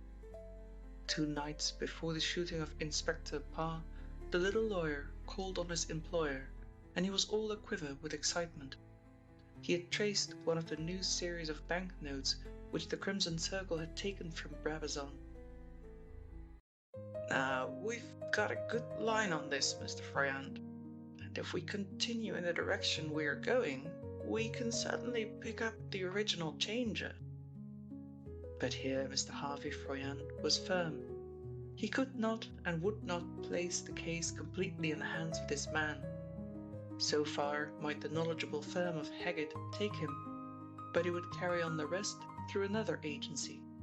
He said so in as many words. I'm sorry you won't let me go on with it, said the disappointed Haggett. I've undertaken this search personally, and I can assure you that there are only a few steps now between the man we discovered with the money and the man you are looking for. Harvey Froyant knew that as well as the lawyer. Jack Beardmore had spoken a great truth when he said that this mean man would never be satisfied until he had recovered the money he had lost. It was a goad and an irritation, a sort of thought which kept him awake at night and woke him in the morning with a sense of blank despair. And Harvey was well equipped to carry the investigations to their final stage now that he had the ground clear for him. He had derived his fortune from buying and selling land in every country in the world. Beginning with practically no capital, he had, by personal application to his business, built up a 7-figure fortune. And this had not been accomplished by sitting in an office and trusting to subordinates. It had involved considerable travel, restless inquiry, and relentless probing into the private circumstances of negotiators, a peculiarity he had shared with James Beardmore, though this he did not know. He took up his own case with alacrity and informed neither Yale nor Parr of his intentions. As Haggett had said, it was a fairly simple matter to trace the note for at least 3 stages. His investigations brought Mr. Froyant successively to a money changer's in the Strand, a tourist office, and finally to a highly respectable bank. And here he was particularly favoured, for it was a branch of one of the banks which conducted his business. For 3 days he pried and questioned, searched books, which he had no right to search, and slowly but surely he came to a conclusion. He was not, however, satisfied to leave the matter with the discovery of the original passer of the note. Not even the bank manager, who gave him facilities for examining private accounts and was afterwards reprimanded by his superiors for doing so, knew exactly what object he had, or against whom his investigations were directed. On the morning of the first day, Froyant left hurriedly for France. He spent only 2 hours in Paris, and the night found him on his way to the south. Toulouse he reached at 9 o'clock in the morning, Here again, luck was with him, for an important official of the city had been an agent of his in a purchase he had made a few years before. Monsieur Brassard offered his guest an emphatic welcome, which Mr. Froyant discounted on the ground that his former agent was under the impression that a new deal and a new commission was in prospect. This seemed to be the case, for he was less enthusiastic when he learned the object of the visit. "I do not trouble myself with these matters," he said, shaking his head, "for although I am a lawyer, my dear Mr. Froyant, my practice does not touch the criminal court." He stroked his long beard thoughtfully. "I remember Marl very well indeed. Marl and another man. An Englishman, I think." "A man named Lightman?" "Yes, that was the fellow. Good gracious, yes." He made a grimace of disgust. "Of course, that is common history," he went on. "They were scoundrels, those men. One shot the cashier and the watchman of the Nîmes Bank, and there were 2 murders here in Toulouse with which their names were associated. I remember their names very well. And the terrible incident." He shook his head. "What terrible incident?" asked Mr. Froyant curiously. "It was when Lightman was led to execution. I think our executioners must have been drunk, for the knife did not work. 3 times it fell, but only just touched his neck. And when the horrified spectators interfered, you know our French people are very emotional, there would have been a riot if they had not taken the prisoner back to jail.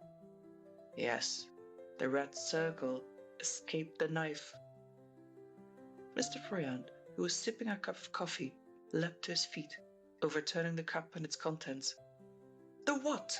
he almost shouted. Mr. Brassard looked at him open-mouthed. "Why, what is wrong, monsieur?" he asked, one eye on the damaged carpet. "The Red Circle? What do you mean?"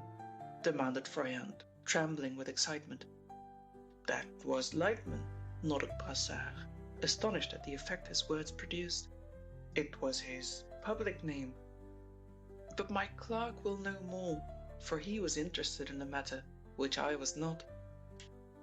He rang the bell, and an elderly Frenchman came in. "Do you remember the Red Circle, Jules?" The aged Jules nodded. "Very well, monsieur. I was at the execution." "What horror!" He raised his 2 hands in an expressive gesture. "Why was he called the Red Circle?" demanded Froyant. "Because of a mark."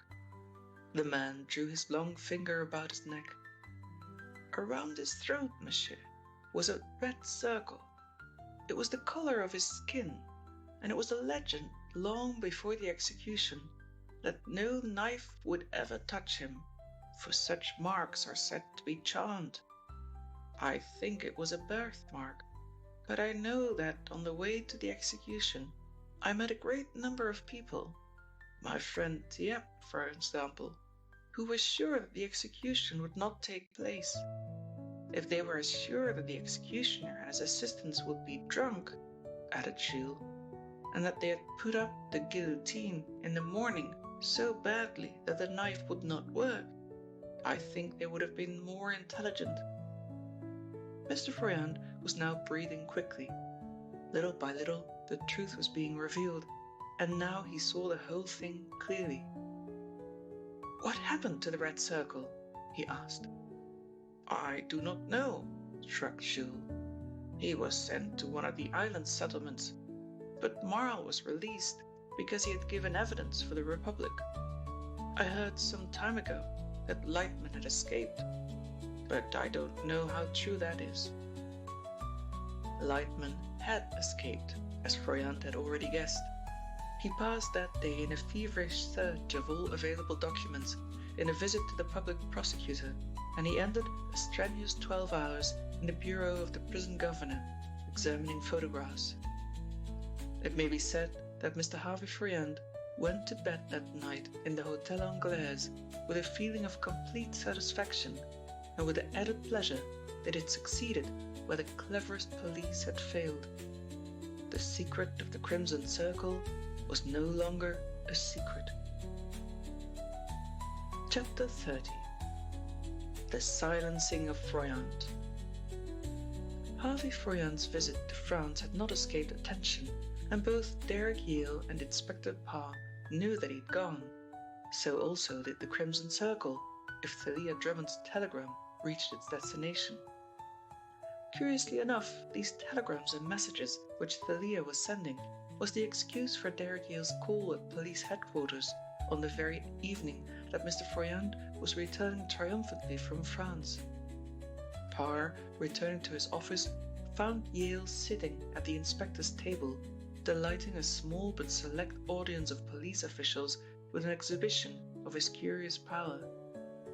His ability in this direction was amazing. From a ring which a police inspector handed him, he told the mystified hearer not only his known history, but, to his confusion, a little secret history of the man's life. As Parr came in, his assistant gave him a sealed envelope. He glanced at the typewritten address and then laid it on Yale's outstretched hand. "Tell me who sent that," he said, and Yale laughed. "A very small man with an absurd yellow beard. He talks through his nose and keeps a shop." A slow smile dawned on Parr's face. Yale added, "And that isn't psychometry, because I happen to know it is from Mr. Johnson of Mildred Street."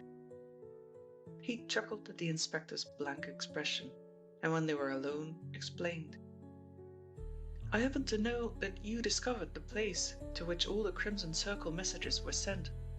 I, on the contrary, have known of its existence for a long time, and every message which has been sent to the Crimson Circle has been read by me. Mr. Johnson told me you were making inquiries, and I asked him to give you a very full explanation in the addressed envelope which you sent to him."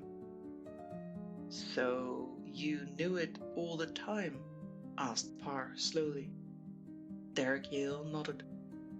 "I know that messages intended for the Crimson Circle have been addressed to this little news agent, and that every afternoon and evening a small boy calls to collect them. It is a humiliating confession to make, but I've never been able to trace the person who picks the boy's pocket." "Picks his pocket?" repeated Parr, and Yale enjoyed the mystery. "The boy's instructions are to put the letters in his pocket and to walk into the crowded high street. Whilst he is there, somebody takes them from his pocket without his being any the wiser." Inspector Parr sat down on the chair which Yale had vacated and rubbed his chin. "You're an amazing fellow," he said. "And what else have you discovered?" "What I have all along suspected," said Yale, "that Thalia Drummond is in communication with the Crimson Circle and has given him every scrap of information which he has been able to gather." Parr shook his head. "What are you going to do about that?" "I told you all along that she would lead us to the Crimson Circle," said Yale quietly. "And sooner or later, I am sure my predictions will be justified. It is nearly 2 months since I induced our friend who keeps a small newsagent's shop to which letters may be addressed, to give me the first look over all letters addressed to Johnson. He wanted a little inducing, because our newsagent is a very honest, straightforward man. But it is my experience, and probably yours, that the mere suggestion that a man is assisting the cause of justice will induce him to commit the most outrageous acts of disloyalty. I took the liberty of suggesting, without stating, that I was a regular police officer. I hope you don't mind."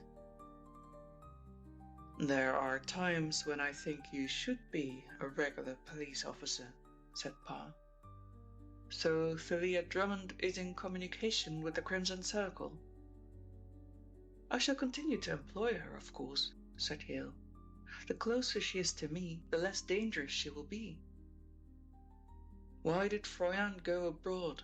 asked Parr. The other shrugged his shoulders. "He has many business connections abroad, and probably is engaged in a deal. He owns about a third of the vineyards in the Champagne. I suppose you know that." The inspector nodded. Then, for some reason or other, a silence fell upon them. Each man was busy with his own thoughts, and Mr. Parr particularly was thinking of Froyant and wondering why he had gone to Toulouse. "How did you know he'd gone to Toulouse?" asked Derrick Yale. The question was so unexpected, such a startling continuation of his own thoughts, that Parr jumped. "Good heavens," he said. "Can you read a man's mind?" "Sometimes," said Yale, unsmilingly. "I thought he'd gone to Paris." "He went to Toulouse," said the inspector shortly, and did not explain how he came to know. Possibly nothing Derrick Yale had ever done, no demonstration he had given of his gifts, had so disconcerted this placid inspector of police as that experiment in thought transference. It alarmed, indeed frightened him, and he was still shaken in his mind when Harvey Froyant's telephone call came through. "Is that you, Pa? I want you to come to my house. Bring Yale with you. I have a very important communication to make." Inspector Parr hung up the receiver deliberately. "Now, what the devil does he know?" he said, speaking to himself, and Derrick Yale's keen eyes, which had not left the inspector's face all the time he was speaking, shone for a moment with a strange light. Thalia Drummond had finished her simple dinner and was engaged in the domestic task of darning a stocking. Her undomestic task, which was of greater urgency, was to prevent herself thinking of Jack Beardmore. There were times when the thought of him was an acute agony, and since such moments of quietness and solitude as these were favourable for such meditation, she had just put down her work and turned to something new for distraction when the doorbell rang. It was a district messenger, and he carried in his hand a square parcel that looked like a boot box. It was addressed to her in pen-printed characters, and she had a little flutter at her heart as she realized from whom it had come. Back in her room, she cut the string and opened the box. On the top lay a letter which she read. It was from the Crimson Circle and ran, "You know the way into Froyant's house. There is an entrance from the garden into the bomb-proof shelter beneath his study. Gain admission, taking with you the contents of this box. Wait in the underground room until I give you further instructions." She lifted out the contents of the box. The first article was a large gauntlet glove that reached almost to her elbow. It was a man's glove and left-handed. The only other thing in the box was a long, sharp-pointed knife with a cup-like guard. She handled it carefully, feeling the edge. It was as sharp as a razor. For a long time she sat looking at the weapon and the glove, and then she got up and went to the telephone and gave a number. She waited for a long time until the operator told her there was no answer. At 9 o'clock, she looked at her watch. It was past 8 already, and she had no time to lose. She put the glove and the knife in a big leather handbag, wrapped herself in her cloak, and went out. Half an hour later, Derrick Yale and Mr. Parr ascended the steps of Froyant's residence and were admitted by a servant. The first thing Derrick Yale noticed was that the passage was brilliantly illuminated. All the lights in the hall were on, and even the lamps on the landing above were in full blaze. A curious circumstance, remembering Mr. Harvey Froyant's parsimony. Usually he contented himself with one feeble light in the hall, and any room in the house that was not in use was in darkness. The library was a room opening from the main hall. The door was wide open, and the visitors saw that the room was as brilliantly lighted as the hall.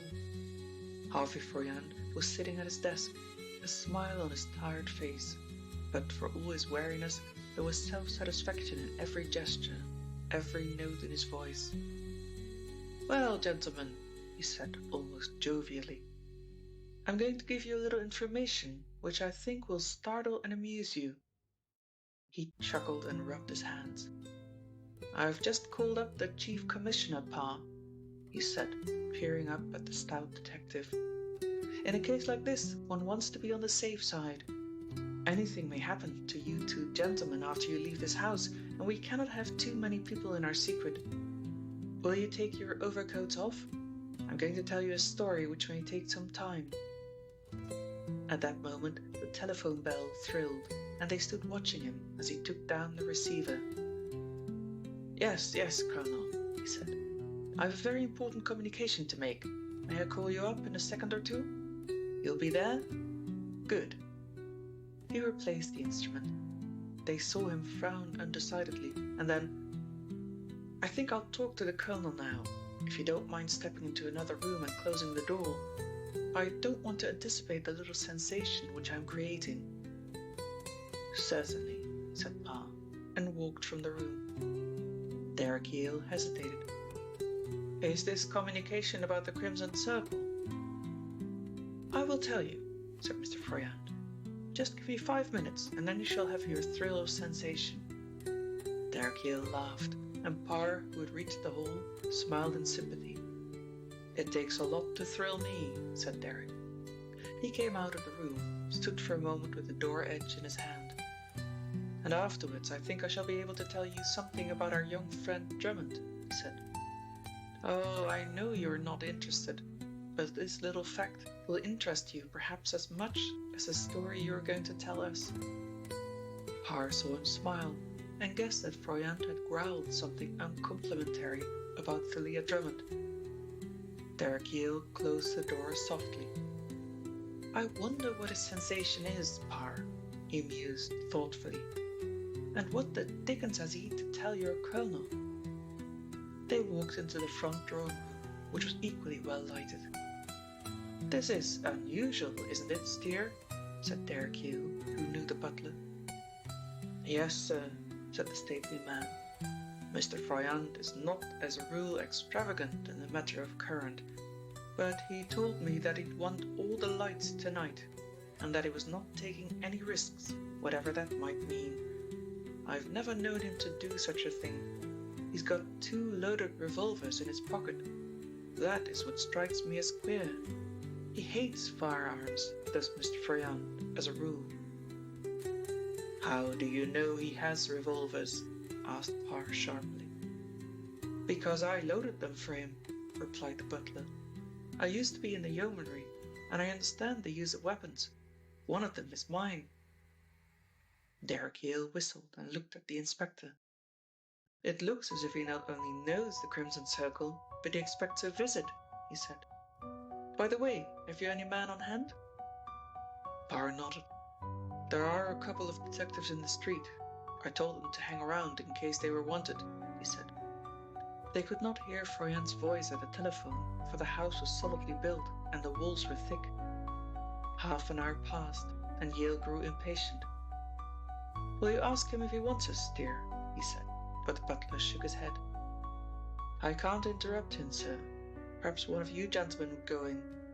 We never go in unless we are rung for." Parr was halfway out of the room, and in an instant had flung open the door of Harvey Froyant's study. The lights were blazing, and he had no doubt of what had happened from the second his eyes fell upon the figure huddled back in his chair. Harvey Froyant was dead. The handle of a knife projected from his left breast, a knife with a steel cup-like guard. On the narrow desk was a blood-stained leather gauntlet. It was the startled cry of Parr that brought Derek Yale rushing into the room. Parr's face was as white as death as he stared at the tragic figure in the chair, and neither man spoke a word. Then Parr spoke. "Call my men in," he said. "Nobody is to leave this house.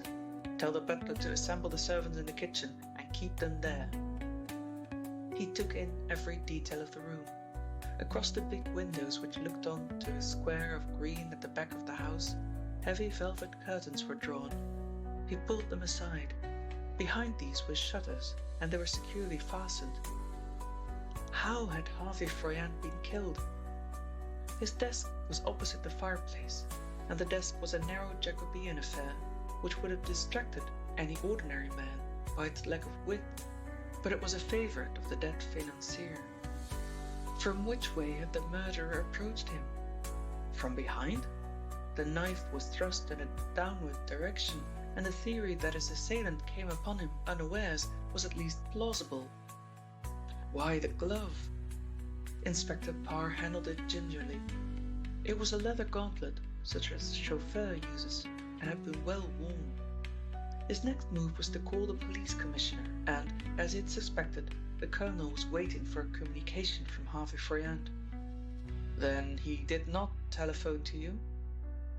No. What has happened? Parr told him briefly, and listened unmoved to the almost incoherent fury of his chief at the other end of the wire. Presently he hung up the receiver and went back to the hall to find his men already posted. I am searching every room in the house, he said. He was gone half an hour and returned to Derek Yale. Well? Asked Yale eagerly. Parr shook his head. Nothing, he said. There's nobody here who has no right to be here. How did they get into the room? The hallway was never empty except when Steer came into the drawing room. There may be a trap in the floor, suggested Yale. There are no traps in drawing room floors in the West End of London, snapped Parr. But the further search had a surprising result. Turning up one corner of the carpet, a small trapdoor was discovered, and the butler explained that in the days of the war, when air raids were a nightly occurrence, Mr. Froyant had had a bomb-proof shelter constructed of concrete in a lower wine cellar, ingress to which was gained by means of a flight of stairs leading from his study. Parr went down the stairs with a lighted candle and discovered himself in a small, square, cell-like room. There was a door which was locked, but searching the body of Harvey Froyant, they found a master key. Beyond the first door was a second of steel, and this brought them into the open. The houses in the street shared a common strip of lawn and shrubbery. It is quite possible to get into here through the gate at the end of the garden, said Yale, and I should say that the murderer came this way. He was flashing his electric lamp along the ground. Suddenly he went down onto the ground and peered. Here is a recent footprint, he said, and a woman's. Parr looked over his shoulder. I don't think there is any doubt about that, he said. It is recent. And then, suddenly, he stepped back. My God, he gasped in awe-stricken tones. What a devilish plot. For it came upon him with a rush that this was the footprint of Thalia Drummond. Chapter 31. Thalia answers a few questions. Derek Yale sat with his head on his hands, reading a newspaper. He'd read a dozen that morning, and one by one he had cast them aside to open another. Under the eyes of the police, he quoted. Incompetence at police headquarters. He shook his head. They're giving our poor friend Parr a bad time in this morning's press, he said, as he threw the paper aside. And yet he was as incapable of preventing that crime as you or I, Miss Drummond. Thalia Drummond looked a little piqued that morning. There were dark circles about her eyes and an air of general listlessness which was in contrast to her usual cheerful buoyancy. If you're in that game, you expect to get kicks, don't you? She asked coolly. The police can't have it all their own way. He looked at her curiously. You aren't a particular admirer of police methods, are you, Miss Drummond? He asked. Not tremendously, she replied, as she laid a stack of correspondence before him. You aren't expecting me to get up testimonials to the efficiency of headquarters, are you? He laughed quietly. You're a strange girl, he said. Sometimes I think that you were born without compassion. You worked for Froyant too, didn't you? Yes, she said shortly. You lived some time in the house. She did not reply, but her grey eyes met his steadily. I did live some time in the house, she admitted. Why do you ask that? I wondered if you knew of the existence of this underground room, said Derek Yale carelessly. Of course I knew of the room. Poor Mr. Froyant made no secret of his cleverness. He has told me 12 times how much it cost, she added with a faint smile. He cogitated a moment. Where were the keys usually kept that opened the door of the bomb-proof room? In Mr. Froyant's desk. Are you suggesting that I have had access to them, or that I was concerned in last night's murder? He laughed. I'm not suggesting anything, he said. I am merely inquiring, and as you seem to know a great deal more about the house than most of the people who live in it, my curiosity is natural. Would it be possible, do you think, to push up that trap without making a noise? Quite, she said. The trapdoor works on counterbalances. Are you going to answer any of those letters? He pushed the pile of letters aside. What were you doing last night, Miss Drummond? This time his method was more direct. I spent my evening at home, she said. Her hands went behind her, and that curious rigidity which he had noticed before stiffened her frame. Did you spend the whole of the evening at home? She did not answer. Isn't it a fact that about 8:30 you went out, carrying a small parcel? Again she made no reply. One of my men accidentally saw you, said Derek Yale carelessly, and then lost sight of you. Where did you spend the evening? You did not return to your flat until nearly 11 o'clock at night. I went for a walk, said Thalia Drummond coolly. If you'll give me a map of London, I will endeavour to retrace my footsteps. Suppose some of them have already been traced?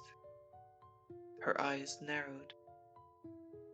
In that case, she said quietly, I am saved the bother of telling you where I went. Now look here, Miss Drummond. He leant across the table. I'm perfectly sure that you are not, in your heart of hearts, a murderess. That word makes you wince, and it's an ugly one. But there are suspicious circumstances which I have not yet revealed to Parr about your movements last night. Being under suspicion is a normal condition with me, she said. And since you know so much, it is quite unnecessary for me to tell you more. He looked at her, but she returned his gaze without faltering, and then with a shrug of his shoulders, he said, Really, I don't think it matters where you were. I'm almost inclined to agree with you, she mocked him, and went back to her office and her typewriter. An amazing personality, thought Derek Yale. Women did not ordinarily interest him, but Thalia Drummond was beyond and outside of the general run. Her beauty had no appeal for him. He knew she was pretty, just as he knew his office door was painted brown and that the color of a penny stamp was red.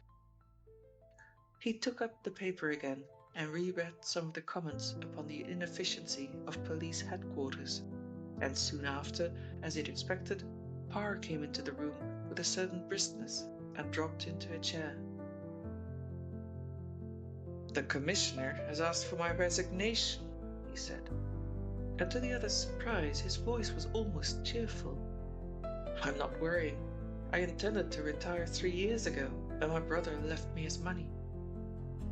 This was the first intimation Derek Yale had received that Inspector Parr was a comparatively rich man. What are you going to do? He asked, and Parr smiled. In government offices, when you're asked to resign, you resign, he said dryly. But my resignation will not take effect until the end of next month. I must wait and see what happens to you, my friend. To me? Said Derek Yale in surprise. Oh, you mean the warning that I am to be polished off on the 4th? Let me see, there are only 2 or 3 days of life left for me. He laughed ironically as he glanced at the calendar.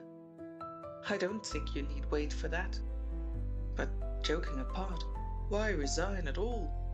Do you think if I saw the Commissioner, he'd take much less notice of you than he would of a row of beans if they started articulating, said Mr. Parr. As a matter of fact, he isn't taking me off the case until my resignation comes into effect, and I have you to thank for that. Me? The stout inspector was laughing silently. I told him that your life was so precious to the country that it was necessary I should remain on duty until I'd got you over the fatal date, he said. Thalia Drummond came in at that moment with another batch of correspondence. Good morning, Miss Drummond. The inspector raised his eyes to the girl. I've been reading about you this morning, said Thalia coolly. You're becoming quite a public character, Mr. Parr. Anything for the sake of a little advertisement, murmured the inspector without resentment. It is a long time since I saw your name in the paper, Miss Drummond. His reference to her appearance in a police court seemed to afford Thalia a great deal of amusement. I shall have my share in time, she said. What is the latest news about the Crimson Circle? The latest news, said Mr. Parr slowly, is that all correspondence addressed to the Crimson Circle of Mildred Street must in future be sent elsewhere. He saw her face change. It was only a momentary flash, but the effect was very gratifying to Inspector Parr. Are they opening offices in the city? She asked, recovering herself rapidly. I don't see why they shouldn't. They seem to do almost as much as they like, and I don't see why they should not live in a very handsome block with elevators and electric signs. No, I don't think they'd better have electric signs, because even the police would see them. Sarcasm in a young woman, said Mr. Parr severely, is not only unbecoming, it is indecent. Yale was listening to this exchange with a delighted smile. If the girl surprised him, there were moments when Inspector Parr surprised him as much. This heavy man had a very light, malicious touch when he wished. And where were you last night, Miss Drummond? Asked Parr, his eyes on the ground.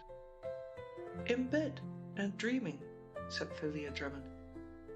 Then you must have been walking in your sleep when you were loafing about at the back of Froyant's house at about 9:30, suggested the inspector. So that is it, eh? Said Thalia. You found my dainty footsteps in the garden? Mr. Yale has hinted as much already. No, Inspector, I went for a walk in the park at night. The solitude is very inspiring. Still, Parr regarded the carpet attentively. Well, when you walk in the park, young lady, keep at some distance from Jack Beardmore, because the last time you trailed him, you scared him. It hit truly this time. Her face flushed crimson, and her delicate eyebrows met in a frown. Mr. Beardmore isn't easily scared, she said. And besides... Suddenly she turned and went from the room, and when Parr, after a little further conversation, also went into the outer office, she looked up at him and scowled. There are times, Inspector, when I positively hate you, she said vehemently. You surprise me, said Inspector Parr. Chapter 32. A Trip to the Country. Police headquarters was on its trial. The uncomfortable amount of space which the newspapers were giving to the latest of these tragedies, which were associated with the name of Crimson Circle. The questions which were on the paper to be asked in Parliament, no less than the conferences behind closed doors at headquarters, and the aloofness of all who were ordinarily connected with Inspector Parr in his work, were ominous signs which he did not fail to appreciate. There was hardly a newspaper which did not publish a very complete list of the outrages for which the Crimson Circle was responsible, and not one which did not mention pointedly the damning fact that from the very beginning of the Circle's activity, Inspector Parr had had charge of the various cases. He asked for, and was granted, leave to make inquiries in France. During his few days' absence, his superiors arranged for his successor. He had only one friend at headquarters, and that, curiously and strangely enough, was Colonel Morton, the commissioner in control of Parr's department. Morton fought his case, but knew that it was a hopeless one from the beginning. In this, he had the assistance of Derek Yale. Yale made an early call at headquarters and gave the fullest particulars with the object of exonerating his official colleague. The mere fact that I was on the spot and that I had been specially engaged to protect Fryand must take a lot of responsibility from Parr's shoulders, he urged. The commissioner leaned back in his chair and folded his arms. I don't want to hurt your feelings, Mr. Yale, he said bluntly, but officially you have no existence, and I am afraid that nothing you will say is going to help Mr. Parr. He has had his chance. In fact, he has had several chances, and he has missed them. Just as Yale was going, the commissioner beckoned him to remain. You can throw light upon one subject, Mr. Yale, he said. It has reference to the killing of the man who shot James Beardmore. You remember Sibley, the sailor? Yale nodded and resumed the seat he had vacated. Who was in the cell when you were taking this man's evidence? Myself, Mr. Parr, and an official shorthand writer. Man or woman? Asked the commissioner. A man. I think he was a member of your staff, and that was all. The jailer came in once or twice. In fact, he came in while we were there and brought the water, which was found afterwards to contain the poison. The commissioner opened the folder and selected from many documents a sheet of foolscap. Here's the jailer's statement, he said. I'll save you the preliminaries, but this is what he says, said the commissioner. He fixed his glasses and read slowly. The prisoner sat on his bed. Mr. Parr was sitting facing him, and Mr. Yale was standing with his back to the cell door, which was open when I went in. I took a tin mug half full of water which I drew from a faucet which had been fixed for the purpose of supplying drinking water. I remember putting the tin down whilst I attended a bell call from another cell. So far as I know, it was impossible that this tin could be tampered with, though it is true that the door into the yard was open. When I went into the cell, Mr. Parr took the tin from my hand and set it on a ledge near the door and told me not to interrupt them. You notice that no reference is made to the shorthand writer. Was he obtained locally, do you think? I'm almost sure he was from your office. I must ask Parr about that, said the commissioner. Mr. Parr, who had returned from France, when questioned on the telephone, admitted that the shorthand writer was a local man whom he had secured by making inquiries in the little town. In the confusion which had followed the discovery that Sibley was dead, he had not thought to inquire about the man's identity. A typewritten transcript of Sibley's statement had been given to him, and he remembered indistinctly paying the writer for his trouble. That was as far as he could help the commissioner, whose information on the subject was not greatly increased. Derek Yale waited whilst this telephonic communication was in progress, and when the colonel had finished, he gathered from his dissatisfied expression that Parr's information was of no particular value. You don't remember the man yourself? Yale shook his head. His back was to me most of the time, he said, and he sat by the side of Parr. The commissioner muttered something about gross carelessness, and then, I shouldn't be surprised if your shorthand writer was an emissary of the Crimson Circle, he said. It was a piece of criminal neglect to have taken a man whose identity cannot be established for such an important piece of work. Yes, Parr has failed. He sighed. I'm sorry in many ways. I like Parr. Of course, he's one of the old-fashioned police officers whom you bright, outside men affect to despise, and he hasn't any extraordinary gifts, although he has been, in his time, a remarkably good officer. But he'll have to go. That is decided. I may tell you this because I've already made the same intimation to Parr himself. It is 1,000 pities. It was no news to Yale, nor was it news to the youngest officer at police headquarters. But the person who seemed least concerned was Inspector Parr himself.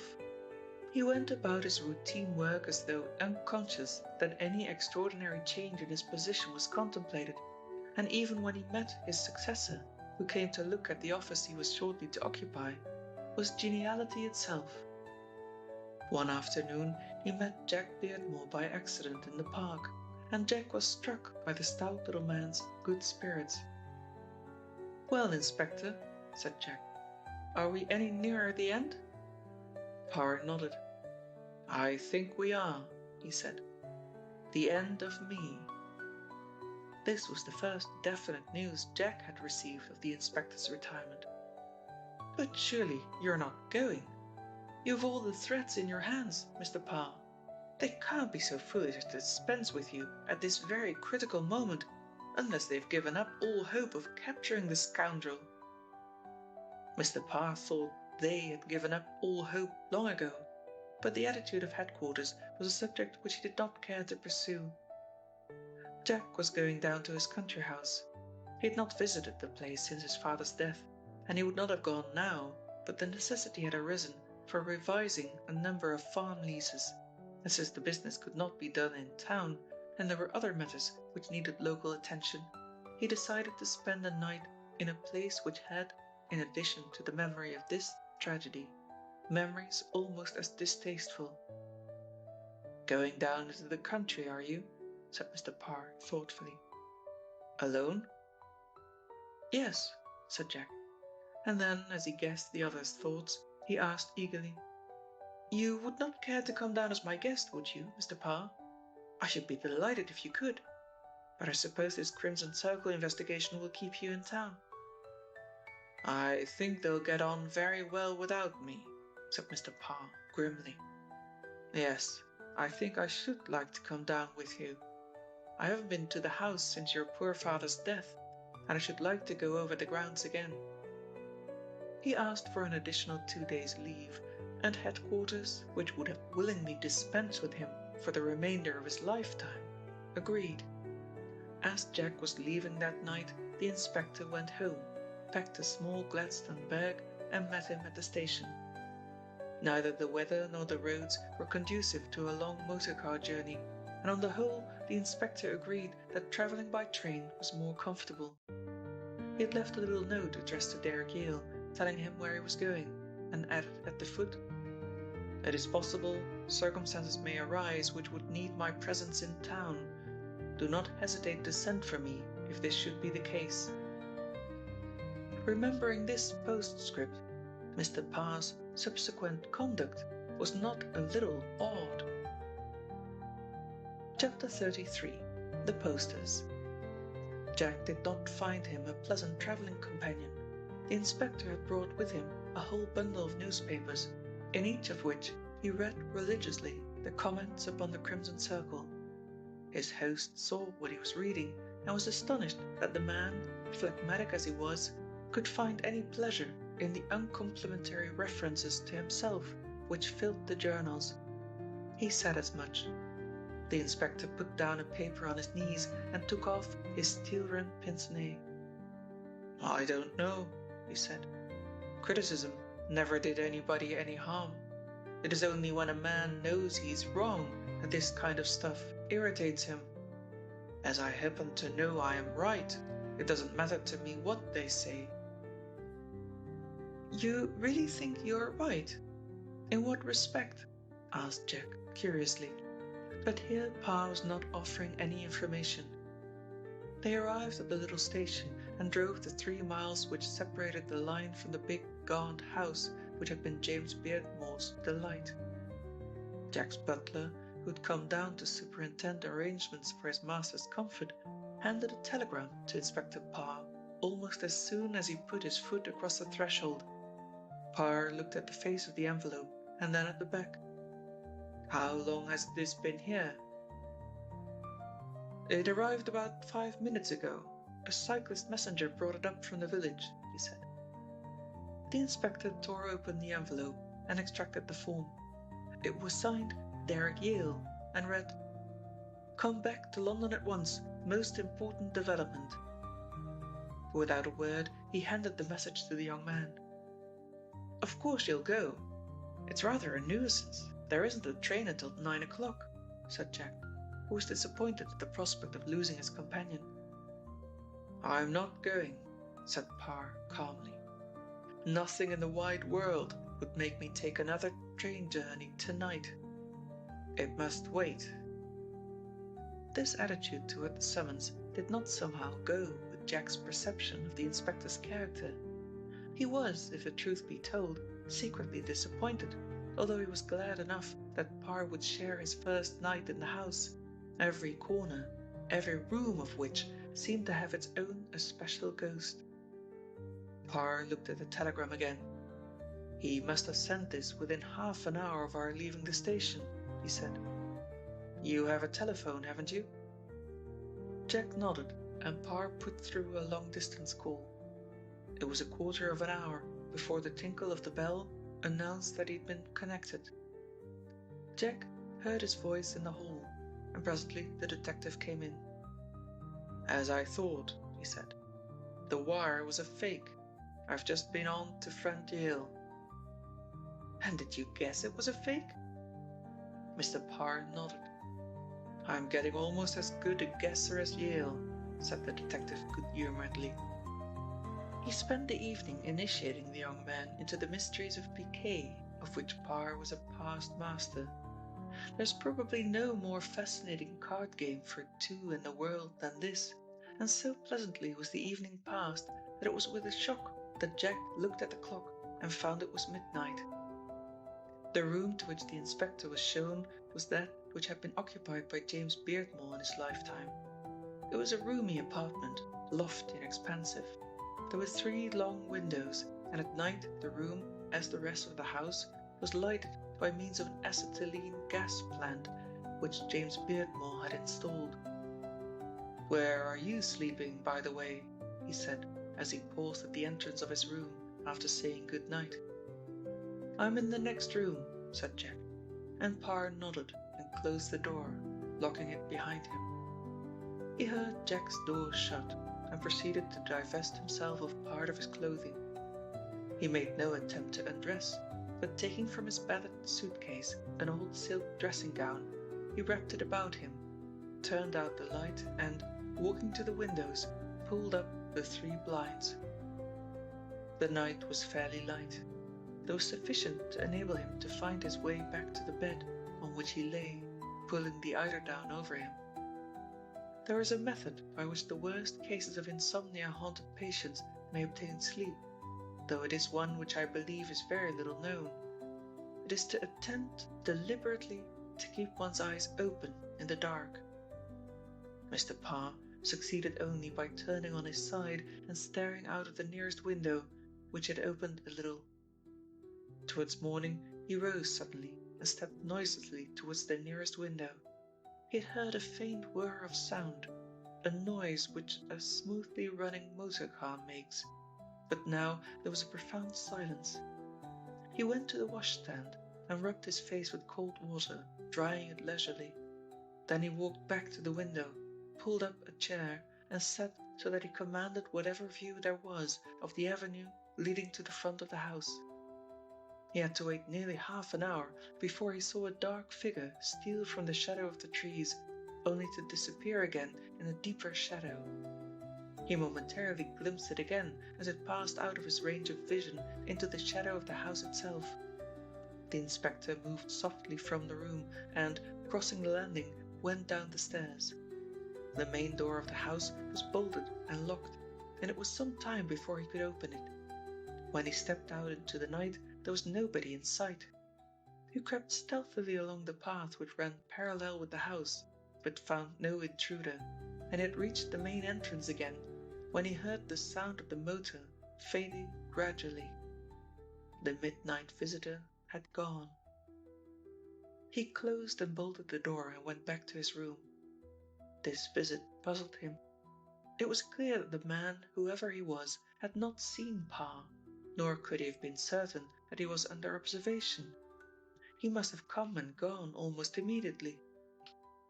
It was not until he came down to breakfast in the morning that the mystery of the visitation was revealed. Jack was standing before the fire, reading a crumpled paper, which looked as if it had been posted up and torn. It was the size of a small poster and hand-printed. Before he saw its contents, Parr knew that it was a message from the Crimson Circle. "What do you think of this?" asked Jack, looking round as the detective came in. "We found half a dozen of these posters, pasted or tacked onto the trees of the drive, and this one was stuck up under my window." The detective read, "Your father's debt is still unpaid. It will remain unpaid if you persuade your friends Derek Yale and Parr to cease their activity." Underneath was written in smaller characters and evidently added as an afterthought, "We shall make no further demands upon private individuals." "So he was bill posting," said Parr thoughtfully. "I wondered why he came and left so early." "Did you see him?" asked Jack in surprise. "I just glimpsed him. In fact, I knew he would call, though I expected a more startling consequence," said the detective. He sat through breakfast without saying a word, except to answer the questions that Jack put to him, and then only in the briefest fashion. And it was not until they were walking across the meadows that Parr asked, "I wonder if he knows you're fond of Thalia Drummond?" Jack went red. "Why do you ask that?" he said a little anxiously. "You don't think they will take their vengeance on Thalia, do you?" "If it would serve his purpose, he would wipe out Thalia Drummond like that." The detective snapped his fingers. He put an end to further conversation by stopping and turning about in his tracks. "This will do," he said. "I thought you wanted to go to the station gate, the way Marl came to the house that morning." Parr shook his head. "No, I wished to be sure how he approached the house. Can you point out the spot where he suddenly became so agitated?" "Why, of course," said Jack readily, but wondering what it was all about. "It was much nearer the house. In fact, I can give you the exact spot, because I particularly remember his stepping aside from the path and ruining a young rose tree in which he put his foot. There's the tree, or one the gardener has put in its place." He pointed, and Parr nodded his large head several times. "This is very important," he said. He walked to where the ruined tree had been. "I knew he was lying," he said half to himself. "You cannot see the terrace from here at all.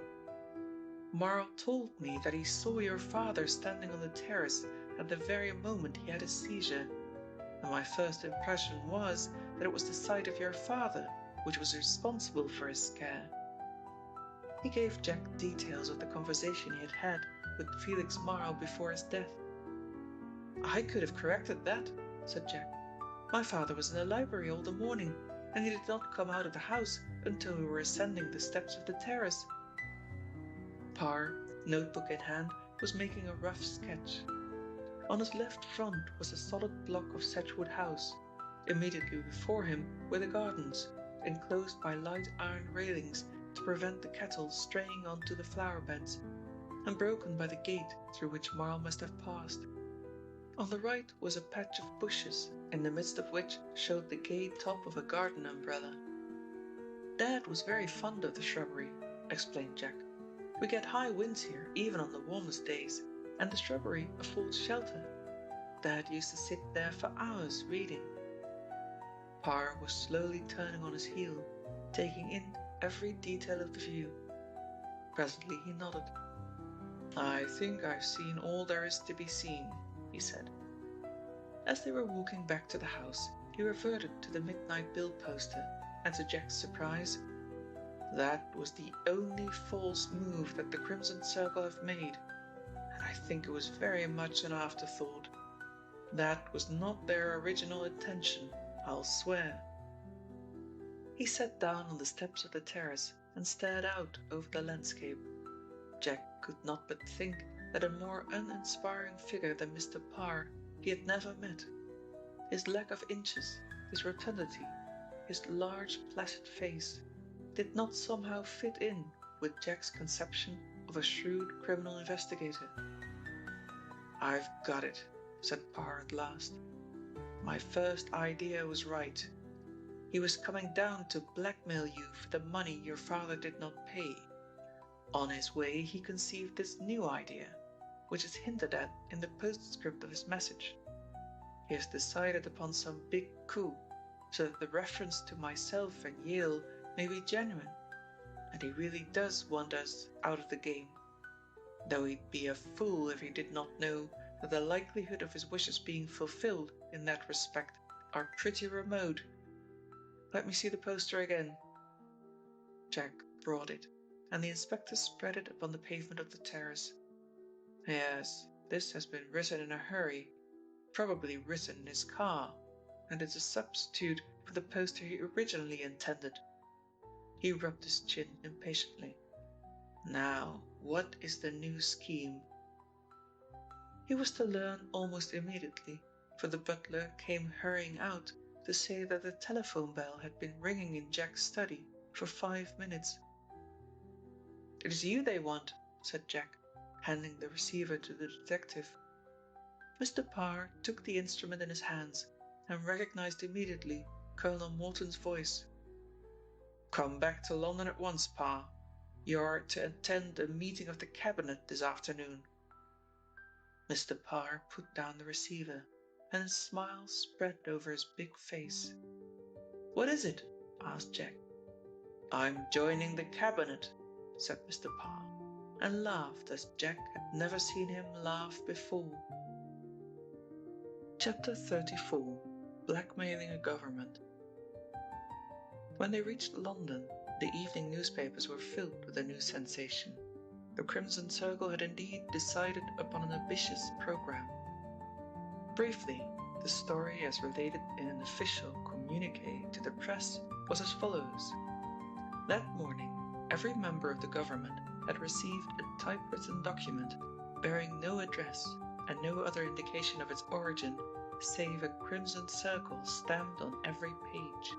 The document ran, "Every effort of your police, both official and private, the genius of Sir Derek Yale and the plodding efforts of Chief Inspector Parr have failed to check our activity. The full story of our success is not known.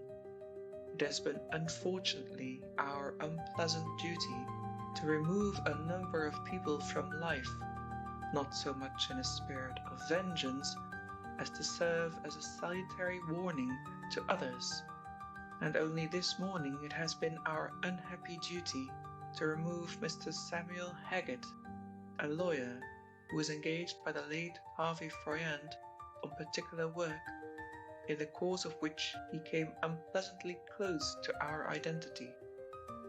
Fortunately for the other members of his firm, he undertook that task personally. His body will be found by the side of the railway between Buxton and Marsden. Since the police are unable to hold us, and since we are in complete agreement with those in authority who say that we are the most dangerous menace to society that exists, we have agreed to forego our activities on condition that the sum of £1,000,000 is placed at our disposal. The method by which this money shall be transferred will be detailed later. This must be accompanied by a free pardon in blank, so that we may, if occasion necessitates, or hereinafter our identity is disclosed, avail ourselves of that document.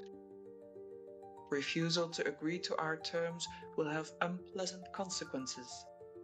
We name hereunder 12 eminent parliamentarians who must stand as hostages for the fulfillment of our desire. If at the end of the week the government have not agreed to our terms, one of these gentlemen will be removed." The first person that Parr met on his arrival at Whitehall was Derek Yale, and for once the famous detective looked worried. "I was afraid of this development," he said, "and the queer thing is that it has come at a moment when I thought I was in a position to lay my hand on the chief offender." He took Parr's hand in his and walked him along the gloomy corridor. "This spoils my day's fishing," he said, and Inspector Parr remembered. "Of course, today is the day you die, but I suppose you are reprieved under the general amnesty which the Crimson Circle have issued," he said dryly, and his companion laughed. "I want to tell you, before we go into this meeting, that I am willing to place myself unreservedly at your disposal," he said quietly. "I think you ought to know, Parr, that the present wishes of the Cabinet are to give me an official status and place the whole of the investigations in my charge. I have been sounded on the matter and have given them point-blank refusal. I am convinced that you are the best man for the job, and I will serve under no other chief." "Thank you," said Parr simply. "Perhaps the Cabinet will take another view." The Cabinet meeting was held in the Secretary of State's office. All the recipients of the Crimson Circle's memo were present from the beginning, but it was some time before outsiders were called in. Yale was summoned first, and a quarter of an hour later the messenger beckoned the inspector. Inspector Parr knew most of the illustrious gathering by sight, and being on the opposite side in politics, had no particular respect for any. He felt an air of hostility as he came into the big room, and the chilly nod which the white-bearded Prime Minister gave him in response to his bow confirmed his impression. "Mr. Parr," said the Prime Minister icily, "we are discussing the question of the Crimson Circle, which, as you must realize, has become almost a national problem. Their dangerous character has been emphasized by a memorandum which has been addressed to the various members of the Cabinet by this infamous association, and which I have no doubt you have read in the newspapers."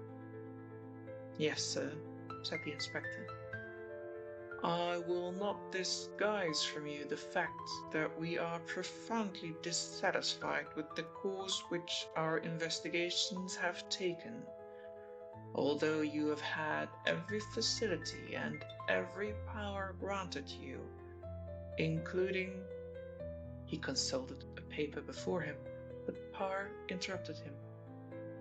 "I should not like you to tell the meeting what powers I have received, Prime Minister," he said firmly, "or what particular privileges have been granted me by the Secretary of State."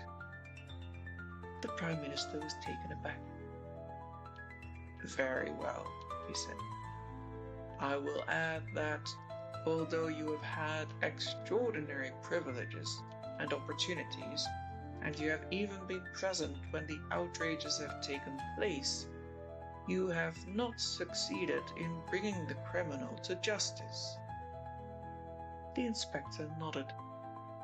"It was our original wish to place the matter in the hands of Mr. Derek Yale, who has been especially successful in tracing two of the murderers, without, however, being able to bring the prime culprit to justice. Mr. Yale, however, refuses to accept the commission unless you are in control. He has kindly expressed his willingness to serve under you, and in this cause we are agreed. I understand that your resignation is already before the commissioners and that it has been formally accepted. That acceptance, for the time being, is reserved. Now remember, Mr. Parr." The Prime Minister leant forward and spoke very earnestly and emphatically. "It is absolutely impossible that we can accede to the Crimson Circle's demands.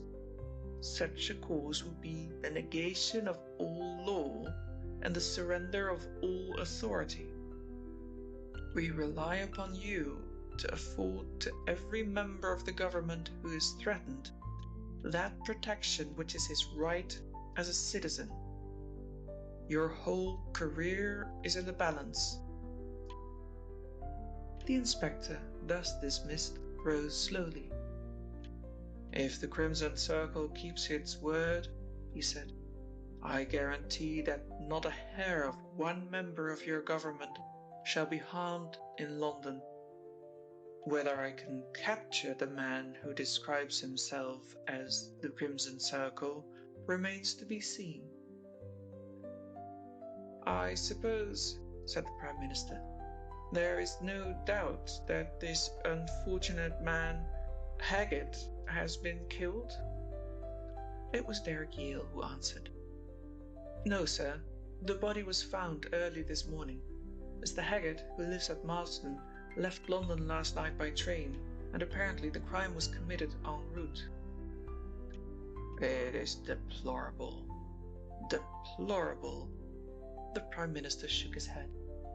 "A terrible orgy of murder and crime, and it seems that we are not at the end of it yet." When they came out into Whitehall, Yale and his companion found that a large crowd had gathered, for news had leaked out that a meeting was being held to discuss this new and extraordinary problem which confronted the government. Yale, who was recognized, was cheered, but Inspector Parr passed unnoticed through the crowd, to his intense relief. Undoubtedly, the Crimson Circle was the sensation of the hour. Some of the evening newspaper placards bore a crimson circle in imitation of the famous insignia of the gang, and wherever a man met, there the possibility of the circle carrying their threat into effect was discussed. Thalia Drummond looked up as her employer came in. The evening newspaper was in front of her, and her chin rested on her clasped hands, and she read every line, word by word. Derek noticed the interest, and observed, too, her momentary confusion as she folded the paper and put it away. "Well, Miss Drummond, what do you think of their last exploit?" "It is colossal," she said. "In some respects, admirable." He looked at her gravely. "I confess I can see little to admire," he said. "You take rather a queer, twisted view of things." "Don't I?" she said coolly. "You must never forget, Mr. Yale, that I have a queer, twisted mind." He paused at the door of his room and looked back at her, a long, keen scrutiny, which she met without so much as an eyelid quivering. "I think you should be very grateful that Mr. Johnson of Mildred Street no longer receives your interesting communications," he said, and she was silent. He came out again soon after. "I'm probably going to establish my offices at police headquarters," he said, "and realizing that that atmosphere is one in which you will not nourish, I'm leaving you here in control of my ordinary business." "Are you accepting the responsibility for capturing the Crimson Circle?" she asked steadily. He shook his head. "Inspector Parr is in control," he said, "but I'm going to help him." He made no further reference to his new task, and the rest of the morning was spent in routine work. He went out to lunch and said he would not be back that day, giving her instructions regarding letters he wished dispatched. He'd already gone before his telephone bell went, and at the sound of the voice at the other end, she nearly dropped the receiver. "Yes, it is I," she said. "Good morning, Mr. Beardmore." "Is Yale there?" asked Jack. "He's just gone out. He will not be back today. If there is anything important to tell him, I may be able to find him," she said, steadying her voice with an effort. "I don't know whether it's important or not," said Jack, "but I was going through my father's papers this morning, a very disagreeable job, by the way, and I found a whole bunch of papers relating to Marl." "To Marl?" she said slowly. "Yes, apparently poor Dad knew a great deal more about Marl than we imagined. He had been in prison. Did you know that?" "I could have guessed it," said Thalia. "Father always put through an inquiry about people before he did business with them," Jack went on. "And apparently there is a lot of explanation about Marl's early life, collected by a French agency. He seems to have been a pretty bad lot, and I wonder the governor had dealings with him. One curious document is an envelope which is marked "Photograph of Execution." It was sealed up by the French people, and apparently the governor didn't open it. He hated gruesome things of that kind. "Have you opened it?" she asked quickly. "No," he answered in a tone of surprise. "Why do you jump at me like that?" "Will you do me a favor, Jack?" It was the first time she had ever called him by name, and she could almost see him redden. Why, of course, Philia. I'd do anything for you," he said eagerly. "Don't open the envelope," she said intensely. "Keep all the papers relating to Marl in a safe place. Will you promise that?" "I promise," he said. What a queer request to make. "Have you told anybody about it?" she asked. "I sent a note to Inspector Parr." He heard her exclamation of annoyance. "Will you promise me not to tell anybody, especially about the photograph?" "Of course, Thalia," he answered. "I'll send it along to you if you like." No, don't do that," she said. Then abruptly she finished the conversation. She sat for a few minutes breathing quickly, and then she rose, and putting on her hat, she locked up the office and went to lunch. Chapter 35. Thalia lunches with a cabinet minister. The 4th of the month had passed, and Derek Yale was still alive. He commented on the fact as he came into the office which he and Inspector Parr jointly occupied. "Incidentally," he said, "I've lost my fishing." Parr grunted. "It is better that you lost your fishing than that we lost sight of you," he said. "I'm perfectly convinced that if you had taken that trip, you would never have returned." Yale laughed. "You have a tremendous faith in the Crimson Circle and their ability to keep their promises." "I have, to a point," said the inspector, without looking up from the letter he was writing. "I hear that Brabazon has made a statement to the police," said Yale, after an interval. "Yes," said the inspector. "Not a very informative one, but a statement of sorts. He has admitted that for a long time he was changing the money which the Crimson Circle extracted from their victims, though he was unaware of the fact. He also gives particulars of his joining the Circle, after which, of course, he acted as a conscious agent." "Are you charging him with the murder of Marl?" Inspector Parr shook his head. "We haven't sufficient evidence for that," he said, blotted his letter, folded it, and enclosed it in an envelope. "What did you discover in France? I've not had an opportunity of talking to you about that," asked Yale. Parr leant back in his chair, felt for his pipe, and lit it before he answered. "About as much as poor old Froyant discovered," he said. "In fact, I followed very closely the same line of investigation that he had. It was mostly and mainly about Marl and his iniquities. You know that he was a member of a criminal gang in France, and that he and his companion, Lightman, I think that was the name, were condemned to death. Lightman should have died, but the executioners bungled the job, and he was sent off to Devil's Island or Cayenne, or one of those French settlements, where he died." "He escaped," said Yale quietly. "The devil he did." Mr. Parr looked up.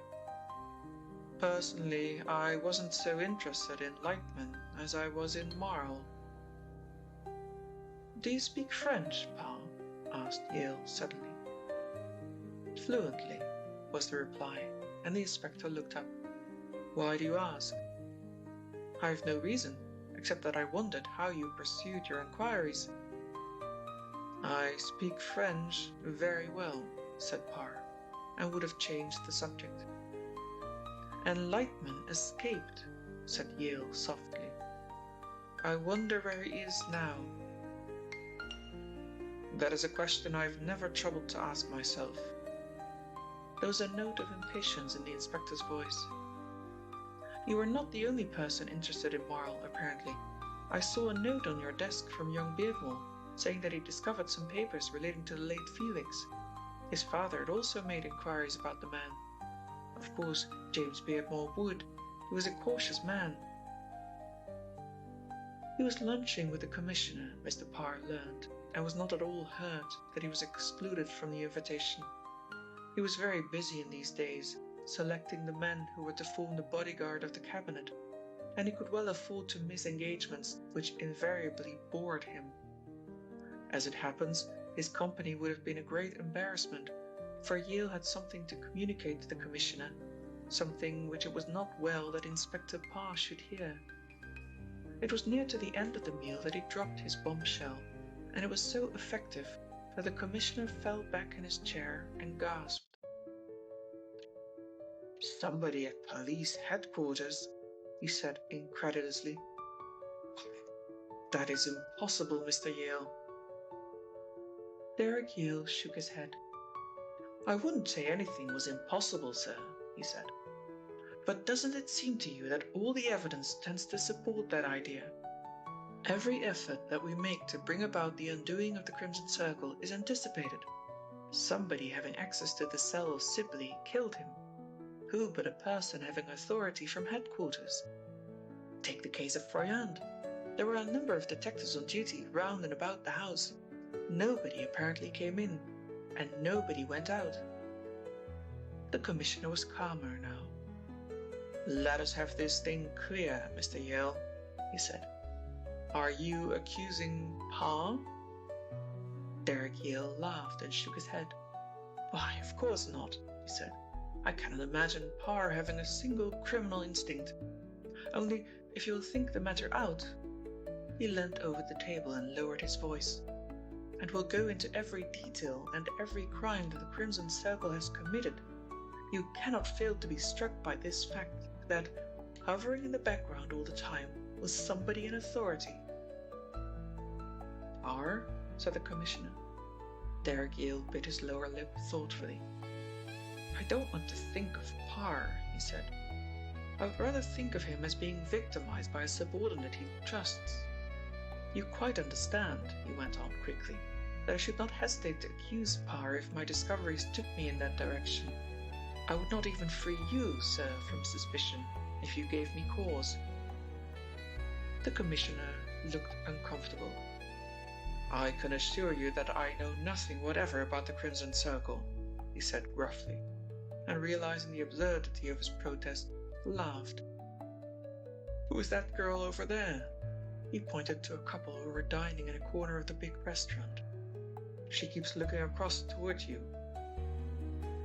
"That girl," said Mr. Derek Yale carefully, "is a young lady named Thalia Drummond, and her companion, unless I am greatly mistaken, is the Honourable Raphael Willings, a member of the government, and one who has been threatened by the Crimson Circle." "Thalia Drummond?" The commissioner whistled. "Isn't she the young person who was in very serious trouble some time ago? She was Froyant's secretary, was she not?" The other nodded. "She is an enigma to me," he said, shaking his head, "and the greatest mystery of all is her nerve. At this precise moment she is supposed to be sitting in my office, answering telephone calls and dealing with any correspondence which may arrive." "You employ her, do you?" asked the astonished commissioner, and then with a little smile, "I agree with you about her nerve, but how does a girl of that class come to be acquainted with Mr. Willings?" Here Derek Yale was not prepared to supply an answer. He was still sitting with the commissioner when he saw the girl rise and, followed by her companion, walk slowly down the room. Her way led her past his table, and she met his inquiring glance with a smile and a little nod, and said something over her shoulder to the middle-aged man who was following her. "How's that for nerve?" asked Derek. "I should imagine you'd have something to say to the young lady," was the commissioner's only comment.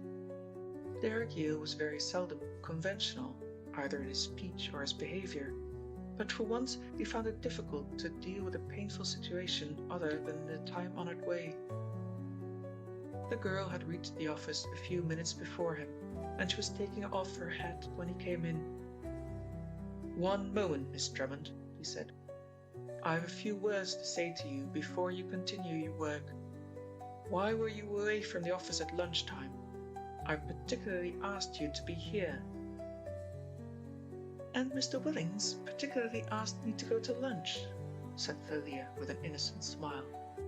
"And as he is a member of the government, I'm sure you would not have liked me to refuse." "How did you come to know Mr. Willings?" She looked at him up and down with that cool, insolent glance of hers. "There are many ways one may meet men," she said. "One may advertise for them in the matrimonial newspapers, or one may meet them in the park, or one may be introduced to them. I was introduced to Mr. Willings." "When?" "This morning," she said, "at about 2 o'clock. I sometimes go to dances at Merrow's Club," she explained. "It is the relaxation which my youth excuses. That is where we became acquainted." Yale took some money from his pocket and laid it on the desk. "There's your week's wages, Miss Drummond," he said without heat. "I shall not require your services after this afternoon." She raised her eyebrows. "Aren't you going to reform me?" she asked him so seriously that he was taken aback. Then he laughed. "You're beyond reformation. There are many things I will excuse, and had there been a serious shortage in the petty cash, I could have overlooked that. But I cannot allow you to leave my office when I give you explicit instructions to stay here." She picked up the money and counted it. "Exactly the sum," she mocked. "You must be Scottish, Mr. Yale." "There's only one way that you could be reformed, Thalia Drummond." His voice was very earnest, and he seemed to experience a difficulty in finding the right words. "And what is that, pray?" "For a man to marry you. I'm almost inclined to make the experiment." She sat on the edge of the desk and rocked with silent laughter. "You are funny," she said at last. "And now I see that you are a true reformer." She was solemnity itself now. "Confess, Mr. Yale, that you only look upon me as an experiment, and that you have no more affection for me than I have for that aged and decrepit bluebottle crawling up the wall." "I'm not in love with you, if that is what you mean." "I did mean something of the sort," she said. "No, on the whole, I think I'll take my dismissal and my week's wages, and thank you for giving me the opportunity of meeting and serving such a brilliant genius." He ended the conversation as though he had made some business proposal which had been declined, and said something about giving her a reference, and there the matter ended for him. He went into his office, and did not even do her the honor of slamming the door after him. And yet her dismissal was a serious matter for Thalia. It meant one of two things: either that Derek Yale seriously suspected her, and that was the gravest possibility to her, or else that her discharge was only a ruse, part of a deeper plan to bring about her undoing. On her way home, she recalled his reference to Johnson of Mildred Street. There might be something behind that beyond the revelation of the fact that he knew she was associated with the Crimson Circle, and he wanted her to know he knew. When she reached her flat, there was a letter waiting for her, as there had been on the previous night. The controlling spirit of the Crimson Circle was an assiduous correspondent as far as she was concerned. In the privacy of her own room, she tore open the envelope. "You did well," the letter ran. "You have carried out my instructions to the letter. The introduction to Willings was well managed, and, as I promised you, there was no difficulty. I wish you to know this man thoroughly and discover what are his little weaknesses. Particularly do I wish to know his attitude of mind and the real attitude of the cabinet towards my proposal. The dress you wore at lunch today was not quite good enough. Do not spare expense in the matter of costume. Derek Yale is dismissing you this afternoon, but that need not trouble you, for there is no further need for you to stay in his office. You are dining tonight with Willings. He is particularly susceptible to feminine charms. If possible, let him invite you to his house. He has a collection of ancient swords of which he is very proud. You will then be able to discover the lay of the house. She looked into the envelope. There were 2 crisp notes for £100, and as she put them into her little handbag, her face was very grave. Chapter 36. The Circle Meets. Mr. Raphael Willings was a product of his age. Though he was still in the early 40s, he had pushed himself into cabinet rank by the sheer force of his character. To describe him as a popular minister would be to stretch the truth beyond permissible bounds.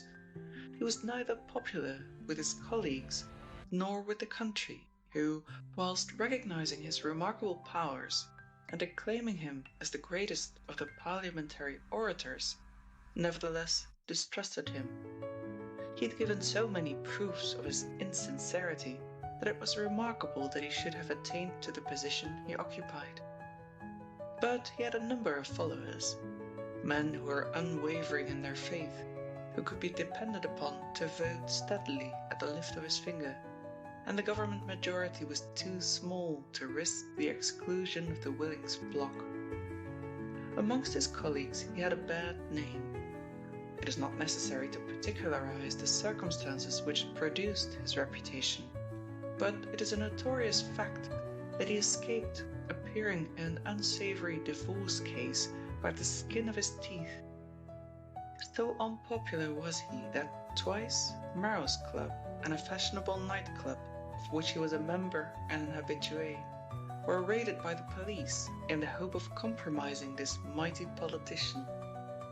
The raid had been planned by the wife of one of his colleagues, and that Willings was not unaware of the fact was proved when the newspaper he owned aimed a bitter attack on the lady's unfortunate husband, an attack so worded, so framed, that the minister retired from public life. A well-built man, inclined to plumpness, slightly bald, there was no gainsaying his personal charm. He was under the impression that his introduction to Thalia Drummond had been skillfully maneuvered by himself. He would have been horrified to know that the lady who introduced him had received instructions that morning from the Crimson Circle to bring the introduction about. The Crimson Circle had its agents in all branches of life and in all classes. There were bookkeepers, there was at least 1 railway director, there was a doctor and 3 chefs d'hotel amongst the 100 who obeyed the call of the Crimson Circle. They were well paid, and their duties were not onerous.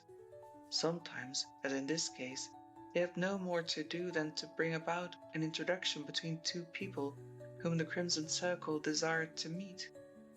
But in every case, their instructions came to them in every the same form. The organization of this great force was extraordinarily complete. In some uncanny way, the chief of the Crimson Circle had smelled penury and disaster almost as soon as the recipients of these 2 evil factors were aware that they were present. One by one they had been absorbed, each ignorant of the other's identity and profoundly ignorant of their master. He had come to them in strange places and circumstances. Each had his own function to perform, and generally the part which was played by the subordinate members of the League was ludicrously simple and unimportant. A few members of the circle had, in a panic, made statements to the police headquarters, and from them it was learned how simple were some of the tasks which were given out by the mystery man. From fear of the tragic consequences of disloyalty, the majority of the Crimson Circle remained loyal to their unknown chief, and it was a remarkable tribute to his system of espionage that when he sent forth his summons, as he did on the day Derek Yale lunched with the commissioner, calling every member of the Crimson Circle to the first meeting they had ever held, giving them the most explicit instructions as to the garb they should wear and the means they should adopt to avoid disclosing themselves to their fellows. He omitted the waverers and the malcontents, as though their very thoughts were written plainly before him. To Thalia Drummond, that meeting will always remain the most vivid and poignant memory of her association with the Crimson Circle. The city contains many old churches, but none anterior in date to the Church of St. Agnes on Powder Hill. It had escaped the ravages of the Great Fire, only to be smothered under by the busy city which had grown up about it. Enclosed by tall warehouses so that its squat steeple was absent from the skyline, it had a congregation which might be numbered on the fingers of two hands, although it supported a vicar who preached punctiliously every week to a congregation which was practically paid to attend. Once a churchyard had surrounded it, and the bones of the faithful had been laid to peace within its shadow. But the avaricious city, grudging so much waste building land, had passed acts which had removed the bones to a more salubrious situation, and had covered the place of family vaults with office buildings. Entrance to the church was up an alley which led from a side passage, and the figures which slunk along the unlighted way seemed to melt through the almost invisible doors into a gloom even thicker than the night. For in the Church of St. Agnes, the Crimson Circle held the first and last meeting of his servitors. Here again his organization was marvelous. Every member of his company had received explicit orders telling him to the very minute when he must arrive, so that no two came together. How he obtained the keys of the church, what careful maneuvering he must have planned to bring the hour of meeting and the dispersal between the two periods when the lane would be patrolled by the city police, Thalia Drummond could only guess. She came into the alleyway punctually, went up the 2 steps to a door which opened as she approached, and was closed immediately she entered the lobby. There was no light of any kind, save for the faint light of night which filtered through a stained glass window. "Go straight ahead," whispered a voice. "You will take the end of the second pew on the right." There were other people in the church. She could just distinguish them, 2 in each pew, a silent, ghostly congregation, none speaking to the other. Presently the man who had admitted her came into the church and walked to the altar rails, and at the first words she knew that the servants of the Crimson Circle sat in the presence of their master. His voice was low and muffled and hollow. She guessed he wore the veil she had seen over his head the first night she'd met him. "My friends," he said, and she heard every word. "The time has come when our society will be dispersed. You have read my offer in the public press, and you are interested to this extent that I intend distributing at least 20% of the money which the government must eventually give me amongst those who have served me. If there are any here who are nervous that we shall be interrupted, let me assure them that the police patrol does not pass for another quarter of an hour, and that it's quite impossible for the sound of my voice to reach outside the church." He raised his voice a little, and there was a hard note in it when he added, "And to those who may have treachery in their hearts and imagine that so widely announced a meeting might bring about my undoing, let me say that it is impossible that I shall be captured tonight. Ladies and gentlemen, I will not disguise from you that we are in considerable danger. Facts which may enable the police to identify me have on 2 occasions come to light. I have upon my tracks Derek Yale, who I will not deny is a source of considerable anxiety to me, and Inspector Parr, he paused, who is not to be despised. In this supreme moment, I do not hesitate to call upon every one of you for an extraordinary effort of assistance. Tomorrow, you will each receive operation orders prepared in such detail that it will be impossible for you to misunderstand any particular requirement I have made known. Remember that you are as much in danger as I, he said more softly, and your reward shall be correspondingly great. Now you will pass out of the church one by one, at 30 seconds interval, beginning with the first 2 on the right, continuing with the first 2 on the left. Go. At intervals, these dark figures glided along the aisle and vanished through the door to the left of the pulpit.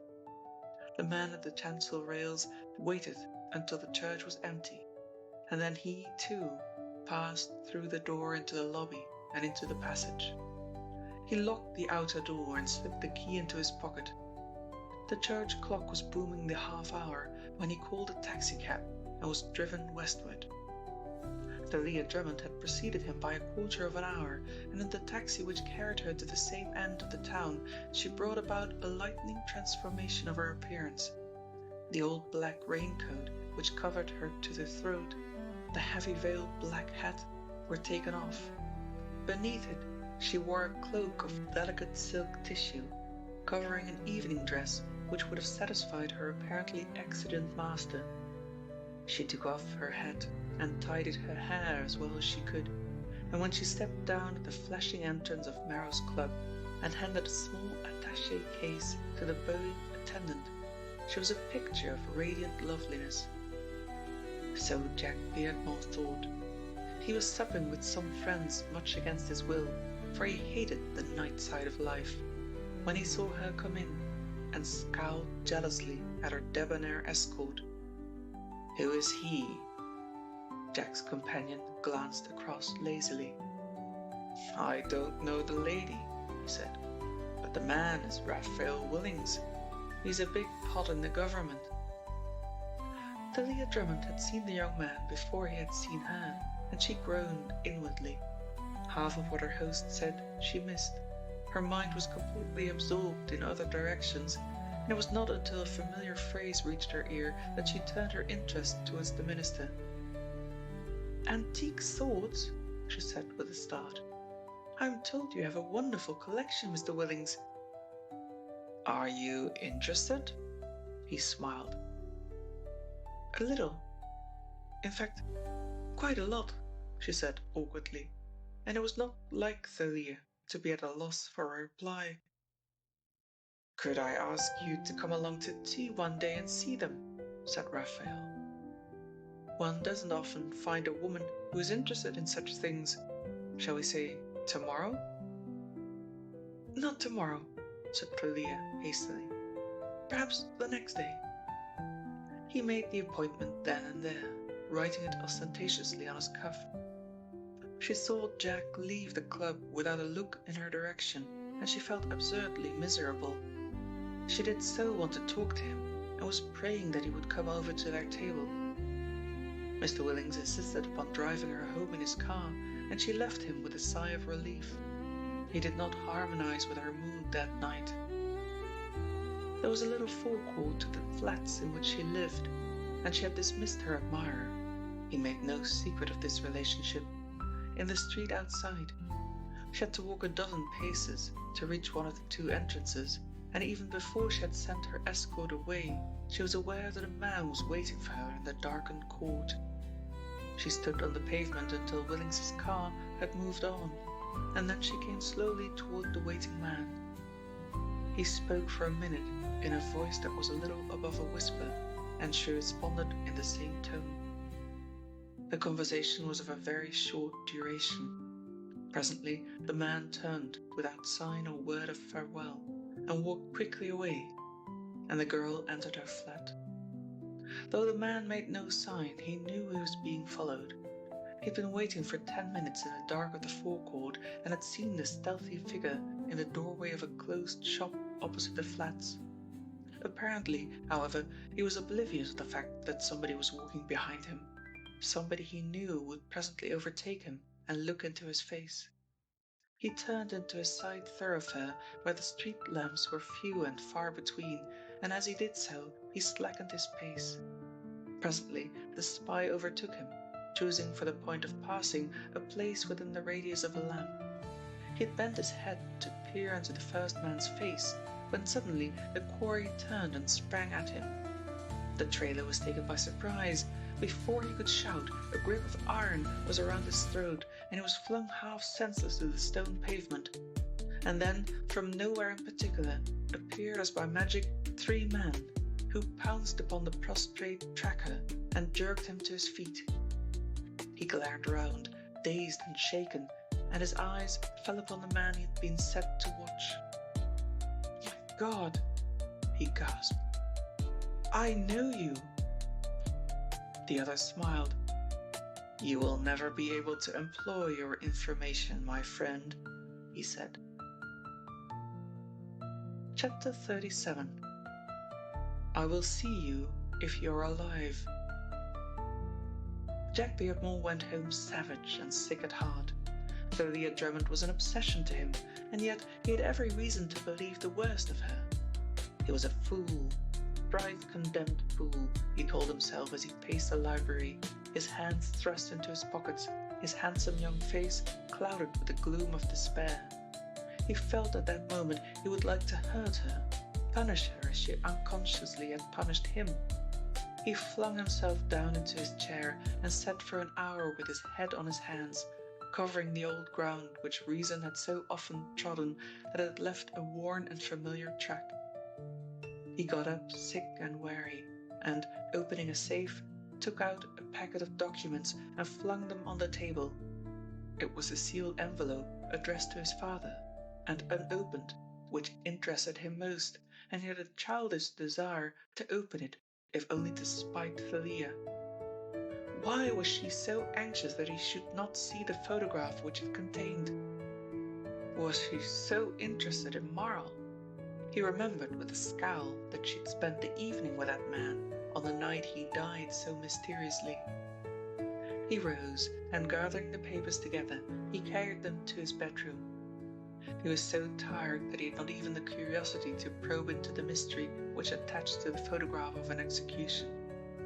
He shivered at the thought of the grisly contents, and he dropped the package on his dressing table with a little grimace, and began leisurely to undress.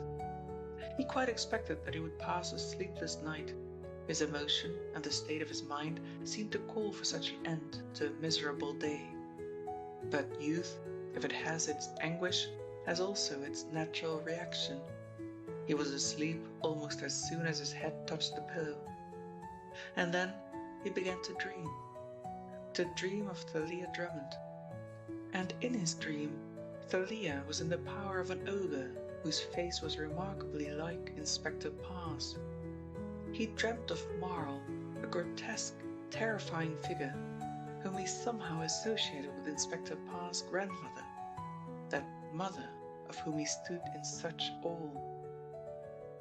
What woke him was the reflection of a light from the dressing table mirror. The light had been extinguished when he sat up in bed, but, half asleep as he was certain that there had been a flash of some kind. It was hardly the season for lighting. "Who is there?" he asked, and put out his hand to reach for the lamp. But the lamp was not there. Somebody had moved it. Now he saw, and he was out of bed in a second. He heard a movement toward the door and ran. Somebody was in his grip, somebody who squirmed and struggled, and then he released his hold with a grasp. It was a woman. Instinct told him that it was Thalia Drummond. Slowly he put out his hand, groping for the electric switch, and the room was flooded with light. It was Thalia. Thalia as white as death and trembling. Thalia who held something behind her and met his pained gaze with a tragic attempt at defiance. Thalia, he groaned and sat down. Thalia in his room. What had she been doing? Why did she come? He asked shakily. And what are you concealing? Why did you bring those papers up to your room? She asked almost fiercely. If you had left them in your safe, oh, why didn't you leave them in your safe? And now he saw that she held the sealed packet containing the photograph of the execution. But Thalia, he stammered, I don't understand you. Why didn't you tell me? I told you not to look at the picture. I never dreamt you would bring it here. They've been here tonight searching for it. She was breathless, on the verge of tears that were not all anger. Been here tonight? He said slowly. Who have been here? The Crimson Circle. They knew you had that photograph, and they came and burgled your library. I was in the house when they came and prayed. She wrung her hands, and he saw the look of anguish on her face. I prayed that they would find it, and now they will think you've seen the picture. Oh, why did you do it? He reached for his dressing gown, realizing that his attire was somewhat scanty, and in the warm folds he felt a little more assurance. You are still talking Greek to me, he said. The thing I understand perfectly is that my house has been burgled. Will you come with me? She followed him down the stairs and into his library. She had spoken the truth. The door of the safe hung drunkenly upon its hinges. A hole had been cut through the shutter, and it was open. The contents of the safe lay upon the floor.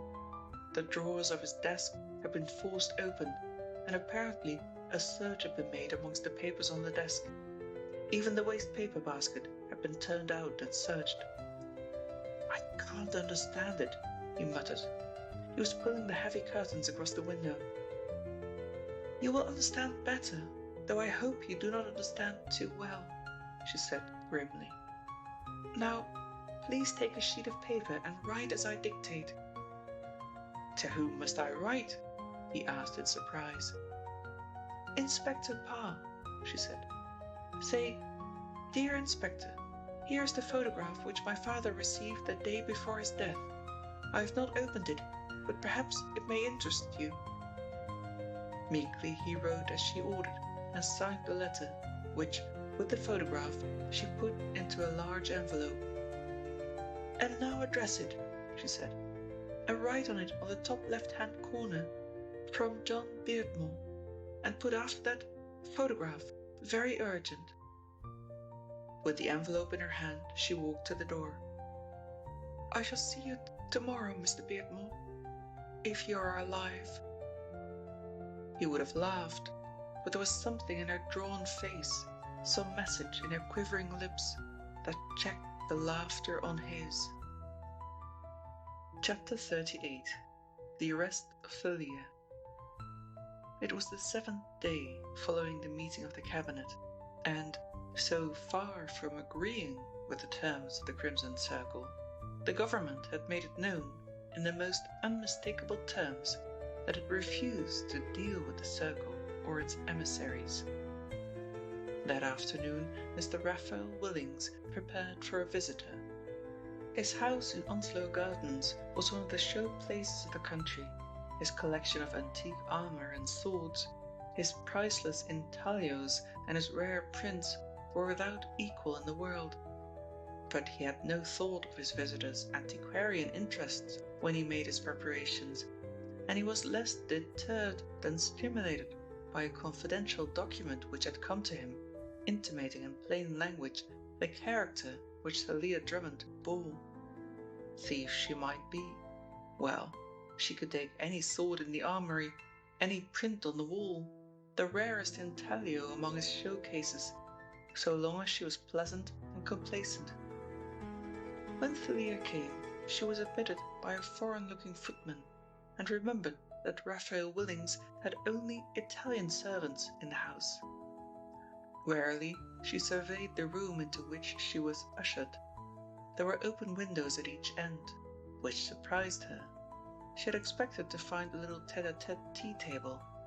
That was missing, and yet in this room was the cream of his collection, as she could see at a glance. Willings came in a few seconds later and greeted her warmly. "Eat, drink, and be merry, for tomorrow we die. Perhaps today," he said melodramatically. "Have you heard the news?" She shook her head. "I am the newest victim of the Crimson Circle," he said gaily enough. "You probably read the newspapers and know all about that famous company. Yes," he went on with a laugh. "Of all my colleagues, I have the honor to be the first chosen for sacrifice, pour encourager les autres." She could not help wondering how, in these circumstances, Ralph Willings could preserve so unruffled a mien.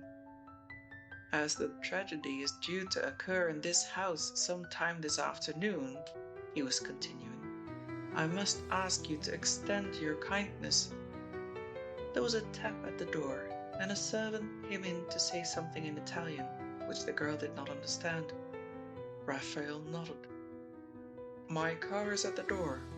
If you would honor me, we will have tea at my little place in the country. We shall be there in half an hour." This was a development she had not looked for.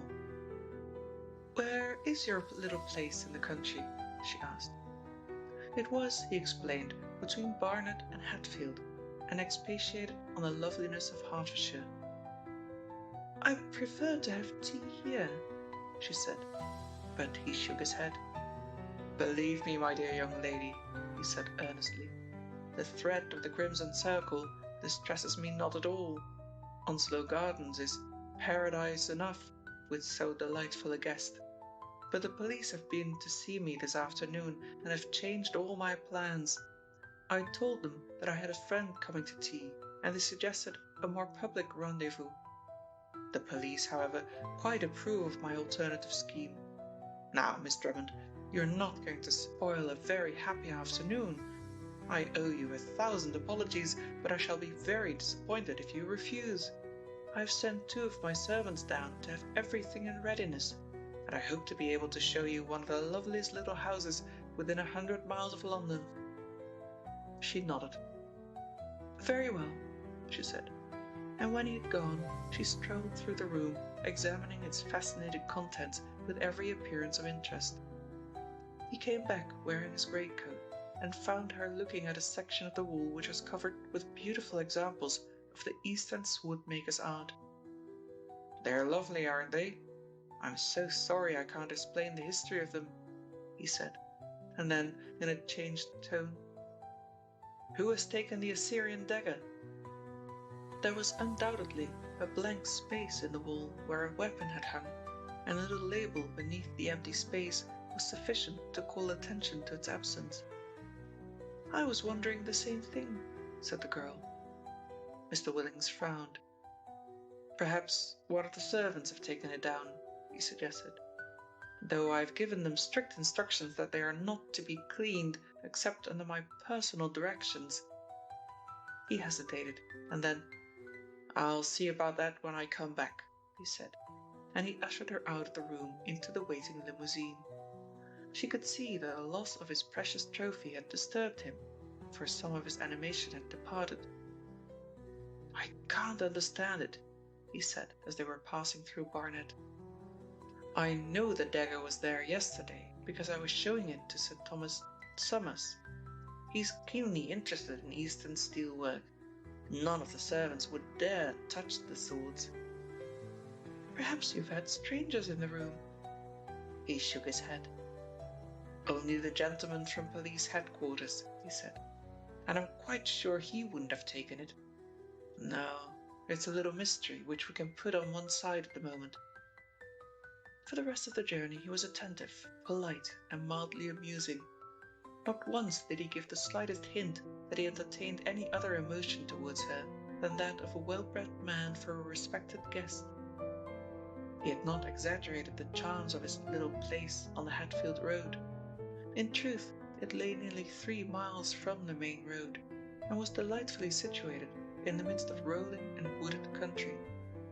"Here we are," he said, as he led her through a panelled hall into an exquisitely decorated little drawing room. Tea was laid, but there was no servant in sight.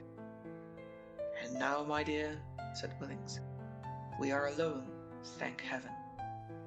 His tone, his very manner had changed, and the girl knew that the critical moment was at hand. Yet her hand did not tremble as she filled the teapot from the steaming kettle, seemingly oblivious to all that he was saying.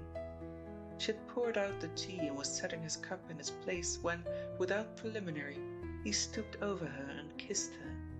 Another second and she was in his arms. She did not struggle, but her grave eyes were fixed steadfastly on his, and she said quietly, "I've something I'd like to say to you." "Well, you can say anything you wish, my dear," said the amorous Willings, holding her tightly and looking into her unflinching eyes. Before she could speak again, his mouth was against hers. She tried to get her arm between them and to exercise the jiu-jitsu trick she had learned at school, but he knew something of that science. She had seen on entering the room that at one end was a curtained recess, and toward this he was half lifting, half carrying her. She did not scream. Indeed, to Raphael, she seemed more yielding than he had dared to hope. Twice she tried to speak, and twice he stopped her. She struggled nearer and nearer to the curtained brocade. The two Italian servants were in the kitchen, which was somewhat removed from the room, but they heard the scream and looked at one another, and then, with one accord, they flew into the hall. The door of the drawing room was unlocked. They flung it open. Near by the curtain, Raphael Willings lay on his face, 3 inches of Assyrian dagger in his shoulder, and standing by him, staring down at him, was a white-faced girl. One of the men jerked the dagger from his master's back and lifted him groaning to a sofa, whilst the other rushed to the telephone. In his agitation, the Italian, who was endeavouring to staunch the flow of blood from the wound, jabbered unintelligibly at the girl, but she did not hear him, and would not have understood him if she had. Like one in a dream, she walked slowly from the room, through the hall and into the open. Raphael Willings's car was drawn up some distance from the front of the house, and the chauffeur had left it unattended. She looked round. There was nobody in sight. Then all her energies awakened, and she sprang into the driver's seat and pressed the plug of the starter. With a whine and a splutter, the engine started up, and she sent the car flying down the drive. But here was an obstacle. The iron gates at the end were closed, and she remembered that the chauffeur had had to get down to unlock them. There was no time to be lost. She backed the car, then sent it full speed at the gates. There was a smashing of glass, a crash as the gates broke, and she was in the road with a damaged radiator, lamps twisted beyond recognition, and a mudguard that hung in shreds. But the car was moving, and she set it spinning in the direction of London. The hall porter of the flats in which she lived did not recognize her. She looked so wild and changed. "Aren't you well, miss?" he asked, as he took her up in the lift. She shook her head. Once behind the door of her flat, she went straight to the telephone and gave a number, and to the man who answered, she poured forth such a wild, incoherent story, a story so punctuated by sobs that he found it difficult to discover exactly what had happened. I'm through, she gasped. "I can do no more. I will not do more. It was horrible, horrible." She hung up the receiver and staggered to her room, feeling that she was going to faint unless she took tight hold of herself. Hours passed before she was normal, and it was in that condition that Mr. Derek Yale found her when he called that evening, her old, calm, insolent self. "This is an unexpected honor," she said coolly. "And who is your friend?" She looked at the man who was standing behind Yale. "Thalia Drummond," said Yale sternly, "I have a warrant for your arrest." "Again?" She raised her eyebrows. "I seem always to be in the hands of the police. What is the charge? Attempted murder, said Yale. The attempted murder of Mr. Raphael Willings. I caution you that what you now say may be taken down and used in evidence against you. The second man stepped forward and took her arm. Thalia Drummond spent that night in the cells of Marylebone Police Station. Chapter 39. As to what happened, I have yet to learn, said Derek Yale to his silent but attentive Inspector Parr. I arrived at Onslow Gardens just after Willings had taken the girl away. The servants at the house were rather reluctant about giving me information, but I soon discovered that she'd been taken to Willings's house in the country. Whether she enticed him or he lured her is a matter for discovery. Probably he's under the impression that she went against her will. All along I've suspected Thalia Drummond as being something more than a servant of the Crimson Circle. Naturally, I was a little alarmed and flew off to Thetfield, arriving at the house just after she'd left. She escaped in Willings's car, smashing the lodge gates en route. By the way, that girl has got nerve. How is Willings? He will recover. The wound is superficial. But what is significant is the proof that the crime was premeditated. Willings only missed the dagger with which he was stabbed this afternoon, after he had left the girl alone in his armory whilst he put on his overcoat. He thinks she must have carried it in her muff, and that, of course, is very likely. He gives me no very clear account of what were the events which immediately preceded the stabbing. Said Inspector Parr. What sort of a room was it? I mean, the room where this nearly occurred. A pretty little drawing room, communicating with what Willings calls his Turkish room. It is a marvelous replica of an Eastern interior, and I should imagine the scene of more or less disreputable happenings. Willings hasn't the best of reputations. It is only separated from the drawing room by a curtain, and it was near the curtain that he was found. Mr. Parr was so absorbed in his meditation that his companion thought he had gone to sleep. But the inspector was not asleep. He was very wide awake. He was conscious of the appalling fact that once more whatever kudos attached to the latest of the Crimson Circle's outrages went to his companion, and yet he did not grudge him the honor. Without warning, he delivered himself of a sentiment which seemed to have no bearing whatever upon the matter they were discussing. All great criminals come to grief through trifling errors of judgment, he said oracularly. Yale smiled. The error of judgment in this case, I presume, being that they didn't kill our friend Willings. He's not a nice man, and I should imagine of all the members of the cabinet he could best be spared. But I, for one, am very grateful that these devils did not get him. I am not referring to Mr. Willings, said Inspector Parr, rising slowly. I am referring to a stupid little lie told me by a man who really should have known better. And with this cryptic utterance, Mr. Parr went off to break the news to Jack Beardmore. It was typical of him that Jack was the first person who came to his mind when he learned of Thalia Drummond's arrest. He was fond of the boy, fonder than Jack could guess, and he knew, even better than Yale, how heavily the weight of Thalia Drummond's guilt would lie upon the man who loved her. Jack had already received his shock. The news of the girl's arrest had been published in the stop-press columns of the late editions, and when Parr arrived he was the picture of desolation.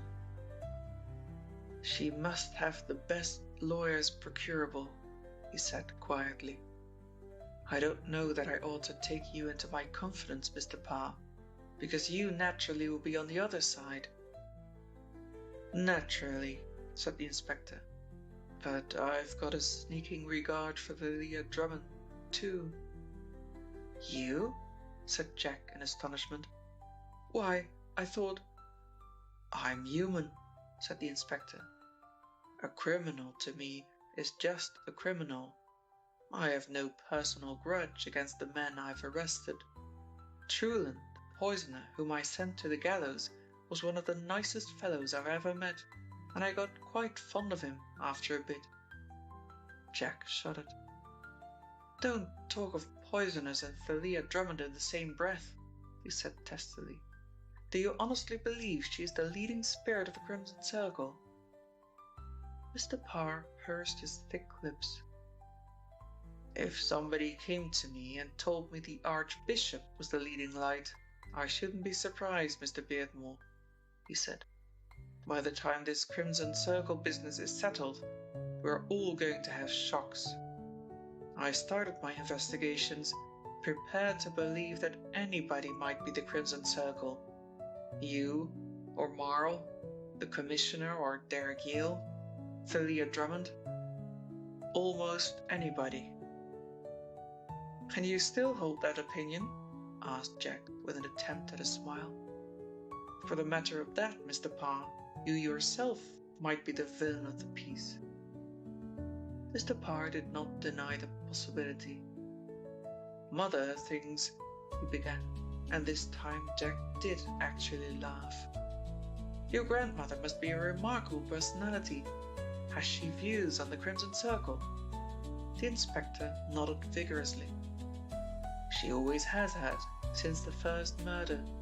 She put her finger down on the very spot, Mr. Beardmore. But Mother always could do that sort of thing. I've had my best inspirations from her. In fact, all the—" He stopped himself. Jack was amused, but he was pitying too. This man, so ill-equipped by nature for his work, had probably won himself a high place in the police service by dogged, unimaginative persistence.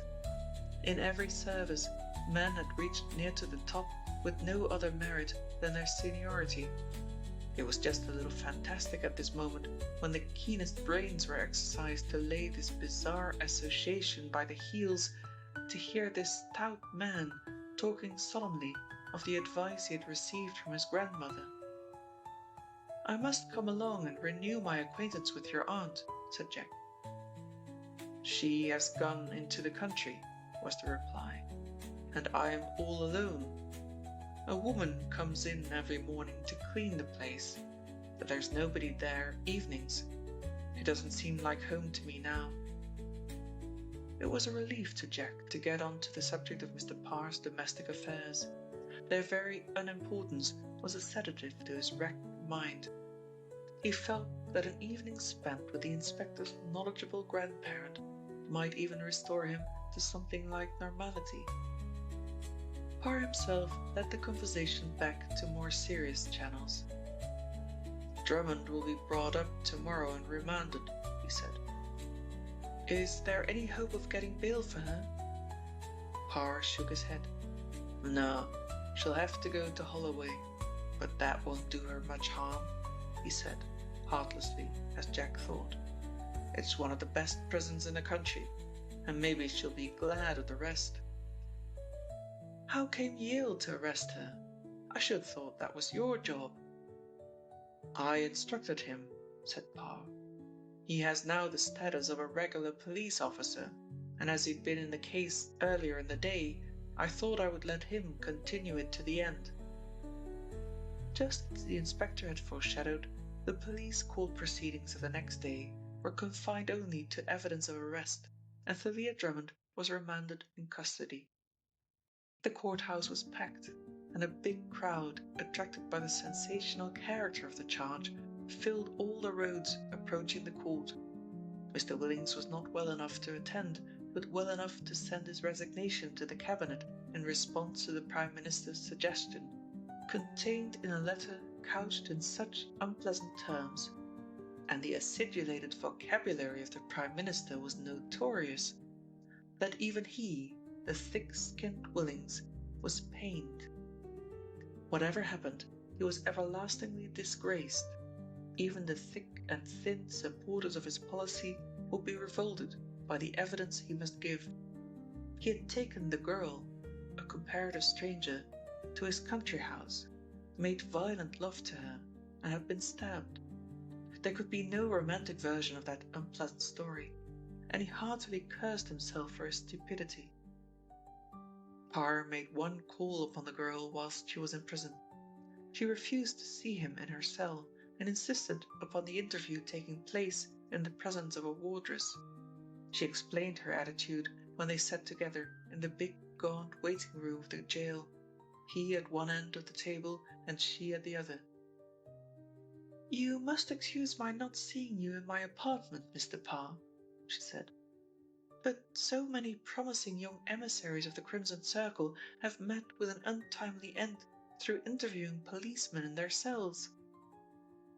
"The only one I can recall," said Parr stolidly, "is Sibley."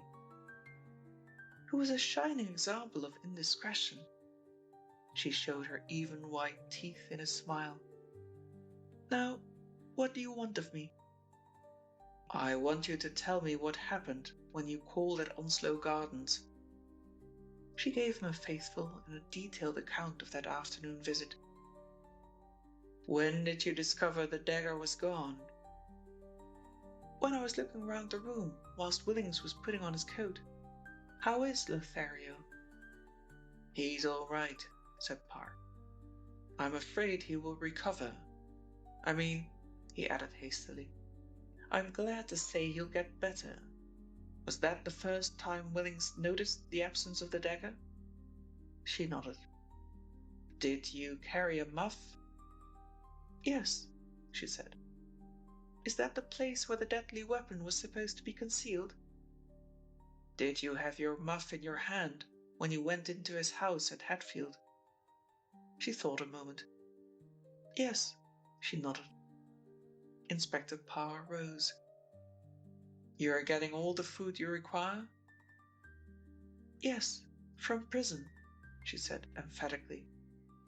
"Prison food will suit me very well, thank you, and I do not want anybody, out of mistaken kindness, to send in luscious dishes from outside, as I understand prisoners on remand are allowed."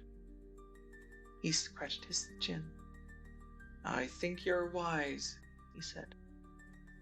Chapter 40. The Escape. The outrage upon Raphael Willings had produced something like a panic in the cabinet. Mr. Parr learned how profound was the concern when he returned to headquarters, and the Prime Minister was justified in his anxiety. The Crimson Circle had not stated when the next blow would fall, or upon whom. The inspector was sent for to Downing Street, and was closeted with the Prime Minister for 2 hours. It was the first personal consultation he had had, and it was followed by a meeting of the inner cabinet, a fact that was duly recorded in the newspapers. It was said, but without authority, that the life of the Prime Minister had been threatened, and this statement was neither denied nor affirmed. Derek Yale, returning to his flat that night, found Inspector Parr waiting on the doormat. "Is anything wrong?" he asked quickly. "I want your help," said Parr, and did not speak again until he was sitting in a comfortable chair before the fire in Yale's sitting room. "You know, Yale, that I've got to go, and the Prime Minister is considering the advisability of my going a little sooner than I'd expected. There has been a cabinet committee appointed, and they are calling into question the methods which headquarters are employing, and I have been asked by the Commissioner to attend an informal meeting at the Prime Minister's house tomorrow evening." "What is the idea?" asked Yale. "I'm to give a sort of lecture," said Parr gloomily, "and explain to the members of the Cabinet the methods I have employed against the Crimson Circle. You probably know that I've been given unusual powers, and that I have not been asked to tell the government all I know.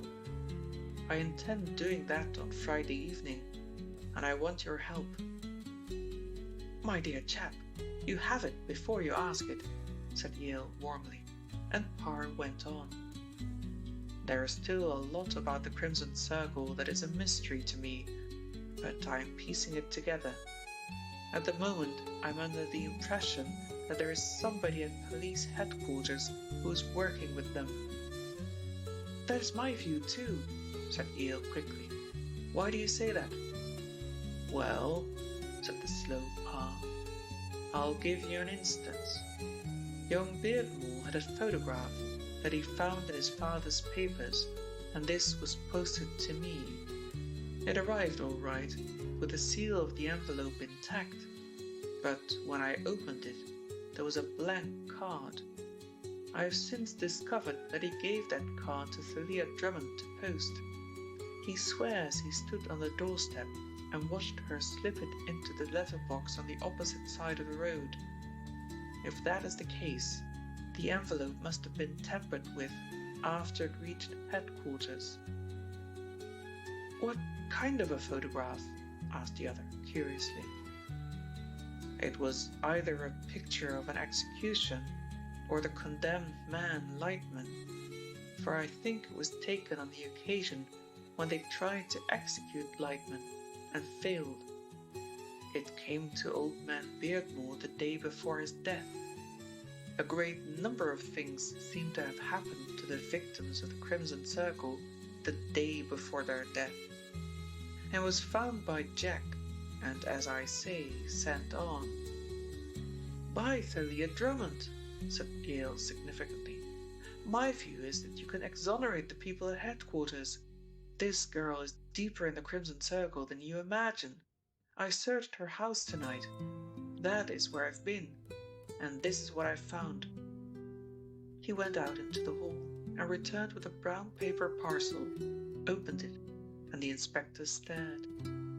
A gauntlet glove and a long, bright-bladed knife were exposed when Yale cut the string and stripped away the paper wrapping. This glove is a fellow to that which was found in Froyant's study. The knife is an exact pair to the other. Parr took up the gauntlet and examined it. Yes, this is the left hand, and the one on Froyant's desk was the right, he agreed. It is a worn motor glove. Who is the owner? Try your psychometric powers, Yale. I've already tried, said the other, shaking his head. But the glove has passed through so many hands that the impressions I receive are very confused. At any rate, this discovery confirms the theory that Thalia Drummond is in the business up to her neck. As to the other matter you were speaking about, he said, as he wrapped the knife and glove carefully in the paper, I shall be most happy to assist you. What I want from you, said Parr, is that you shall fill in the spaces which I cannot fill. He shook his head. I only wish Mother could be there, he said regretfully. Mother? Said the astonished Yale. My grandmother, said Mr. Parr soberly. The only detective in England, bar you and I. It was the first time that Derek Yale ever had reason to suspect that Mr. Parr possessed a sense of humor. It was typical of that period of excitement when the name of the Crimson Circle was on every tongue, that sensation should follow sensation. But probably no incident created so much excitement as that which, in scrawling headlines, greeted Derek Yale as, sitting in bed, sipping his tea, he read the newspaper the following morning. Thalia Drummond had escaped. People escape from prison in works of fiction. They've been known to make a temporary getaway from dread Dartmoor, but never before in the history of the prison service had a woman escaped from Holloway, and yet the wardress unlocking the door of Thalia Drummond's cell in the morning found it empty. It took a great deal to shock Derek Yale, but the news temporarily paralyzed him. He read the account of the escape word by word, and in the end he was as mystified as ever. But there it was, in cold print, officially admitted and communicated to the early morning press by the government with unnatural haste. Owing to the unusual importance of the prisoner and the character of the offence alleged against her, extraordinary precautions were taken to guard her. The patrol which usually visits the ward in which her cell was situated was doubled, and instead of hourly, half-hourly visits were paid by the officers on duty. It is not customary to look into every cell on these occasions, but at 3 o'clock this morning, the wardress, Mrs. Hardy, looked through the observation hole and saw the prisoner was there. At 6 o'clock, when the cell door was opened, Drummond was missing. The bars of the window were intact, and the door had not been tampered with. A search of the prison grounds showed no trace of her footsteps, and it is almost impossible that she could have escaped over the wall. It is equally impossible that she could have left by the ordinary means, since it would have necessitated her passing through 6 separate doors, none of which had been forced, or through the gatekeeper's lodge, which is occupied throughout the night. This new proof of the Crimson Circle's omnipotence and extraordinary powers is very disconcerting, coming as it does at a moment when the lives of cabinet ministers are threatened by this mysterious gang. Yale glanced at the clock. It was 11:30, and then he looked at the newspaper and saw that his servant had brought him an early edition of one of the evening papers. He was out of bed in a second, and not waiting for breakfast, rushed off to headquarters to find Inspector Parr in a very good humour, considering all the circumstances. "But this is incredible, Parr. It's impossible. She must have friends in the prison." "That is my idea entirely," said Parr. "I told the commissioner in the identical words that she must have friends in the prison." "Otherwise," he said after a pause, "how did she get out?" Yale looked at him suspiciously. It did not seem the moment or the occasion for flippant talk, and Inspector Parr's tone was undoubtedly flippant. Chapter 41. Who is the Crimson Circle? Yale learned no more details than those he had already read, and took a taxi to his city office, which he had not visited for 2 days. The escape of Thalia Drummond was a much more important affair than Parr seemed to think. Parr. An awful thought occurred to Derek Yale. John Parr. That stolid, stupid-looking man. It was impossible. He shook his head, yet put his mind resolutely to the task of piecing together every incident in which Inspector Parr had figured, and in the end, impossible. He muttered again, as he walked slowly up the stairs to his office, declining the invitation of a lift boy. The first thing he noticed when he unlocked the door was that the letterbox was empty. It was a very large letterbox, with a patent flap device designed so that it was impossible for an outside pilferer to extract any of its contents. The wire cage reached almost to the floor, and letters that came through the slot in the door had to fall through revolving aluminium blades, which made the letter thief's task a hopeless one. And the letterbox was empty. There was not so much as a tradesman's circular. He closed the door quietly and went into his own room. He took no more than a pace into the interior and then stopped. Every drawer in his desk was open. The little steel safe by the side of the fireplace, concealed from view by the wooden paneling, had been unlocked, and the door was now open. He looked under the desk. There was a tiny cupboard, which only an expert could have found, and here Derek Yale had kept the more intimate documents connected with the Crimson Circle case. He saw nothing but a broken panel and the mark of the chisel that had wrenched it free. He sat for a long time in his chair, staring out of the window. There was no need to ask who was the artist. He could guess that. Nevertheless, he made a few perfunctory inquiries, and the lift boy supplied him with all the information he needed. "Yes, sir. Your secretary has been this morning. The pretty young lady. She came in soon after the offices were opened. She was only here about an hour, and then she left." "Did she carry a bag?" "Yes, sir. A little bag," said the boy. "Thank you," said Derek Yale, and went back to headquarters to pour into the phlegmatic Mr. Parr's ear a tale of rifled desk and stolen documents.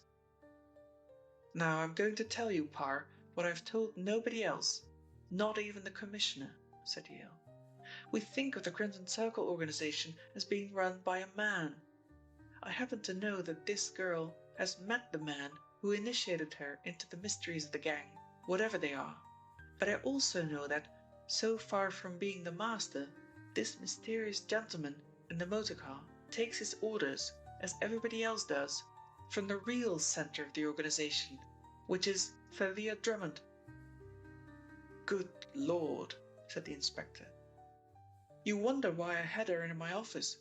I told you it was because I thought she would bring us closer to the circle, and I was right. But why dismiss her? Asked the other quickly. Because she had done something which merited dismissal, said Yale, and if I had not fired her then and there, she would have known that I was keeping her in my office with an object. I might have saved myself the trouble, apparently, he smiled, because this morning's work proves that she knew what my game was. His thin, delicate face darkened, and then he said almost sharply, When you have told your story tonight to the Prime Minister and his friends, I have a little story to tell which I think will surprise you. Nothing you can say will ever surprise me, said Mr. Parr. The third shock which Derek Yale received that day came on his return home. The first half of his surprise was to find that his servant was out. The one woman he employed did not sleep on the premises, but she was supposed to remain in the flat until 9 o'clock in the evening. It was exactly 6 when Derek Yale came in to find the place in darkness. He turned on the light and made a tour of the rooms. Apparently, the sitting room was the only apartment which had been disturbed, but here, whoever the intruder had been, and he could guess her name, she had been very thorough and painstaking. It was not necessary for him to seek out the servant and discover what had happened. She had been called away from the house by a message purporting to come from him. He guessed that much. And whilst she was away, Thalia Drummond had examined the contents of the flat at her leisure. A clever young woman, said Derek without malice, for he could admire even the genius which was employed against himself. She had lost no time. Within 12 hours she had broken jail, ransacked both his office and his flat, and had removed documents which had a vital bearing upon the Crimson Circle. He dressed himself leisurely, wondering what would be her next move. Of his own he was certain. Within 24 hours, Inspector Parr would be a broken man. From a drawer in his dressing room he took a revolver, looked at it for a moment speculatively, and slipped it into his hip pocket. There was going to be a startling and a sensational end to the chase of the Crimson Circle, an end wholly unforeseen by the spectators of the tragic game. In the wide lobby of the Prime Minister's house he found a guest, the excuse for whose presence he could not fathom. Jack Beardmore had certainly been a sufferer from the activities of the Crimson Circle, but he had no part in the latter incidents. I suppose you are surprised to see me, Mr. Yale, laughed Jack as he took the other's hand. But you're not more surprised than I am to be invited to a meeting of the cabinet. He chuckled. Who invited you? Parr? To be exact, the Prime Minister's secretary. But I think Parr must have had something to do with the invitation. Don't you feel scared in this company? Not very, smiled Derek, slapping the other on the back. A youthful private secretary bustled in and ushered them into the severe drawing room, where a dozen gentlemen were talking in 2 groups. The Prime Minister came forward to meet the detective. Inspector Parr has not arrived. He looked questioningly at Jack. I presume this is Mr. Beardmore, he said. The inspector particularly asked that you should be present. I suppose he has some light to throw upon poor James Beardmore's death. By the way, your father was a great friend of mine.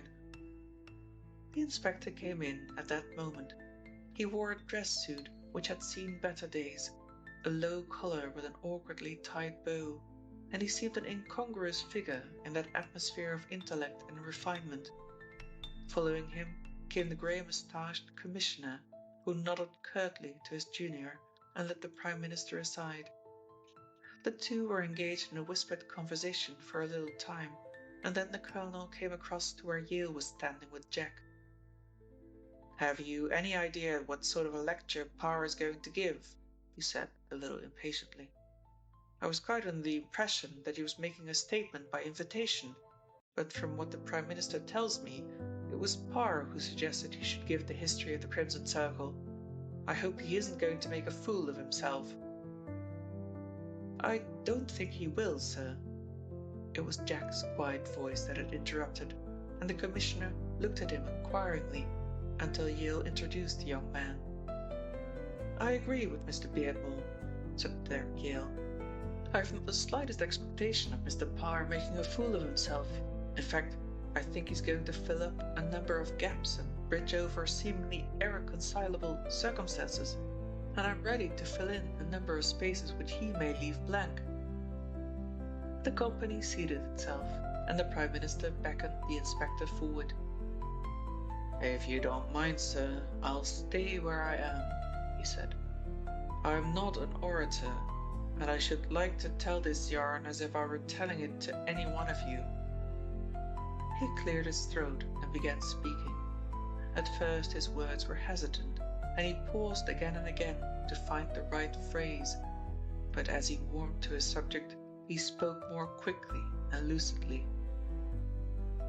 "The Crimson Circle," he began, "is a man named Lightman, a criminal who committed several murders in France, was condemned to death, but was saved by an accident from execution. His full name is Ferdinand Walter Lightman, and on the date of his attempted execution, his age was 23 years and 4 months. He was transported to Cayenne and escaped from that settlement after murdering a warder, and is believed got away to Australia. A man answering his description, but giving another name, was working for a storekeeper in Melbourne for 18 months, and was afterwards in the employment of a squatter named MacDonald for 2 years and 5 months. He left Australia in a hurry, a warrant having been issued against him by the local police for attempting to blackmail his employer.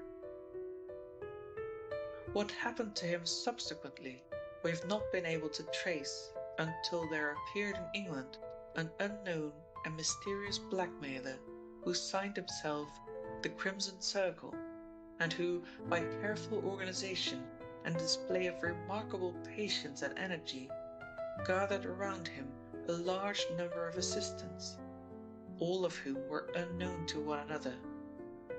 His modus operandi, the inspector stumbled at the phrase, was to find out somebody in a responsible position who was either in need of money or in fear of prosecution for some offense which he or she had committed. He made the most careful inquiries before he approached his recruit, who was finally interviewed in a closed car driven by the Crimson Circle himself. Usually the rendezvous was one of the London squares, which had the advantage of having 4 or 5 exits, and a further advantage of being poorly lighted. You gentlemen are probably aware that the residential squares of London are the worst illuminated streets in the metropolis. Another class of recruit the Crimson Circle was very eager to secure was the convicted criminal. In this way he dragged in Sibley, an ex-sailor of a particularly low intelligence who was already suspected of having committed murder, and who was the very man for the Crimson Circle's purpose. In this way he secured Thalia Drummond. He paused. A thief, and an associate of thieves. In this way, too, he found the black man who murdered the railway director. For his own purpose, He put in Brabazon the banker, and would have taken Felix Marl, only, unfortunately for Marl, they had been associated together in the very crime for which Lightman nearly lost his life. More unfortunate still, Marl recognized Lightman when he met him in England, and this is the reason why Marl was eventually destroyed, the murderer employing perhaps the most ingenious method that has ever been used by a homicidal criminal. You can well understand, gentlemen, he went on. They were following the little man with strained interest. The Crimson Circle. Why did he call himself Crimson Circle? It was Derek Yale who asked the question, and for a little while the inspector was silent. He called himself Crimson Circle, he said slowly, because it was a name he had amongst his fellow convicts. About his neck was a red birthmark. And I'll blow the top of your head off if you move. The heavy caliber Webley he held in his hand covered Derek Yale. Put your hands right up, said the inspector. And then suddenly he reached out his hand and tore away the high white collar which covered Yale's neck. There was a gasp.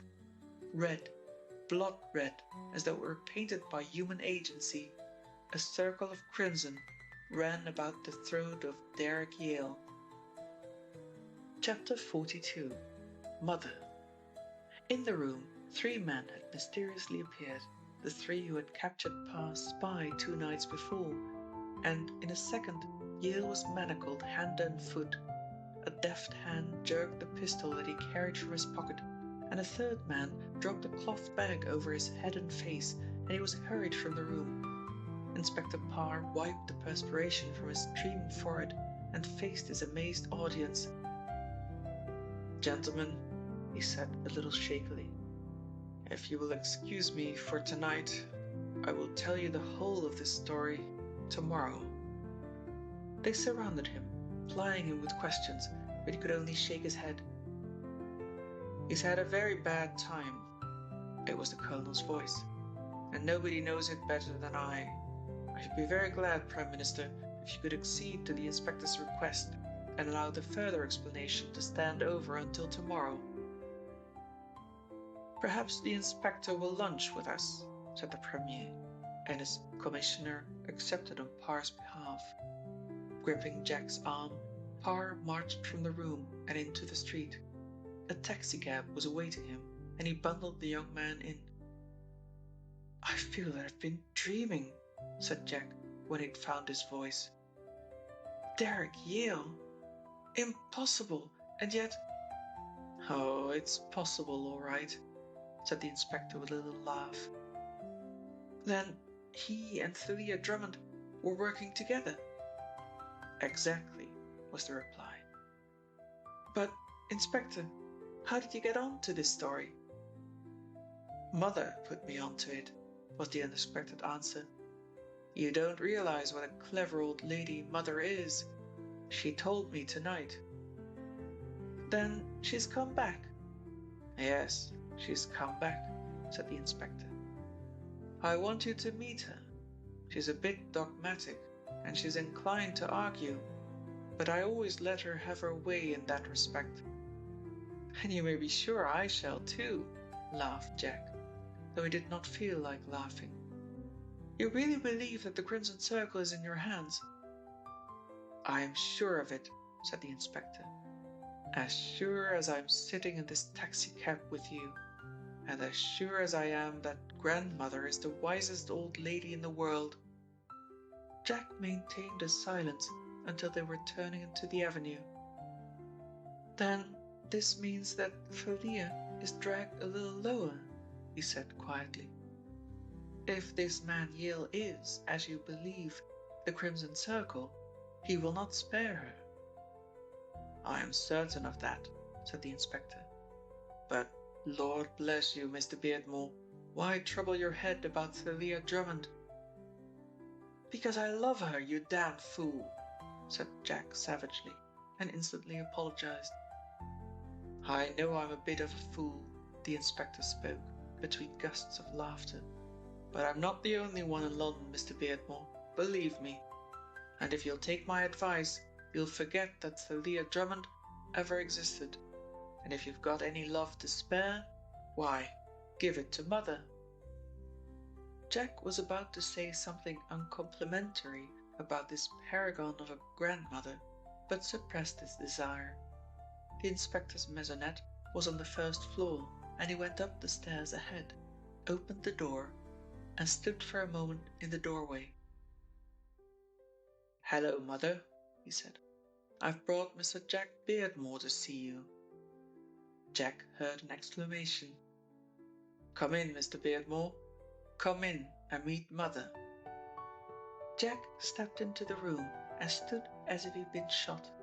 Facing him was a smiling girl, a little pale and a little tired-looking, but undoubtedly, unless he were mad or dreaming, Thalia Drummond. She took his outstretched hand in hers and led him to the table, where a meal for three was laid. "Daddy, you told me you were going to bring the commissioner," she said reproachfully. "Daddy?" stammered Jack. "But you told me she was your grandmother." She patted his hand. "Daddy has developed a sense of humor, which is very distressing," she said. "I'm always called Mother at home, because I've mothered him ever since my own dear mother died, and that story about his grandmother is nonsense, but you must forgive him." "Your father?" said Jack. Thalia nodded. "Thalia Drummond Pa, that is my name. Thank goodness you aren't a crime investigator, or you would have made inquiries and discovered my ghastly secret. Now, eat your supper, Mr. Beardmore. I cooked it myself." But Jack could neither eat nor drink until he had learned more, and she proceeded to enlighten him. "When the first of the Crimson Circle murders occurred, and Daddy was put into the case, I knew that he had tremendous work in front of him, and that the chances were he would fail. Daddy has a lot of enemies at headquarters, and our commissioner asked him not to take the case, knowing how difficult it was going to be. You see, the commissioner is my godfather," she added smilingly, "and naturally he takes an interest in our affairs. But Daddy insisted, though I think he regretted it the moment he had taken it on. I've always been interested in police work, and just as soon as Father got behind the Crimson Circle organization and knew the methods that the Circle employed to gather its recruits, I decided to start upon a career of crime. Your father received the first threat 3 months before it was put into execution.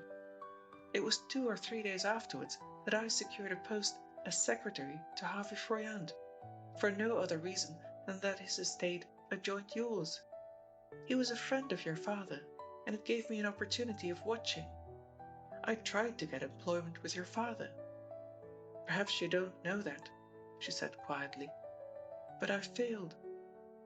Even more dreadful, I was in the wood when he was killed." She squeezed his hand sympathetically. "I didn't see who it was who fired the shot, but I flew forward to where your father was lying, only to discover that he was beyond help, and then, seeing you through the trees running across the meadows towards the wood, I thought I'd better get away. The more so," she added, "since I had a revolver in my hand at the time, for I had seen a man stalking in the wood and had gone in to investigate. With the death of your father, there was no longer any need for me to remain in the service of Mr. Froyant. I wanted to get closer to the Crimson Circle, and I knew the best way to attract the attention of the man who controlled the gang was for me to embark on a criminal career. It was not providential that you were passing the pawn shop when I came out after pledging Mr. Froyant's golden image. My father maneuvered that, and when he described me as a thief and an associate of crooks, it was to create an atmosphere which would impress Derek Yale, or Ferdinand Walter Lightman, to give him his real name. There was no danger of my being sent to prison. The magistrate treated me as a first offender, but my reputation was gone, and immediately after, as I expected, I received a summons to meet the head of the Crimson Circle. I met him one night in State Square.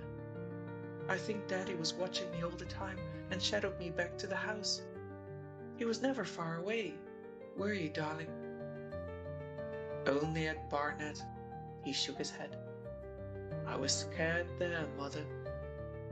My first task as a member of the Crimson Circle was to go to Brabazon. You see, Yale's method was to set one member to spy upon another. Mr. Brabazon puzzled me. I was never quite sure whether he was straight or crooked, and of course I had no idea at first that he was a member of the gang. I had to begin stealing again in order to sustain my character.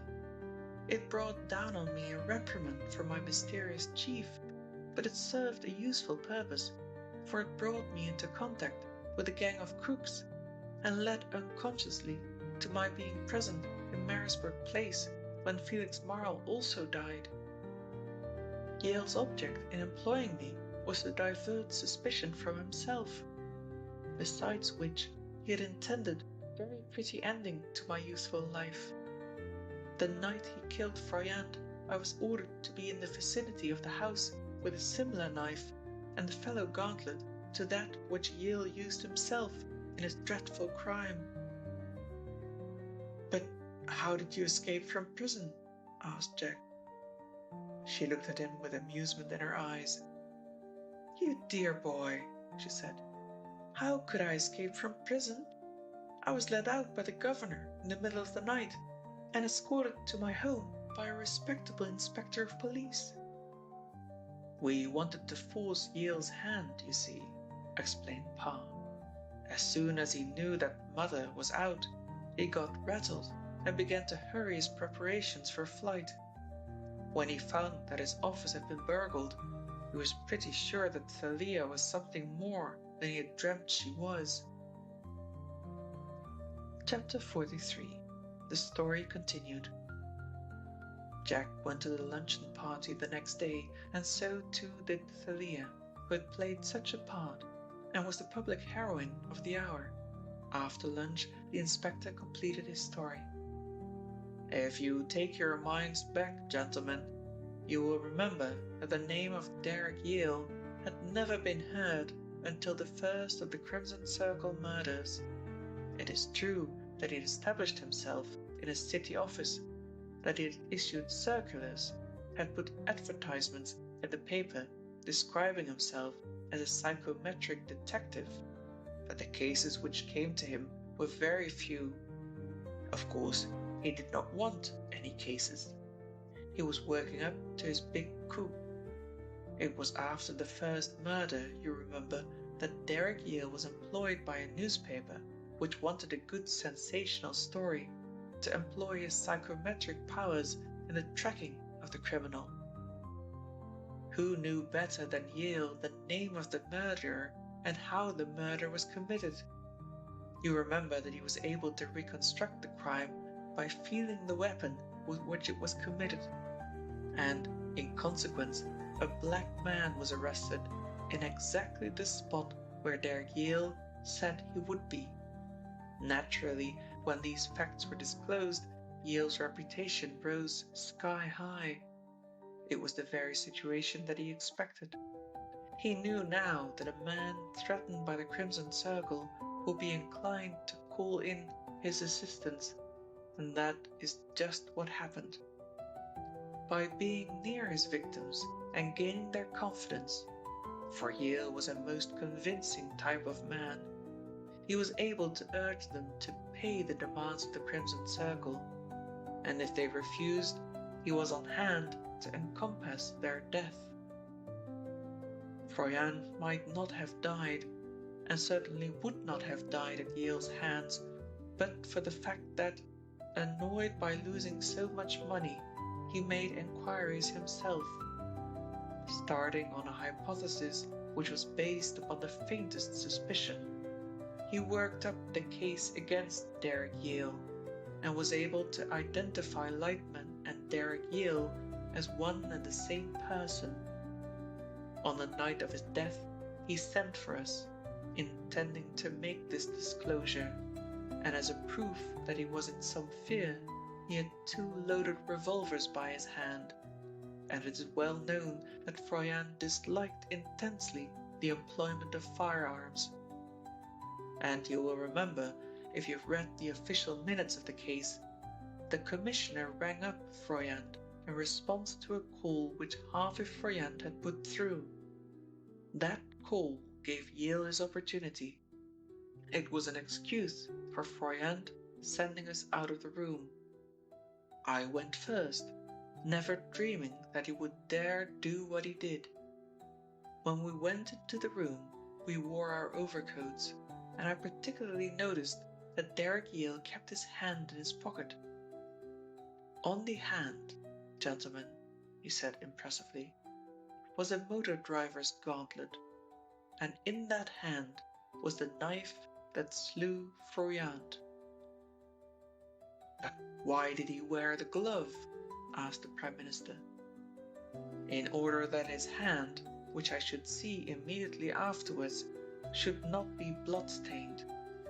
The moment my back was turned, he lunged straight at Froyant's heart, and Froyant must have died instantly. He slipped off the glove and left it on the table, walked to the door, and seemed to be carrying on a conversation with a man who was already dead. I knew this had happened, but I had no proof. He had brought my daughter there, intending to get her into the house, which we immediately searched, with the intention of accusing her of the crime. But she very wisely went no farther than to the back of the house, and then, suspecting his plot, went home. But I am anticipating. Amongst the people whom we had to guard was James Beardmore, and James Beardmore was a land speculator, a man who knew all kinds of people, good and bad. That day he was expecting a visit from Marl, whom he had never seen, and he mentioned Marl's name earlier in the day to his son, but not to Derek Yale. As Marl came toward the house, the last person in the world he expected to see was his fellow criminal of Toulouse jail, a man whom he had betrayed to his death. Derek Yale must have been standing at the end of the shrubbery, and Marl caught a momentary glimpse of him and went back to the village, ostensibly to London, in a panic of fright, determined in his fear that he would kill Lightman before Lightman killed him. His courage must have oozed. He was not a particularly brave man, and instead he wrote a letter to Yale, pushing it under his window, a letter which Yale read and partially burned. What the letter was I cannot tell you, except it was probably a statement that if he, Marl, was left alone, he would leave Yale alone. He could not have known in what capacity Mr. Derek Yale was posing. The words Block B undoubtedly referred to the block at Toulouse prison. From that moment, Marl was a doomed man. He was conducting a little blackmail of his own with Brabazon, an agent of the Crimson Circle, and Brabazon must have intimated the danger to Yale, who, in his capacity as detective, visited the shop to which all the Crimson Circle letters were addressed, and on the pretext of aiding justice, opened them of course, and saw their contents without having the responsibility of being the person to whom they were addressed. It was Brabazon's intention to bolt on the day of Marl's murder, and with that object he had cleared out the whole of Marl's balance and had made preparations for flight. On Marl's death, suspicion naturally fell upon him, and, intimated by the Crimson Circle that he was in danger, he hurried off to the riverside house which we searched. Detective Inspector Parr chuckled. When I say we searched it, I mean Yale searched it. In other words, he went into the room where he knew Brabazon was and came down reporting that all was clear. There's one point I'd like you to clear up. The chloroforming of Yale in his office, said the Prime Minister. That was clever, and deceived me for a moment. Yale handcuffed, strapped, and chloroformed himself after he had put the money in an envelope and dropped it down the letter chute. It was addressed to his private residence. Do you remember, sir, that the postman left the building, having cleared the box a few minutes after the outrage? Unfortunately for Yale, I had let Thalia into the room and put her into the cupboard, where she witnessed the whole comedy and retrieved the chloroform bottle which he had put into a drawer of his desk. The last victim, Mr. Raphael Willings. Here Parr spoke very clearly and deliberately, owes his life to the fact that he conceived an unhealthy attachment for my daughter.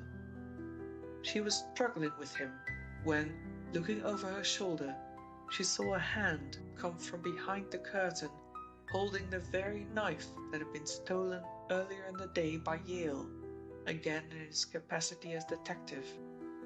It was aimed at Mr. Willings's heart, but by a superhuman effort she thrust him aside, but not so far as to save him completely. Yale, of course, was on hand to discover the outrage. I should imagine he was very annoyed when he found it was not a murder, and of course he had no difficulty in fixing it upon Mother, upon Thalia Drummond Parr. Consider the cleverness of his operations, said Parr admiringly. He had thrust himself into the front rank of private detectives so that he was on hand to receive information which was invaluable to him as the Crimson Circle. He was eventually taken to police headquarters at my suggestion, where the most important documents came under his notice. Some of them were not quite as important as he thought, but it saved Mr. Beardmore's life when Yale had the first handling of a photograph of himself taken a few moments before the abortive execution. Now, gentlemen, are there any other points that you wish cleared up? There is one I will clear up which is probably not obscure.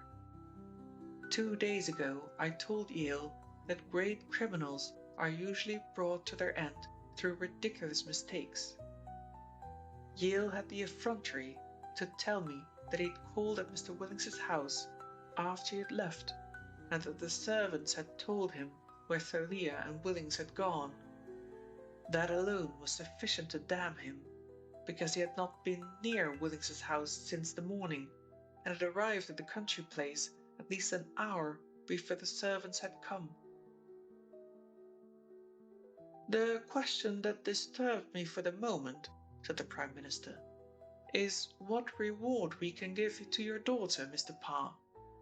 Your promotion is of course an easy matter to arrange, for there is an assistant commissionership vacant at this moment, but I don't exactly see what we can do for Miss Drummond, except of course to give her the monetary reward which is due for having brought about the capture of this dangerous criminal.